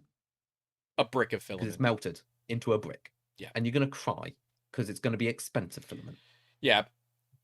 I would say, or if you're looking to do open source designs for projects, that would be some great open source stuff to look at right now. Certainly if you're Big Tree Tech, or you are LDO or BQ or whomever, these would be things I'd be looking at as well. Looking at how we can support the aftermarket for INDX. I think that will be a big thing. Those of us that want to use INDX for engineering stuff like polycarbonates, even PETG, materials that are hygroscopic, having a dedicated heater inside of that will be amazing. Even better if it can also heat the chamber of my printer. So, you know, maybe not needed, separate system, but yeah. We know, so MLV is asking if we know the INDX temps yet. They're claiming a max of 300C. So. My chat froze. I need to reload it. Oh, yeah, it does. Oh, my entire Firefox just crashed. Rip. That'll be why. Well, that's fine. I think we're kind of at the end of all this anyways. INDX, I think... Did I miss any good comments? I don't think so. Literally the last 10 minutes I've had 0... No. Oh, wow. Firefox is... Oh, it's not happy. Yeah. Let's not have you crash Zoom as well. Let's just leave it. No, thankfully, that's all fine. I figured out why it was. If I had OBS on one monitor and Zoom over the edge of another monitor, it would instantly trigger it. It would just break it. Gotta love it. Gotta love it. But yeah, if you're in the US and you're watching this live, enjoy your Labor Day tomorrow. It's a day off for government employees and things like that. We will be working here at 3D Musketeers as always. Maybe we'll try to do I don my hat to you. A Patreon hangout tomorrow or something like that if you're in the Discord. If you do want to support the efforts that we do here on the channel, $10 tier or higher does get you access to the private Discord server, where as soon as this stream is over, we'll be in there hanging out for the debrief and just, you know, chatting more. We'll be there. Yeah, just chilling, calming down from being live for over 4 freaking hours. So, yeah. I remember when we used to provision an hour and a half for these streams. Yeah. I don't know. Do you guys like the longer streams, or do you want more condensed. Speaking of more condensed, keep an eye out. Tomorrow, we will be launching a brand new channel. Brand new channel tomorrow. It is the Making Awesome podcast channel. I think you should be able to find it if you search Making Awesome, like youtube.com/@Making Awesome pod. Might be just @Making Awesome. I'm going to link it in the chat. Yeah, link it in the chat. We are starting a brand new channel for edited down episodes of the podcast. We are starting with episode 230, and it will be out tomorrow. If you are listening to this audio only, you will only be starting to get the edited versions once we are caught up. So if you want to enjoy the full-length videos, you will actually have to watch them on the 3D Musketeers YouTube channel. If you want to, enjoy edited down versions, you can do it through the Making Awesome podcast channel. To give you an idea, episode 230 was 2 hours and 56 minutes long. The edited version is 1 hour and 6 minutes long. And it is, you posted that 3 times, Jacob. Yeah, that's standard. Okay. Have you never been told that? Like, whenever you do an announcement post, you're supposed to do it 3 times because it blocks the text. Otherwise, it can be easily missed. Oh, okay. So yeah, that's the new podcast channel. So those videos, you will have a 1 hour video that comes out on Monday, and then every day of the week, you will have a clip from that episode. So if you guys do want to keep up to date with all of that, go check out that channel as well. The short form content that you're used to from the Making Awesome podcast will start to be going over there as well. So, if you like the short form content, you enjoy the vertical format, you can find that over there too. So we do hope that if that's something that you're looking for, you'll enjoy it. So there you go. Hey, it should be good. Honestly, I've been watching the cut down content. They're good. And it's surprisingly addictive. Yeah. I don't watch my own stuff. I don't like watching myself. I was watching each one because I'm like, you know what? Because it starts mid-sentence half the time. Yep. And it's straight into a topic. I'm there just consuming it. That's right. Oh, wait, that's me on there. I already know what I said, but I'm still consuming it. It's good. You guys will like it. And if you don't, that'll make me sad. MLV says PFF snippets when that's going to replace the shorts on the 3D Musketeers main channel. We're removing the podcast shorts from the main channel, putting it to the podcast channel, and what's going to go in its place are Print Fix Friday shorts, so the Print Fix bites that we did a while back. So that would be the content that you see there from now on. So yeah, that's it, y'all. Don't forget to hang out for the giveaway after we do our goodbyes, and then we'll go send you to go hang out with Mr. Steve Builds. So if you haven't entered, make sure you enter the giveaway. Jacob, let's give a final thank you to the sponsors. Hell yeah. So this time I'm going to start with the most important one. Grant. Because Grant is the most important one here. He gets too much hate. But his business is fantastic. 3D Musketeers themselves run a fantastic team of very smart individuals. If you're focused on 3D scanning, if you need any modeling or CAD design, 3D Musketeers is the place to be. They actually care about all of your projects. On top of that, if you have a project and you need consultation, they have all of the knowledge needed to be able to take that idea, talk to you about it, tell you what you can do with it, and then actually actualize it into a real world project. And of course, that might include 3D printing, which is another service that 3D Musketeers does provide. And again, they care about all of your projects, which is the big difference between these faceless larger corporations. 3D Musketeers will look at your project, give it the love and attention Literally it the needs. face right here. You can ignore the penguin. But everyone in that team is fantastic. If you need something printed, if you need something done, 3D Musketeers is the place to go. I mean, hell, I've used them and I don't use many people.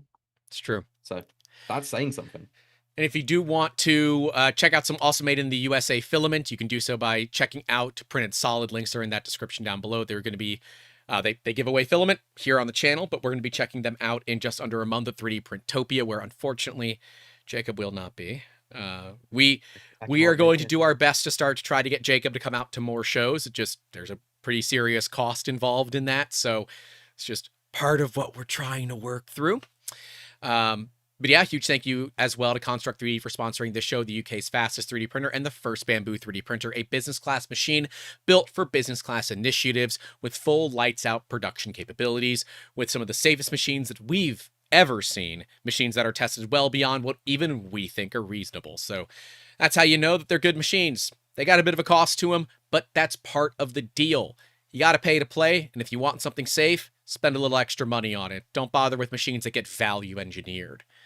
But I think that's really all that we got for you all today, right? Check out the sponsors. Don't forget to leave a like, subscribe, and all of those things. Jacob, you want to take him out on this one? Yeah, let's do it. It's been so long since I've done it. Ooh, I know. Look at me, I get to do it. So make sure, everybody, you stay safe out there. Don't forget to call your loved ones. Go visit the Bondtech INDX website, because I'm definitely not a shill at all. I have no idea what you're talking about. Go visit them. They deserve your love. But as always, keep making awesome, because you are awesome. It's true. Stay safe out there. See ya. Okay. We're not actually going away. We just have to... Don't go anywhere. Don't go anywhere. We have to end our recordings. Now we can give away some filament. So... guess I'm giving away 4 rolls, right? Yep. I like how that's become the unofficial roll per amount of time give out. It means I have so much extra work to do. It's so much work to do these giveaways. But that's okay. I do my best. I'm not always good, but I do my best. Let's see. Oh, Diomedes got the first one this week. He didn't win. He was like the first one to actually enter. And how we do it 3D was the last. If I'm remembering that off the top of my head, and the answer is, as always, no. No, he's not. He's not. I know he's not. Okay. It's all blurry, but there it is. Jacob, did you have any interesting food this week? I didn't. I had a very boring food week. I kind of did. So I made a kind of too much food at once. Oh, I need to unfuck my camera now. Ugh. It's the only downside of poking this camera. 1 minute. Technical issues. Your Every call is time. very important to us. Oh shit! What's going on? Oh. What'd you do? It's not moving right. Okay, I am just going to leave it there and hope it's okay. Yeah, it's good. I'm in the middle of the screen. Cool. So I made dauphinoise potatoes with mashed potatoes, because can never have too much potatoes. Creamy garlic sauce, a honey roast, pork sausages, and a caramelized red wine onion gravy. I just need to turn off my blur. The first person didn't get the math right. Oh, it's on AI mode. That's why it's on AI mode. Oh, is it following you? The wrong way. Yeah. There we go. There we go. And it's too far. Oh, there we go. And I need to go up. Guys, you got to do the math right. If you don't do the math right, you don't win. There you go. Let me see if they've won this one yet. There you go. That's what I made. So that's lovely. Bit bright on the screen. I wonder if I dim the screen, does it look better? Better? Yeah, it looks good. There you go. Looks good. I made that. That was quite nice. What else did I do? I made that a couple of days ago as well. So it's a creamy... I don't know. I just threw some things together, but it's like it was cream and butternut squash curry, rice, and I had some leftover bread, so I made garlic bread. Because who doesn't love garlic bread? Like, it's great. Garlic bread's so easy to do. In the air fryer, you can do it in 4 minutes. 4 minutes. That's pretty good. It's so easy. Literally, just dice garlic, cover it in olive oil. I mean, you're speaking my language. It on the bread. Done. Garlic And language. then put it in for 4 minutes. Garlic's good. Garlic, I like olive garlic. oil, bread. Yeah, I like that. Yep. Let's see. We got the first one. I gotta get the second one. Yeah, I don't know. My brain is like completely missing if I had anything fun this week, like, or different. I don't think so. I don't think I did. Oh, come on, you must have done something fun this week. No, I didn't really go anywhere. My fun's coming tomorrow. I'm doing my last, hopefully last, sword day. I don't know what to call these days. Well, I go swording before I do my scholar's exam for the second time. And then if I pass that scholar's exam, I can now go to random places with a sword. And that will be quite fun. So that's good. And then C2's been coming along very good. I have so many leaks I want to leak. No. I got my friend Chris finally. I was like, you know what, Chris, we need to start doing this. We need to start doing the filament change or whatever we're calling it for the C2. And he has been knocking it out the park. I am so proud of that boy with what he is like whipped out. He's got I can't say too much because I don't want to leak too much, but filament failover is now working. Dynamic sizing of the filament buffers. I will not elaborate what that means, but dynamic sizing of the filament buffers is now live. So that's working. The next step is I need to make him a dummy printer to see how the firmware reacts to the hardware.